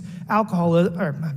If you drink 2 handles of liquor a week, you will likely get cirrhosis of the liver eventually. And at some point, somebody's going to tell you this is the outcome. Where's the personal responsibility in that? Because they don't have any additional premiums. They have no change in their financial perspective. Do you think that we can find a way to incentivize, Dr. Atkins again, do you think that we can find a way to incentivize health and wellness and disincentivize unhealthy habits? I'm sure there's a way, but I don't have an exact answer to that question. Mr. Baker, what % of your of the prescriptions that are written are for longer than, let's just say, a month? How many people are chronically taking drugs? I think we probably see about 65% of our medication fills for chronic needs and about 35% for acute, so antibiotics or other. And Dr. Duane, I want my pharmacist to be incredibly competent and awesome. I don't want to know them, because if I know them, it means that I have made some decisions to get there. What percent of your clients do you have a personal? How many prescriptions do you fill? Do the individuals know your name? Well, at an independent community pharmacy, I think the clientele may be self-selecting, so I would say that it's much higher. I would say a lot of my patients, the majority of my patients, I would say know me, know my family, know my story, ask about my children. That's more because of a rural population as opposed to... No, we're in more of an urban inner city population, but I just think it's because what those people are seeking out. Okay. Well, again, I just really think that we need to find a way to incentivize good decisions and prioritize diet and exercise, because that will bring down the cost of healthcare for everyone if we have a healthier population and we don't have 68% of the United States population being obese. With that, Mr. Chairman, I yield back. Thank you. Chair now recognizes Ms. Porter from California. Mr. Duane, you own Panama Pharmacy. What kinds of things can your shoppers buy besides prescription medicine at your pharmacy? We have a selection of medical supplies and over-the-counter type items for treating simple illnesses, vitamins. Let's say a shopper needs vitamins. How does this shopper know how much the vitamins are going to cost? Yeah, we have prices on our shelf tags. They can see the price they'll pay. That's right. It's just printed right there on the shelf. They can comparison shop. They can choose. They go to the register, and that's what they're charged. That's correct. Now, let's say this shopper, in addition to vitamins, also needs to fill a prescription. Can they look at a price tag on a shelf, on a kiosk, to find out how much they're paying for the medication? No, ma'am, there's nothing like that. So how do they get that information? Well, they could ask me, and sometimes they do, and I tell them what their insurance is charging them. I suppose they could call their insurance company and ask them as well, but for most people, I think it's just unknown. Does every consumer who buys vitamins, who buys the same jar of vitamins, pay the same price? Yeah, in my pharmacy, the price is the price, so that's You don't eyeball consumers and decide who has Aetna and who has Humana, and then the vitamins cost a different amount? No, ma'am, we don't do that. There's not differential pricing for melatonin based on whether they're being ripped off by Aetna or ripped off by United Healthcare. That's correct. But what happens if I go to fill a prescription at your pharmacy? Does every customer pay the same price? No. Why not? Well, I mean, it's because of the insurance company that's paying for their drugs. And who negotiates with the insurance company about whether those drugs are covered and at what price? Yeah, oftentimes the insurance companies themselves negotiate with the manufacturers of the drugs, and that's how they come up with the price that will be charged to the patient. Then what do pharmacy benefit managers do? They purport to do that. Explain. Pharmacy benefit managers argue that they work with pharma in order to negotiate the best discounts. In my opinion, I'm not sure that you can. It sounds like they're talking out of both sides of their mouth when they say you have to have us in order to lower drug costs, but oh, by the way, drug costs have been completely and utterly unaffordable in the same amount of time. Well, so pharmacy benefit managers, though, they say that they're negotiating prices. Where can I go to learn how much they're saving us? Saving me, saving our country? Where do I go to find this information to quantify this purported good that they're doing? I haven't seen anything publicly available that reports that. Me neither. Pharmacy benefit managers don't reveal to either health insurance companies or patients or pharmacies exactly who's getting what deal, and they make money at every step of the process. They pocket money from drug manufacturers, they pocket money from pharmacies, they pocket money from health insurance plans, and nobody knows if they're actually driving down the cost. I believe that there was a time that pharmacy benefit managers maybe did save some money along the way. And I think that's why health insurance companies gobbled them up. Because now they can profit twice. They can profit once as Big Pharma, as the health insurance company, as Big Pharma, as drug manufacturers, and they can profit again as pharmacy benefit managers. Mr. Isaiah, what do you think of this theory? I think that It depends on which payer. I think in Medicare, we do actually get that information. We know what the prices are, and we know that they're saving us money, and that's why CBO gives us a score that says if you take them away, prices go up. But why couldn't Medicare just negotiate? Why do I need to hire? Is there something like special, like oil you get rubbed on you when you become a pharmacy benefit manager that you're able to drive a bargain that our government officials can't do? Absolutely not, except that when Part D was created, it was created with in the law it said you cannot negotiate. So Congress created this beast. That's exactly right. And it would now be on Congress to rein it back in. That's right. Mr. Dwayne, do you think that PBMs always negotiate a better price than your customers would have paid without insurance? No, I don't think so. I think that the fact that there are so many discount card programs and cash pay programs are evident of that. I mean, I've actually asked how much it costs with insurance, gasped in dismay, and then had the pharmacist suggest that I walk over and get a little plastic GoodRx card. And I have heard from other constituents who do that. Since my first term in Congress, I have introduced legislation to get full pricing information to patients without them having to ask. We can't stop PBMs from gouging us until we have the information we need to hold them accountable. Some of that information is upside to what they're actually negotiating in terms of savings, but some of it is down to the consumer. In 2 Congresses, I haven't had a single Republican join my Lowest Prices for Patients Act, which would require patients to be told whether it was cheaper to get the drug without insurance. I'd like to invite any of my colleagues to join me in that legislation. This has been a great showing of bipartisanship, Mr. Comer, but I think we need to deliver solutions together as well. Thank you. Chair now recognizes Ms. Luna from Florida for 5 minutes. Hey, everyone. Rough day? Yeah, it's okay. My questions won't be that bad. Dr. Dwayne, how are PBMs antithetical to a patient-centered, consumer-directed healthcare system? I think that if something was patient-centered, then by definition it would be looking out for what's benefit of the patient. But I think that you can look at stockholder reports and just the placement of PBM companies on the Fortune's list of richest companies and know that whoever they are looking out for, it doesn't seem to be the patient. I couldn't agree more. When PBMs provide contract terms to pharmacies like your own, are you able to negotiate the terms of the contract, or are you forced to take the terms presented to you? No, I've tried to redline and scratch out terms that I don't agree with and add terms that I think would be mutually beneficial to myself and the patients, and they're universally denied. It's a take it or leave it scenario. So you really don't have a voice? That's correct.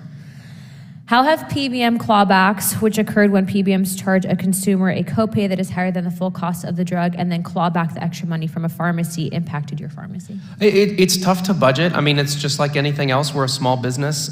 When I get paid one amount of money and then months later have a very large proportion of that money clawed back, it's very hard to do business like that. It's very hard for me to forecast hiring and retention of employees, things like bonuses, benefits. It makes it almost impossible to do that kind of business. So would it be safe to say that it makes it hard for you to financially plan for your business? It would be very safe to say that, yes. The state of Florida is leading the nation by recently signing into law comprehensive reforms that will increase accountability and transparency for prescription drug costs.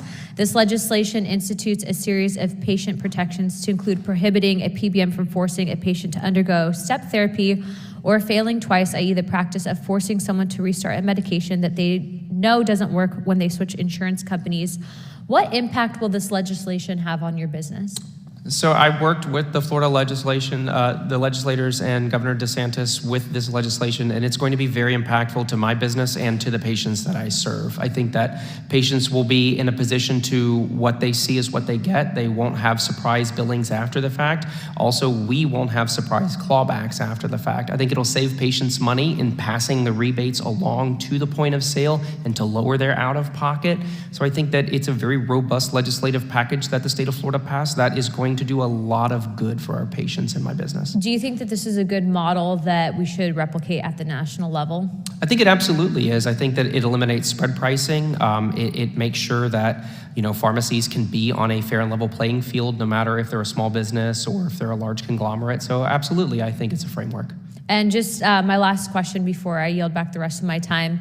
In some instances, the medications that these patients are forced to have to go back and do again, are these medications to treat cancer and terminal illnesses? Absolutely, they are. Yes, we see that. So it's essentially forcing someone to do something that they know it's not effective and could kill them. That's correct. Okay, thank you, Chairman. I yield my time. Chair now recognizes Mr. Conley from Virginia. I thank the chair, and I thank the chair and the ranking member for having this very important hearing.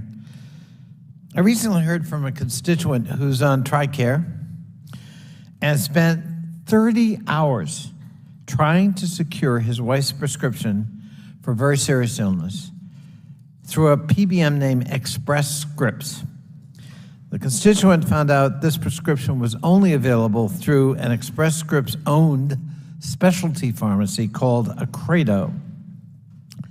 According to the constituent, Acredo was initially unable to tell him how much the medication would cost before they sent it. When they finally gave him an answer after 30 hours, that answer, in fact, proved wrong. And he still doesn't know what the medicine for his wife, life-saving, is going to cost. Dr. Duane, shouldn't consumers be able to get a fairly straightforward answer and not take 30 hours to get the wrong answer on what a prescription drug or a drug would cost? I think they absolutely should, and I think it's doubly wrong when it's someone who, signed up to fight for this country, to die for this country, to be given benefits that are commensurate with the sacrifices that they made, only to be told that the amount of hoops that they have to jump through, that the amount of, 30 hours, to your point, it's unconscionable. Dr. Atkins, we've talked about, and you talked about transparency, and I agree that transparency is absolutely essential. But I also believe that if I had cancer and you were my oncologist, I want you making decisions about my treatment and the drugs you prescribe that you think are necessary and efficacious with respect to my condition. How do we restore the power of physicians to make decisions instead of bureaucrats at a PBM? If you eliminate the PBMs, that would be one major step. And with your patient that spent 30 hours, I pretty much guarantee the physician's office probably spent 8 hours dealing with the credo before the patient spent 30 hours. They inhibit our ability to take care of patients every day. Yeah. If you got rid of that middleman, that would make our lives a lot easier and the patient's lives easier. Because I think this is important. It isn't only, and that's bad enough, that they have such monopolistic or oligopolistic control that they influence prices. I think, Mr. Baker, you pointed that out, that compared to Europe or other places, we're paying multiples for the same drug, more. And in part, it's because of this influence. But it's also, they're making medical decisions. And in some cases, those are life and death decisions, especially when it comes to Dr. Atkins' patients. Mr. Isasi, what was the purpose of PBMs? To basically allow for a consolidation of negotiation to get a better price for drugs. And has that worked? The honest answer to that is it's very mixed. And for example, in Medicare, we are getting some better prices, but then there's all of these crazy distortions that are also in play. And we need to solve them. We need transparency, point of service, all those things. But I mean, are the incentives in place for PBMs to want to negotiate lower prices for consumers? In some instances, they are. For example, in Medicare, there's a requirement under the medical loss ratio, right? So they can actually make more profit. But put aside Medicare for a minute. What about the rest of us? And the rest of it, particularly for large employers who use them all the time, it's a huge problem because they don't have the information and there's no way to, especially with vertical integration, to track the money flows. So what do you think we should do by way of reforming the system to make a better deal for consumers and to maybe make more competitive what is now a near monopolistic kind of system? Yeah. Well, first is expand negotiation for fair drug prices by the government. That's no question that would have the biggest impact. But second, I mean, when you hear these stories, it's crazy that an organization that was created to negotiate a fair price is making money by steering people away from a community pharmacy. Like, why? That should not be allowed. Which is why I asked you, do you think it's really worked? The intent was good, right, but listening to all of you testify, it doesn't seem like the outcome is what was desired. Right, right. The tricky thing here is that CBO is going to give you guys scores because there are discounts happening But the discounts, those discounts can continue, and we can make sure that they're neutral to, for example, who fills the prescription. Or, why should a PBM be able to hide its rebate, the money flowing through rebates to a manufacturer? That should be available to the employer who's paying their bill, right? So there's key reforms that can really change this. My time is up, Mr. Chairman. I look forward to working with you on bipartisan legislation because I think it's just critical. Thank you, and I think we can do that. I appreciate that. Chair now recognizes Mr. Burleson for 5 minutes. Chairman, we've heard a lot about the evils of the profits of PBMs today. I just kind of want to get an idea, a level set. And I'll just go down the line, is profit evil? Is it evil to profit? No. Okay. I would agree it is not evil to profit. Okay. Nope. Depends on what you're profiting on. Let me ask this, is it evil to profit off of patients? It is if it risks their life. Yes, it is. Okay. I think as long as we understand the profits being made and the value we're getting out of said profits, it is not. I mean, I'm a community pharmacy owner, so the profit that we make goes directly back into caring for more patients. In that way, I don't think that profiting off of a particular patient to help more is a problem. I would say if you can develop a system that's actually letting the profit be in line and in actually what's good for patients, that's a great outcome. I'm glad that Dr. Atkins, you and Dr. Duane said that it's not, because I'm sure, Dr. Atkins, you would agree that your firm does not lose money every year, year after year, correct? We cannot stay in business and take care of patients if we lost money year after year. So, and you're not guilty of the profits that you make? I don't think you should. No. Same thing with you, Dr. Duane? That's correct, right. Okay, so I think what we've established, though, is that there's maybe a difference between the profits that you make, the profits that a PBM makes, correct? What gives them the ability to make such egregious profits? I think they just took the ability. They didn't ask anyone, they just made up their own rules. They made up these laws? They make their own rules. Mr. Isasi, did they make up these laws? No, Congress created laws that are allowing all these abuses to take place. Yeah, in fact, I would contend, and I kind of like your line of logic, is that if PBMs are the monster, this place is Dr. Frankenstein, okay? This place has totally turned the healthcare industry from a free market into a total sick industry. And first we did it by things like occupational licensing. We forced patients to have to go to Dr. Atkins, specifically for treatment related to oncology. Then we added on things like requiring health insurance companies to be mandated to provide XYZ, you name it, everything in the book, including all the pharmaceuticals. And then whenever we get angry and say, look at these doctors, they're making so much money. How are they making so much money? Well, we've got to pay through insurance. We'll add another law, right? And then we say, these insurance companies are making so much money. What is Congress's answer? Let's add a law that says everyone has to buy insurance. That'll fix it. And so now, and then we over-regulate insurance companies to the tune where how many choices in the marketplace are there? How many insurance carriers? Mr. Baker, how many insurance carriers?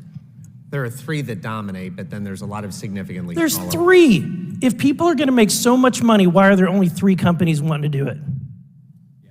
Well, again, I think there's a lot of companies that want to do it. It's just hard to break in when those Because of this place. Everything. Because of this place and the government regulations. So my question is, we created this monster. We did it through government regulations. Do you really think that this place has the answers to fix it? This place, Isasi. what I would say is it has a moral obligation to fix the problem it created. It has a moral obligation to do that. And by adding more laws? No, by addressing the distortions that people are leveraging. So would you say peeling back some of those laws that we've added? Well, for sure, the first law we should peel back is the ability of the government to negotiate a fair price for American families. Let me ask you, Mr. Isasi, if we eliminated PBMs today, who would benefit? Other than patients, some people say the patients. No question, drug makers would benefit. Drug makers. I mean, in one way, you could say this meeting was brought to you by Pfizer. Because if there's one company that will make money, it's pharmaceuticals, because no one will be there to negotiate with them. If you had any law that I'm looking for things to eliminate laws, to bring this healthcare industry back to a market force so that patients know the prices and we don't have to force them. Let me ask Dr. Atkins, you're all in favor of price and transparency. Are you transparent on your prices and your profits with patients? I'm transparent on how much I pay for the drug, but I don't know what their insurance pays. I'm talking about your services. Do you have a menu and you tell patients when they walk in what they're paying? No, because it's different for every insurance carrier. Right, because the market doesn't have to, because people don't make choices at that level. Their employer made the choice for them through 3 or 4 insurance companies that are available. Thank you, Mr. Chairman. I yield back. Thank you.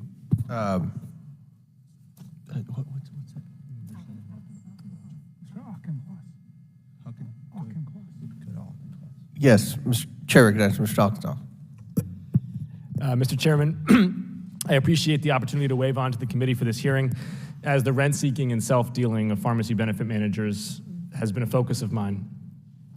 What we've heard today and what has been the thrust of major proposed federal legislation to date has been really about transparency. And transparency is necessary, but it's not sufficient. And to that end, myself and many others in Congress have been drafting much more pointed legislation to address point-of-sale rebating, spread pricing, DIR fees, specialty pharmacy steering, improved NADAC reporting, patients' assistance legalization, prior authorization reform, and more. And yet, Wall Street and the big 3 PBMs believe they can shrug off this legislation and other proposed reforms, and don't take my word for it. A recent JP Morgan equity research report argued that Cigna and CVS investors, for example, should not overreact to state and federal scrutiny, noting that although, quote, legislation has been on the rise, we believe the PBM industry can digest these changes, end quote. Mr. Baker, I'm worried that JP Morgan's right, and that the vertical integration of PBMs with insurers and retail pharmacies fortifies them against piecemeal actions, even strong ones like the ones I mentioned. Should Congress take a comprehensive approach to reform so that we're not just squeezing the balloon, but actually fully popping the gross to net bubble? I think that's an excellent question that has so many layers, it's hard to give one linear answer. I do fundamentally believe that the market can take care of itself if the market is given the right rules to follow. And right now, these large PBMs, because you don't know where the money's going, they have full control, they have the ability to do what they want. It goes against the American public. So maybe instead of saying transparency, we should be saying alignment of incentives. I think that would make sense. And that we need this comprehensive suite of reforms all at once so that we're not squeezing one part or the other, but really doing root cause reform. I've been encouraged to that end that the FTC recently expanded its investigations into the anti-competitive practices of PBMs to include yet another element of their vertical integration and market concentration, which are group purchasing organizations. Haven't been talked about enough, I don't think. These are like PBMs. And these GPOs, Ascent, Zinc, MSR, were formed by the PBMs after President Trump's proposed reforms to prescription drug rebates and have kicked into high gear in recent years as the Democrats have started to crack down on the dysfunctional system under the Biden administration. 2 of these PBM GPOs are headquartered overseas, despite PBMs being a uniquely American phenomenon in Switzerland and Ireland, both famous for both tax and opacity arbitrage. Mr. Baker, while these GPOs are opaque even by PBM standards, and that's saying something, and the FTC investigation is just beginning, do you think it's likely that these GPOs have been formed to do the following 3 things? Generate revenues and fees that won't need to be passed on to plan sponsors. 2, permit tax arbitrage. And 3, provide a hedge against U.S. reforms to PBM pricing practices? I think those are 3 very good reasons that I would create a GPO, 2 of which would be overseas. Yes, sir. Yes, and I want to put the PBMs on note right now. You are not going to be able to offshore your thievery, okay? That is not going to stand in the United States. The FTC is coming after them, and they're going to have the full support, I expect, of both sides of the aisle on that. Mr. Asasi, you've been, I would say in this hearing and in your written testimony, probably the most vigorous defender to date in this hearing of the PBMs. You say in your testimony that, quote, some drug costs are lower than they otherwise would be because of PBMs. And yet the trend line in the United States, averaged across all pharmaceuticals, has been for gross prices to rise and net prices to fall. In other words, PBMs have done a great job of negotiating for themselves because the delta between gross and net feeds their profits, but a bad job of negotiating for patients whose out-of-pocket costs are based on gross prices. Again, their out-of-pocket costs are based on gross prices in this country. So just to be very clear, who determines the out-of-pocket exposure of a patient? The drug manufacturer or the insurance company? The insurance company. The insurance company does. It is, to me, both a violation of medical best practice and immoral to say to patients who have paid their premiums to insurance companies that when a doctor prescribes them a medicine that they need, that they have to have out-of-pocket costs. We should have zero out-of-pocket costs for medically prescribed drugs in this country. And let's be very clear about who is making that out-of-pocket requirement. It is insurance companies, not drug makers. Chairman, I yield back. Thank you again for your affordance. Thank you for being here. Before I yield to the next questioner, I want to say that this will be the last question for a bit. They've called vote, so we're going to recess. Shouldn't take very long, and then 10 minutes upon the vote series ending, we'll reconvene here and finish the questions and then provide a wrap-up. So the chair now recognizes the distinguished member from Tennessee, Mr. Burchett. Thank you, Mr. Chairman. As the last person up here for a little bit, y'all have to act surprised and delighted at my questions and act like they've never been asked before. Dr. Atkins, thank you, ma'am, putting up with all these men up here today. I appreciate you, ma'am. And I want to ask you a question. What pharmacy is associated with your medical practice? We have an in-house dispensary. Okay. Have any of your patients' medications been denied or delayed due to pharmacy benefit manager practices? Yes. Okay. Is there any financial incentive for pharmacy benefit managers in favoring expensive medications over generic medications? Yes. Thank you. Dr. Dwayne, I assume that's the way you pronounce your name, Dwayne? It sure is, yes, sir. All right, good. Dr. Dwayne is the owner of one of the oldest independent pharmacies in Jacksonville, Florida, and I might add the birthplace of the greatest rock and roll band of all time, Leonard Skinner. Sir. Can you explain some of the benefits of independent pharmacies to me briefly? We can be a center of the community. We're more than just giving medications to persons. We're acting as a repository of information for our patients that come here. You know, what doctor in the community they may be able to connect with, or what they could use over the counter for certain conditions that maybe they can't get in to see their physicians. I'm glad to hear you say that. One of my pharmacists back in Knoxville, I like very much, a guy named Hank Peck at Long's Drugstore. He is that. You see the folks come in and they say, well, I got this, you know, I need a lip balm or something, and he'll, you know, and he's more than just the guy behind the desk throwing out pills. So I appreciate that. But these pharmacies contract with pharmacy benefit managers to participate in the pharmacy benefit managers network. Is that correct?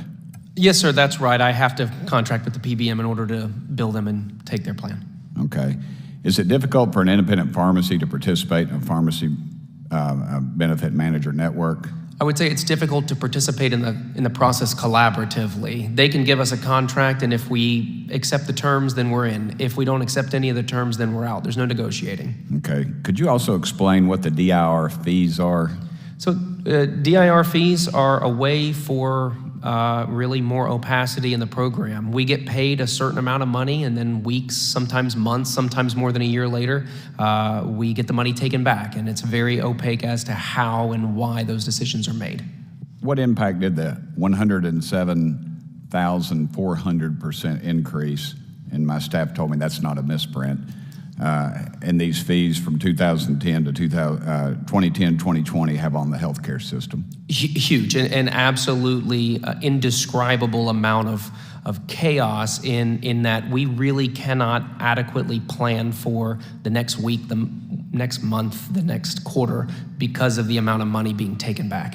Okay, it gets to the point where these folks were trying to be nice, but they're acting like a bunch of dirt bags, in my opinion. They really are. I mean, this is pathetic.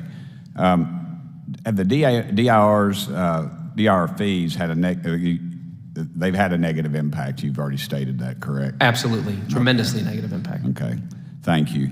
Dr. Atkins, what pharmacy is associated with your medical practice? We have our own in-house dispensary. You told me that already. I'm sorry, ma'am. I got mixed up on my questions. No I problem. apologize. And I was overcome by you and dealing with the rest of these knuckleheads all day.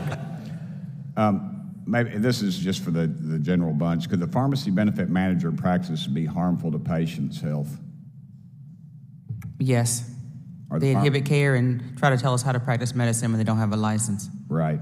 And it's somebody driving a four-legged mahogany, as I like to say. They're behind a desk somewhere. And, well, are the benefit managers compromising patients' health in exchange for profit? Yes.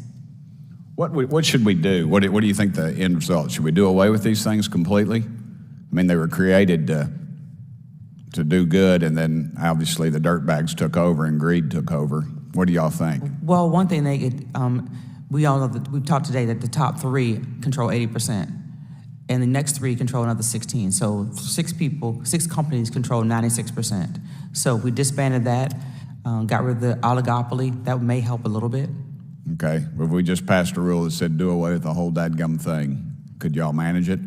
Would y'all not turn into a bunch of greedy dirtbags and we'd have to have y'all back up here again? The prices would go up.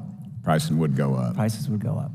Do you agree with that, Dr. Dwayne? No, I don't think necessarily. I mean, I think that competition would breed just like anything else. So, I mean, I think that, I don't agree with that. But let's remember that they're competing against a very small concentrated group of drug manufacturers and trying to negotiate a price. So this idea that they're consolidated gives them more bargaining power.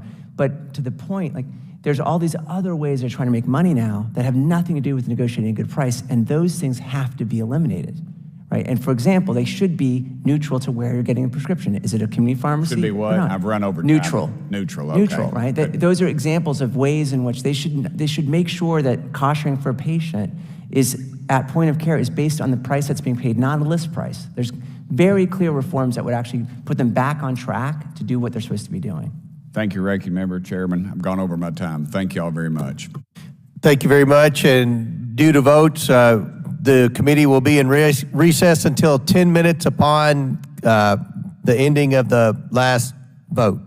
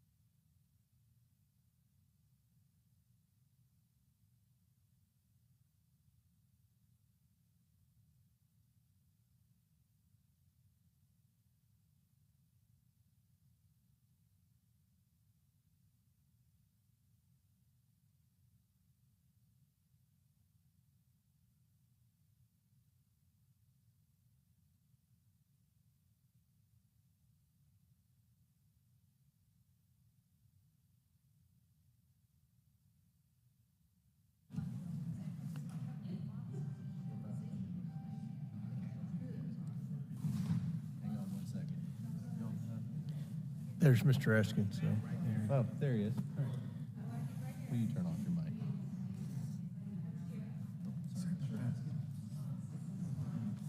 You ready? Is Langworthy first? Yes, go to Langworthy. Okay. The committee will reconvene. The chair recognizes Mr. Langworthy for 5 minutes. Thank you very much, Mr. Chairman, and I want to thank all of our witnesses for being here today to discuss such an important topic to millions of Americans. In my district, community pharmacies demonstrated in real time during the COVID pandemic the value of their service to the communities that they serve. Our community pharmacies have local connections to other services available in the community to help deal with social determinants of health, such as nutrition, financial assistance, transportation services, and offering free delivery of medications.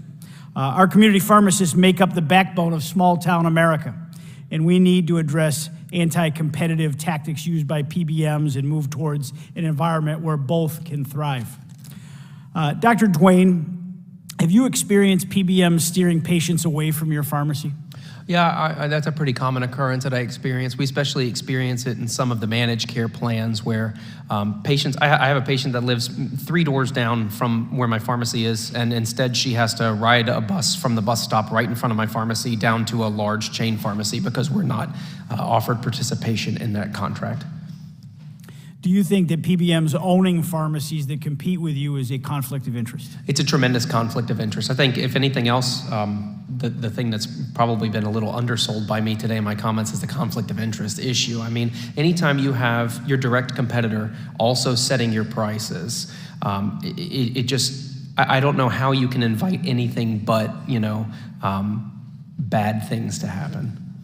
Can you or anyone on the panel explain what DIR fees are?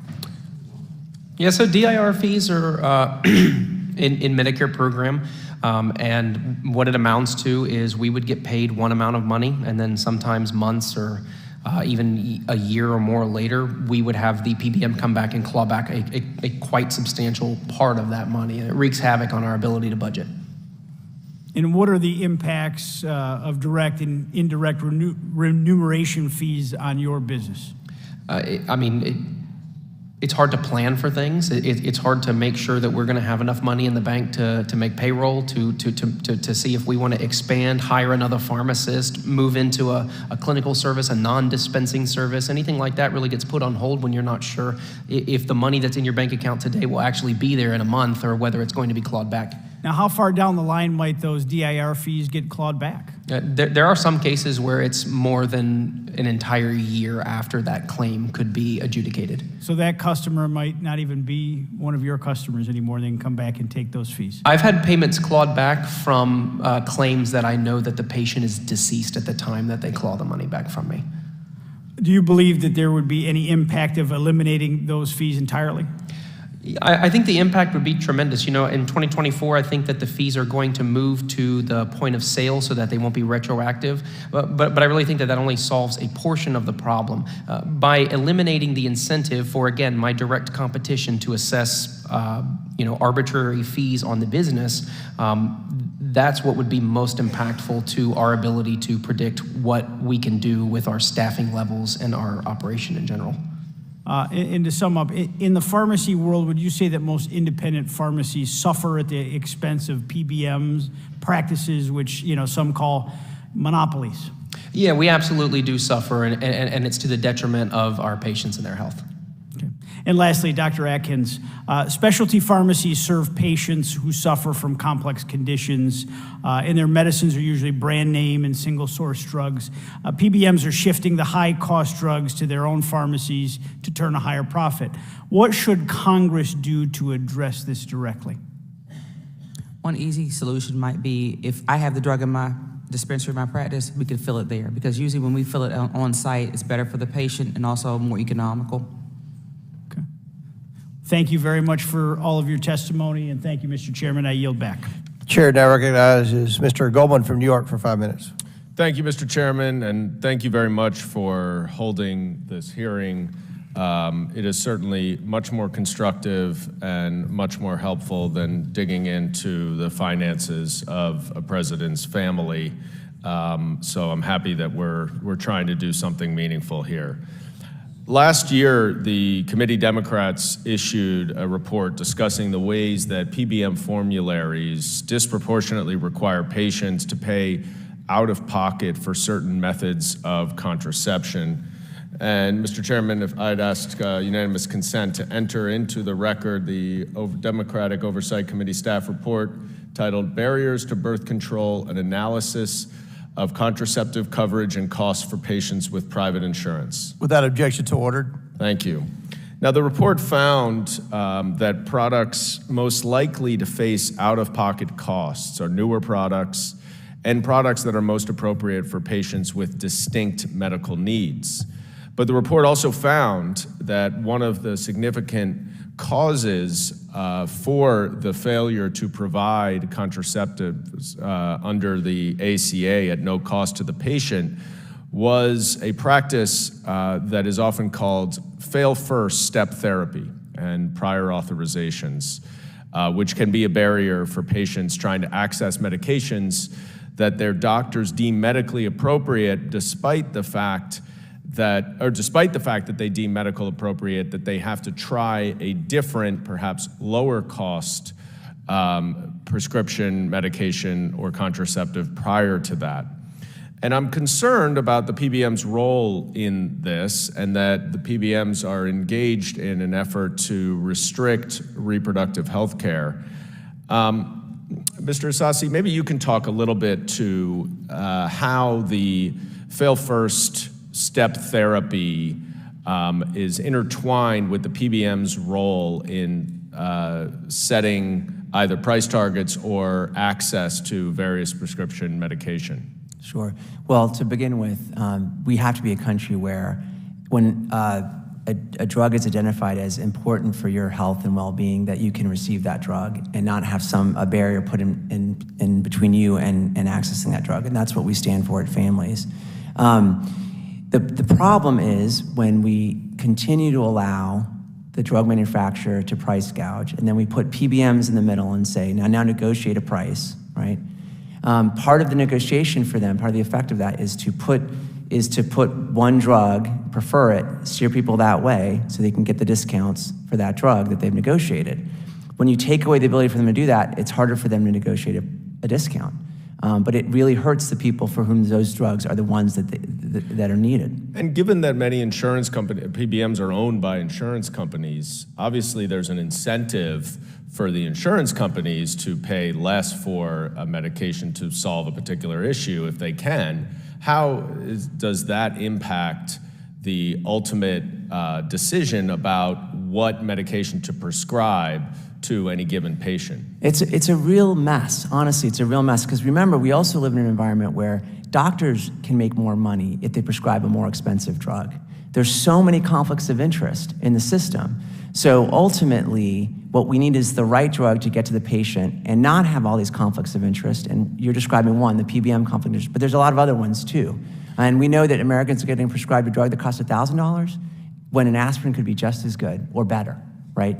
There's a lot of perverse incentives in the system. And Dr. Atkins, on the ground and dealing with patients, can you describe for us how fail-first step therapy and prior authorizations actually impacts the care that you can give to your patients? Sure. I'll start with fail first. I'll give an example of a patient I had with metastatic breast cancer. There was a medication I wanted to give her called a CDK4/6 inhibitor. I wanted to give her that one particular drug. Her PBM said, no, you can't give her that one. You can give her this one, but if she fails this one, you can give her the one you want to use. Well, per the National Comprehensive Cancer Network guidelines that we use for oncology every day, if you get one CDK4/6 inhibitor and fail it, you do not give them another one because it's the same class of drug. That, and then we have the issue with the anti-nausea medicines for people who are getting chemotherapy. If we want to give them one drug, they have to fail it and get really sick, and then the PBM will say, okay, you can use the drug you want to use to prevent this patient from getting sick. Those things inhibit care, slow down care, So crush patients. even when you know what the the side effects will be, and you have a way of solving for those side effects, you're not able to give the compensatory drug to offset the side effects until they actually experience those devastating side effects? Correct. Wow, thank you. That's pretty shocking, and I now yield back. Chair now recognize Mr. Grofman from Wisconsin. Yeah. First of all, I'm going to ask you a question not entirely on point. You probably don't know the answer, but I've been trying to find the answer. Do any of you guys know how much a hospital makes off of a prescription of remdesivir? You probably don't have any reason to. Okay, on to the next question. I guess we'll start with Dr. Duane. You can pass if you give it to somebody else. How much, and I know it must vary wildly from drug to drug, but if I go to the pharmacy and get $200 worth of drugs, how much do you think on average the pharmacy benefit manager makes off of that? I wouldn't be able to hazard a guess. I mean, I think that depending on what they have for their rebates and things like that, they could make a whole lot of money, or, you know, on a generic drug of the same price where there's zero rebate, they probably wouldn't make very much money. Like, could you even guess wildly any one of those? Well, we have studies of this, and University of Southern California just put one out and said for a drug that costs $100, the drug maker, the profit for the drug maker is $26, and the profit for the pharmacy benefit managers is $2. You guys agree with that? I mean, the average rebate on a brand name drug is much higher than 2% on $100. So I don't know that study, but I wouldn't see it that way. But the rebate isn't the profit. The rebate is just part of the cash flow. Okay. We'll give this one to Mr. Baker. PBMs act as the middleman between drug manufacturers and payers, right? Correct. After negotiations occur and agreements are made between entities, where are those discounts going? Are they making their way back to the patient or not, do you think? A portion of them are, yes. What portion, we don't know. I guarantee it's not 90%, it's probably not 80%. So there's still a significant amount of money kept in the middle that just kind of disappears and does not help patients or anybody else who is fundamentally aligned with trying to drive down costs. You feel it's going to the PBMs, or where do you think it's going? I think it's going to the shareholders of those organizations, yes. Okay.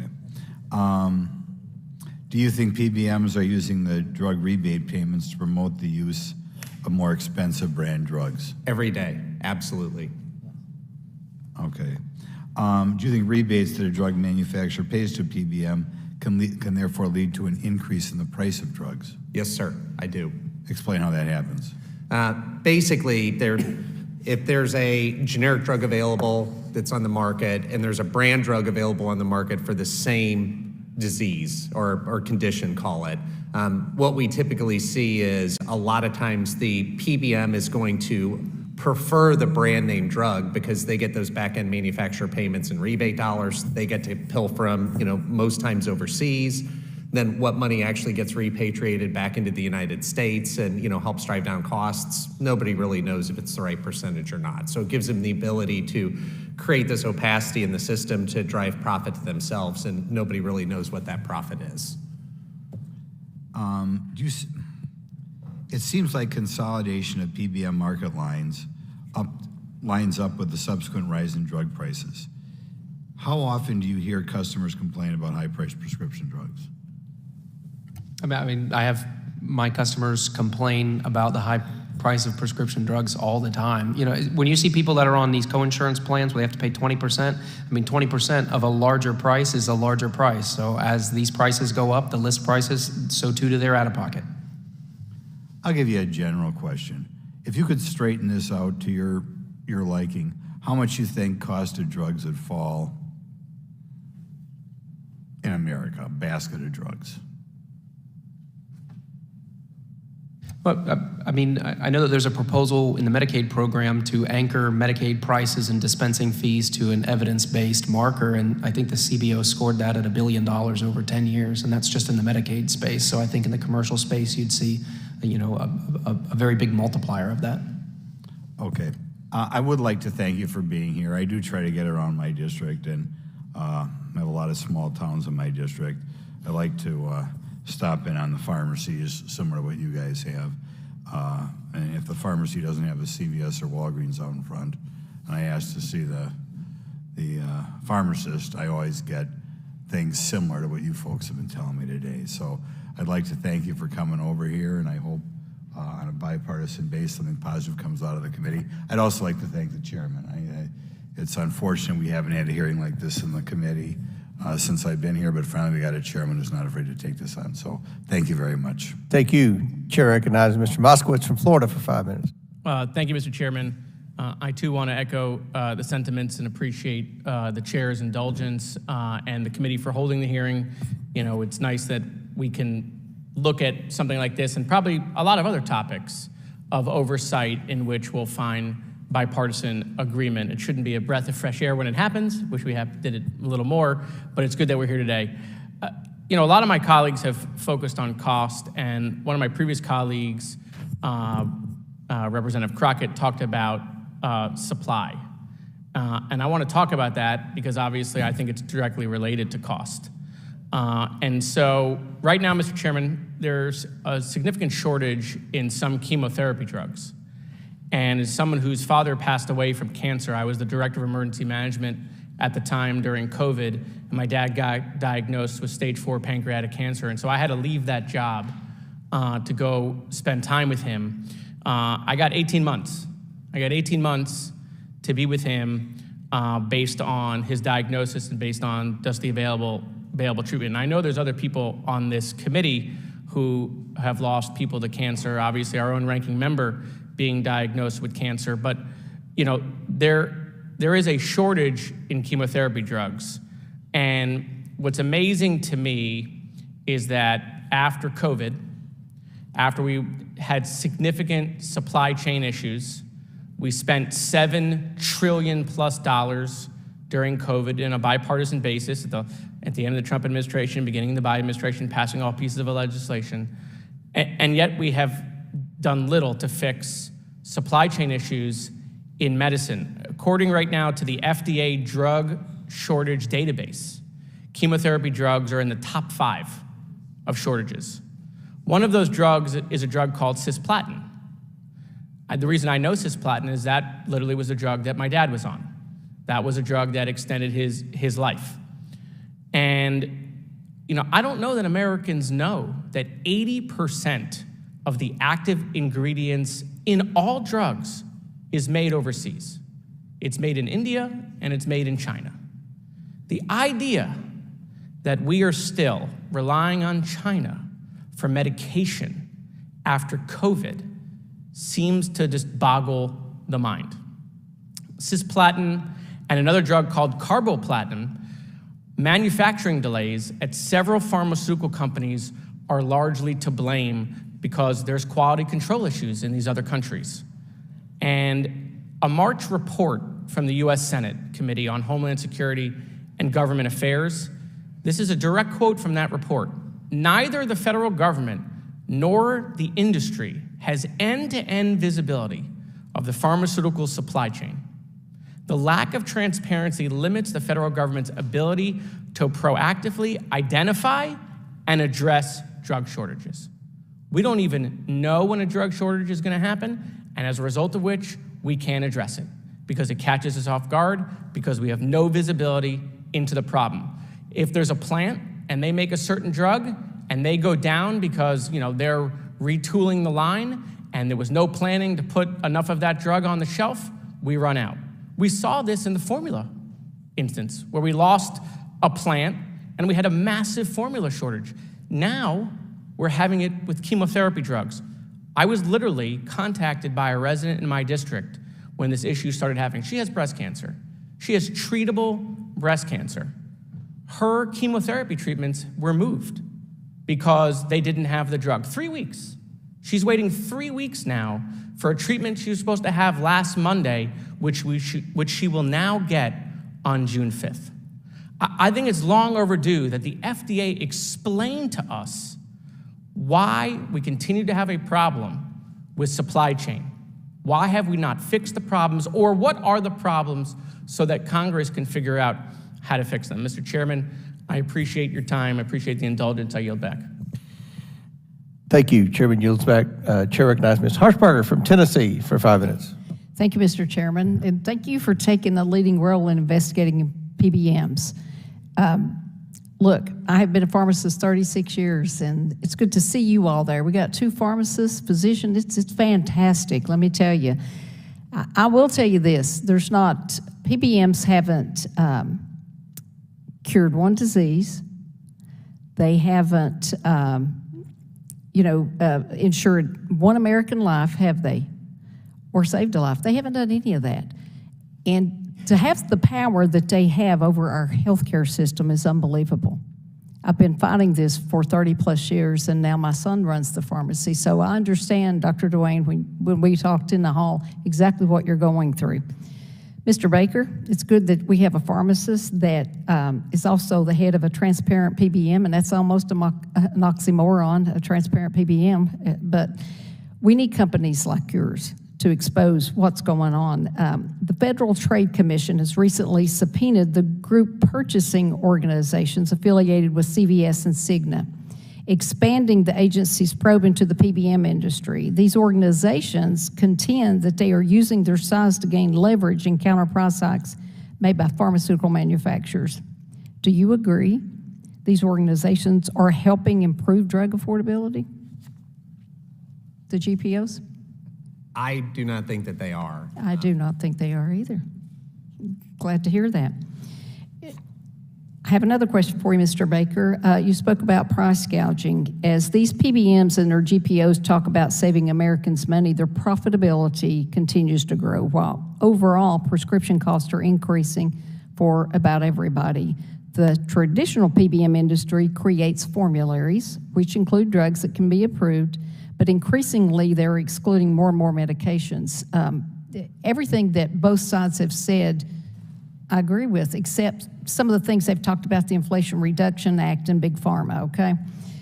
Physicians are now being told by a PBM what they can and cannot prescribe for their patients. And it's been said before, they're practicing medicine without a license. In your opinion, do these formularies drive to higher clinical quality or at lower cost, or are they just another mechanism for PBMs to create pools of profits?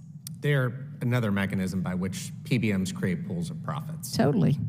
Absolutely. Thank you for clarifying that. Dr. Atkins, it's good to see you again. You know, I asked both HHS Secretary Becerra and the CMS Administrator Brooks LaSure at separate Energy and Commerce hearings to work with me in solving the problem CMS has created in restricting delivery of cancer drugs to your patients. Although they both said they would, they ignored my pleadings and 50 other bipartisan pleadings from other members to fix this situation. Can you please comment on how even restricting a caregiver access to picking that patient's cancer medicine up hurts patient care? It definitely hurts patient care because many patients with cancer don't feel well. Yes. They may not have transportation. And so if their family member or designated person who's in their chart under the HIPAA law is not able to pick their medication up for them, they won't be able to get the medication because some patients just can't get in. And that will certainly hurt the patient, hurt their outcome. Yeah, I mean, I had a story the other day where someone had reached out to me and said they couldn't get a patient to be compliant. Once they got him compliant, now they can't get his medication delivered. So that's going to cause a breach in therapy, and he may become resistant to that drug therapy. There's a whole lot of factors involved in that. And Dr. Atkins, this is another thing that I've made aware, and I'm going to talk to Energy and Commerce about this too. We hear more and more about attempts by PBMs and their insurers to white bag cancer drugs. And I don't know if you gentlemen understand what that is, but it's sometimes an abusive payer-mandated drug distribution model that often circumvents hospital supply chain controls by requiring patient medications be distributed through a narrow network of specialty pharmacies that are often directly affiliated with the payer. That's white bagging. Do you agree with white bagging? How does this impact your patient care, Dr. Atkins? I do not agree with white bagging. Unfortunately, right now, my practice is able to avoid white bagging. We refuse to do it because it's just not safe. We get our drug from someone that we trust. We mix it ourselves, so we know that it's safe. We can't risk something that's shipped in. And another example, we run about 250 patients through my office. We have 3 locations. One is about 250 per day, another's 100, another's 150. We cannot manage 200 different bags of medication Yeah. at a location per day. Absolutely. It's more convenient to the patient. And, well, my time is up, Chairman. I've got more questions, but just know that we sympathize and we're hitting them on energy and commerce, oversight, and ways and means. It's going to come to an end, and we're going to come to a valid solution for this. Thank you, guys. Thank you. Chair recognizes Mr. Garcia. Gomez. That's the second time I've done that, Mr. Gomez. I was looking down, I had Garcia. I apologize. No Gomez, worries. my bad. First, how do I say this? In a polite way as possible. My colleagues on the other side of the aisle, the Republican majority, is talking about controlling drug pricing and drug costs for the American people. That's great. I want them to do that. But this is in the midst of a context of what we're dealing with when it comes to the debt ceiling catastrophe that could occur any day now, right? And my Republican colleagues, in order to get cuts and programs that help support the American people every single month, are playing with fire. So I just don't feel it's sincere when it comes to reducing costs for pharmaceutical drug prices for the American people. Because if it was, they wouldn't be holding the American people hostage, especially when it comes to Social Security and Medicaid and Medicare. One single fact, about $40 billion is paid to Medicare Advantage insurers and Medicare Part D prescription drug plans on the 1st of every month. So if the Republican default occurs, those are the programs that are going to be impacted. The same people that we're trying to support and reduce drug costs for, they're going to cause so much more harm in the short and long term. So if they want to help reduce drug costs, pass a clean debt ceiling limit increase and stop trying to undermine all these programs that help the American people. And a Republican default on the national debt would be a tragedy that we would be feeling for months, if not years. And the people that would be suffering are the American people and even globally. So, and while we're at it, let's maybe stop trying to repeal the Inflation Reduction Act, which made historic cuts to drug costs. The Inflation Reduction Act capped out-of-pocket costs for patients covered by Medicare Part D at $2,000 per year, benefiting over 1.4 million Medicare beneficiaries annually. And I would like to enter into the record data analysis conducted by the Oversight Committee Democrats, demonstrating the cost-saving benefits of the inflation reduction costs for millions of Americans across the congressional districts. Without objection to order. If the Inflation Reduction Act's drug pricing reform provisions had been in effect in 2020, Medicare beneficiaries would have saved a total of $4.5 billion in reduced premiums and out-of-pocket costs. Nationwide, the total savings from the Inflation Reduction Act's drug pricing reform provision would have amounted to nearly $15 billion in 2020 alone. For far too long, Americans have paid too much for life-saving prescription drugs. They've been forced to navigate a complex healthcare system just to access affordable and quality healthcare. Mr. Esasi, in addition to saving Americans money, how will the Inflation Reduction Act's drug pricing reforms improve long-term health outcomes for Americans seeking care? Yeah. Well, thank you for the question. There's no question the number one barrier right now for Americans is the price of prescription drugs. And the IRA will lower prices on some of the highest spend drugs in Medicare. It's going to be a huge benefit for seniors. And then importantly, it took those savings and reinvested in the Medicare program. So for the first time ever, seniors now have a cap on their annual drug expenses of $2,000. That's enormous.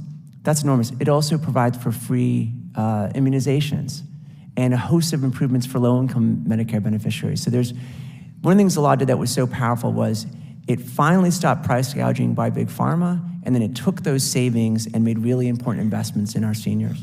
Yeah. And that's one of the main point, is that we have passed things to control savings. It's not saying don't deal with these other issues, because the drug pricing system is complex, and each part of it increases the cost when it out-of-pocket cost for seniors and all Americans, especially when it comes to repealing the Inflation Reduction Act, and then playing with fire when it comes to the debt ceiling limit. A Republican default would be devastating, and all this talk about controlling drug costs will be for naught. With that, I yield back. Gentleman yields back. Chair now recognizes Mr. Buddy Carter from Georgia. Thank you, Mr. Chairman, and thank you for holding this hearing today. I'm sorry I didn't get to sit through the majority of it. I had another committee that I had to chair, so I couldn't leave. But it's probably just as well because I've only been here for about 20 minutes, and I think my blood pressure has increased probably 100 points in that period of time. To begin with, let me clarify something that my colleague, Mr. Grothman, asked about. One of the witnesses about how much a price of a drug goes toward the pharmaceutical manufacturer and how much goes to the PBM. I'd like to submit for the record a report by the Berkeley Research Group that shows that 37%, only 37% of the price of a drug goes to the pharmaceutical manufacturer, which begs the question, where does the other 63% go? Without objection to ordered. Thank you. Secondly, we talked about, again, my colleague asked about spread pricing and what can be done about it. Actually, I have a bill up tomorrow in full committee with the Energy and Commerce Committee that will prohibit spread pricing in Medicaid, and that will help us tremendously. Hopefully, we can expand that later on into the commercial market, but right now we can get it through Medicaid, and that'll be something that'll help us.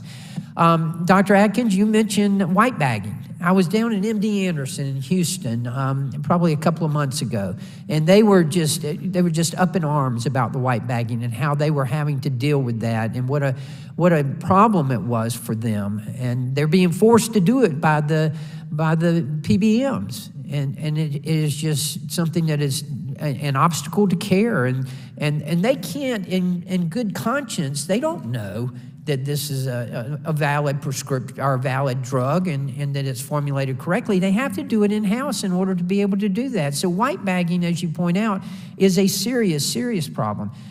The other thing, since I've been here, again, I'm certainly glad I wasn't here the whole time. Lord, I'd never get through. But you talked about the IRA and about the prescription provisions that were in the IRA and how good they are. I think they're awful. I think they're the worst thing that has ever been done in the way of prescription drug pricing. The CBO, which of course is nonpartisan and looks at the economic results of legislation. The CBO estimated that as a result of the prescription provisions that are in the IRA, that we can expect anywhere from 15 to 20 fewer cures in the next 30 years as a result of that. 15 to 20, and that's not from me, that's from the CBO.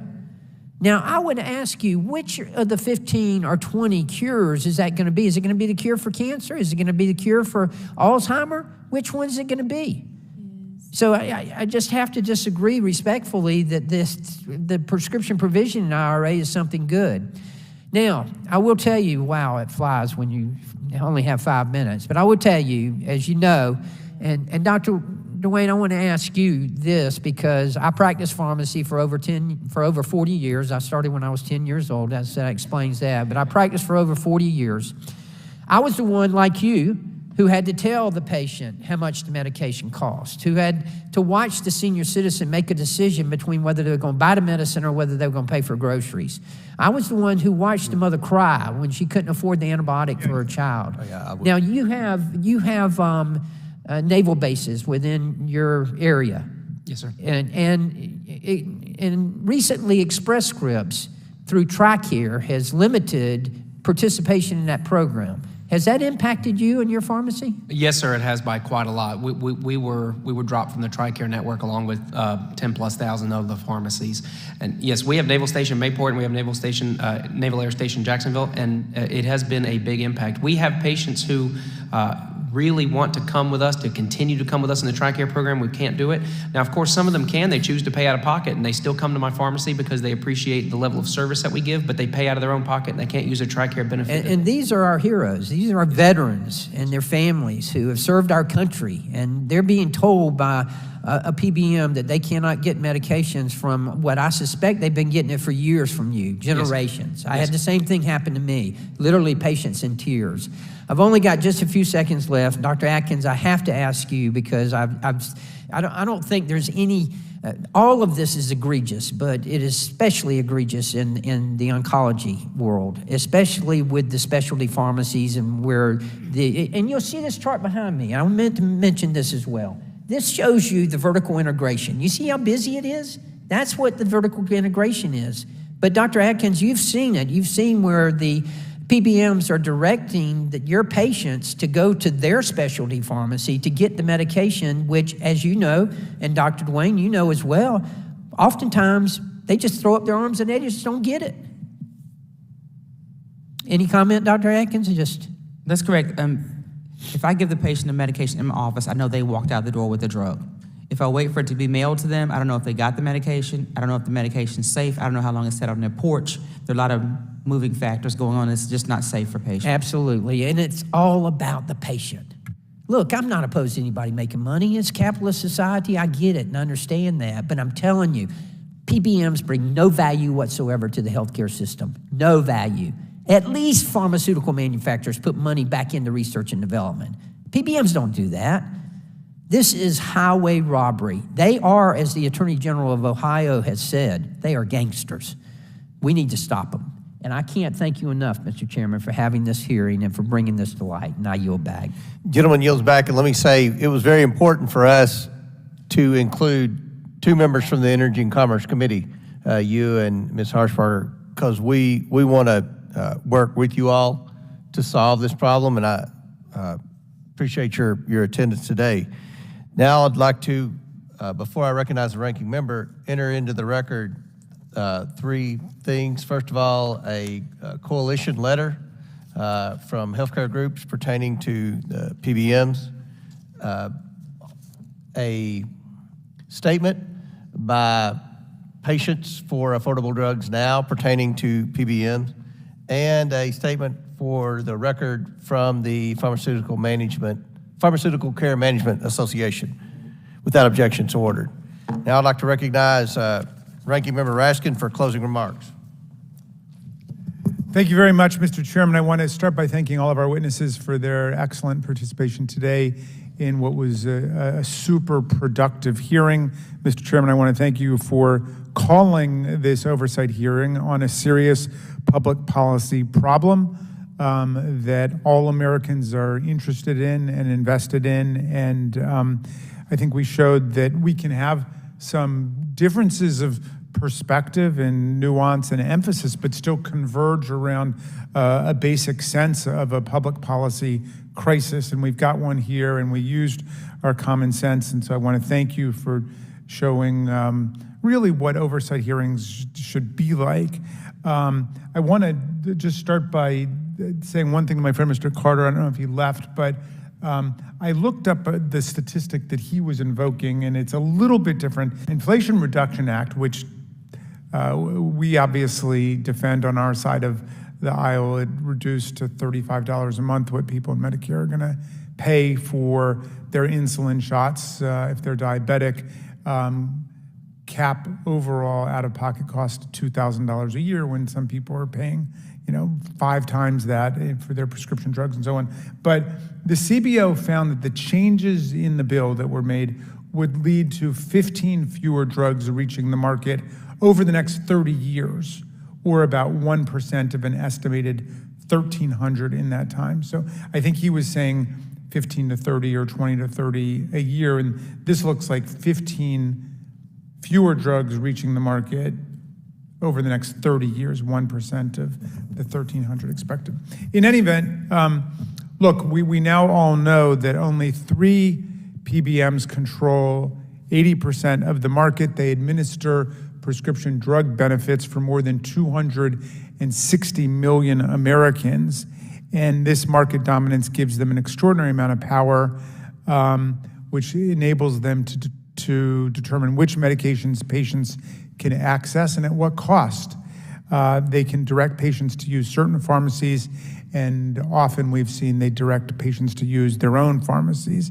And this is because the three major PBMs that control 80% of the market are owned by a parent corporation that also owns a major health insurer, a specialty pharmacy, and a medical services provider. This kind of vertical integration, PBMs, health insurers, pharmacies, and medical service providers are all being owned by the same parent company, is ripe for monopoly abuse and conflict of interest. It sets up a scenario where practices among some of the largest PBMs benefit themselves and their parent companies at the expense of patients and at the expense, as we've heard today, of independent pharmacies. We've also learned today about the shocking lack of transparency in PBM pricing practices, which still makes much of this shrouded in obscurity and ambiguity. I appreciate that this hearing gives us an opportunity to better understand how they do operate within the healthcare system, and I look forward to further work on making these opaque relationships and practices far more transparent so we can properly reform them. We also learned about the ways that the big pharma companies, the ones that actually set the prices for these medications, are continuing to take advantage of the American consumer and the American taxpayer by pricing life-saving medications way out of reach for most people. It's critical that we build on the work of the Inflation Reduction Act to stop abusive practices and make sure that every person in America can access affordable care and medication that they need. I'd like to enter into the record, before I conclude, Mr. Chairman, a statement from Patients for Affordable Drugs Now regarding the need for greater transparency in the role that PBMs play in the healthcare system. Without objection to order. And with that, I yield back to you, and thank you again. I want to thank the ranking member. I want to again thank our witnesses for being here. Let me say that I think today's hearing was very substantive and very positive. Congress has talked about this issue for a long time. They've studied this issue, but I think what you're going to see moving forward, and I hope that this committee has a big role in that, is actual action. It's time. It's past time to do something about the pharmacy benefit manager. You know, this committee isn't known for its bipartisanship. This committee wasn't assembled to be the most bipartisan committee in Congress, but we were assembled to provide oversight. And I think both leaders, Leader Jeffries and Speaker McCarthy, put people on this committee that were sincere about trying to determine waste, fraud, and abuse in the federal government. And when you look at problems that every American has, the cost of prescription drugs is at the top of the list. But I don't think you can have a sincere hearing on prescription drug costs without talking about PBMs. And this is the first time we've had a committee hearing in the 6.5 years I've been in Congress on actual PBMs, dedicated to PBMs. And there's a sincere desire on this committee to do something about that. And I think that was proven today. And I think that we can work together, Mr. Ranking Member, not just our members, but our staffs on trying to come up with a bipartisan solution. And we want to work with our friends in the Energy and Commerce Committee. They obviously have legislative jurisdiction over anything that would come through Congress pertaining to PBM reform. The one thing I want to mention, we talk about pharmaceutical companies, and I'm not defending the pharmaceutical companies, but there's a difference between the pharmaceutical companies and the PBMs. The pharmaceutical companies, especially when you're talking about making a profit, the pharmaceutical companies theoretically invest in research and development because we all want to find innovative solutions to new drugs or to new diseases and new illnesses. And I think that we have a success story here in the United States with our pharmaceutical companies in trying to do that. They invest in research and development, and that's, I would assume, how they spend some of their profits. The PBMs don't do that. And even though I'm a free market guy, the margins that we showed on some of these drugs and the difference between your PBM, Mr. Baker, and other PBMs That's ridiculous. That's waste, fraud, and abuse. That's fraud to the consumer. That's waste for the federal government, whether they be on Medicare or whether they be in private health care. So I think there are some areas where we can agree. Price transparency, that's something that we should all agree on. I think we have bipartisan agreement on that. DIR payment reform, at best, reform, I'm going to be very friendly here. That's something that we can address in Congress. And I think most of us would agree PBM shouldn't be vertically integrated. And I know there's an investigation now, but I think that's something that Congress needs to play a role in fixing. So, I've asked a lot of stakeholders about PBMs because this is an issue that has weighted importance in rural areas. Ms. Ballant even said that. We don't have a lot of chain pharmacies in our area. We depend on mom and pop pharmacies. And the pharmacists, when describing PBMs, use words like extortion. I mean, it's less than flattering words with respect to how PBMs extract money, steal customers, at the very least, steal intellectual property from mom and pop pharmacies. So, this is a huge problem. And someone made the statement, I think it was you, Mr. Recker, that many patients talk to their pharmacist a whole lot more than they talk to their family physician. And I think that that's a very accurate statement. I know it is in Kentucky. So we don't need to do anything that would prohibit mom and pop pharmacies from providing quality health care to their customers. And unfortunately, that's what PBMs are doing. It may be unintentional, we'll give them the benefit of the doubt, but it's what's happening. So, and Dr. Atkins, no cancer patient should ever have to worry about finding a PBM to get their medication and be delayed days, weeks, or even months for medication. I mean, I can't imagine the worry that would compound on a cancer patient. One of the things I want to mention, the PBM Association expressed frustration that they weren't invited to this hearing. I think this is the first hearing. And what I would like to do, Mr. Ranking Member, I would like for us to huddle up, our staffs huddle up, and try to come up with some potential solutions that we can agree on both sides, and then have the PBM Association come back and get their take on it. Because one of the things that the stakeholders have told me, we actually need PBMs. Now, my friend Buddy Carter said we didn't. More people tell me we do than we don't. But if we do need them moving forward, then we need to fix the problem. And I think that we have the ability to do that. And I think there's a sincere desire on both sides of the aisle to do that. So we thank you for being here. I think this will be a very valuable committee. This was a substantive hearing, and I look forward to coming up next with some solutions to the problem. So in closing, again, I want to thank our panelists for their important and insightful testimony today. With that and without objection, all members will have 5 legislative days within which to submit materials and to submit additional written questions for the witnesses, which will be forwarded to the witnesses for their response. If there's no further business, without objection, the committee stands adjourned.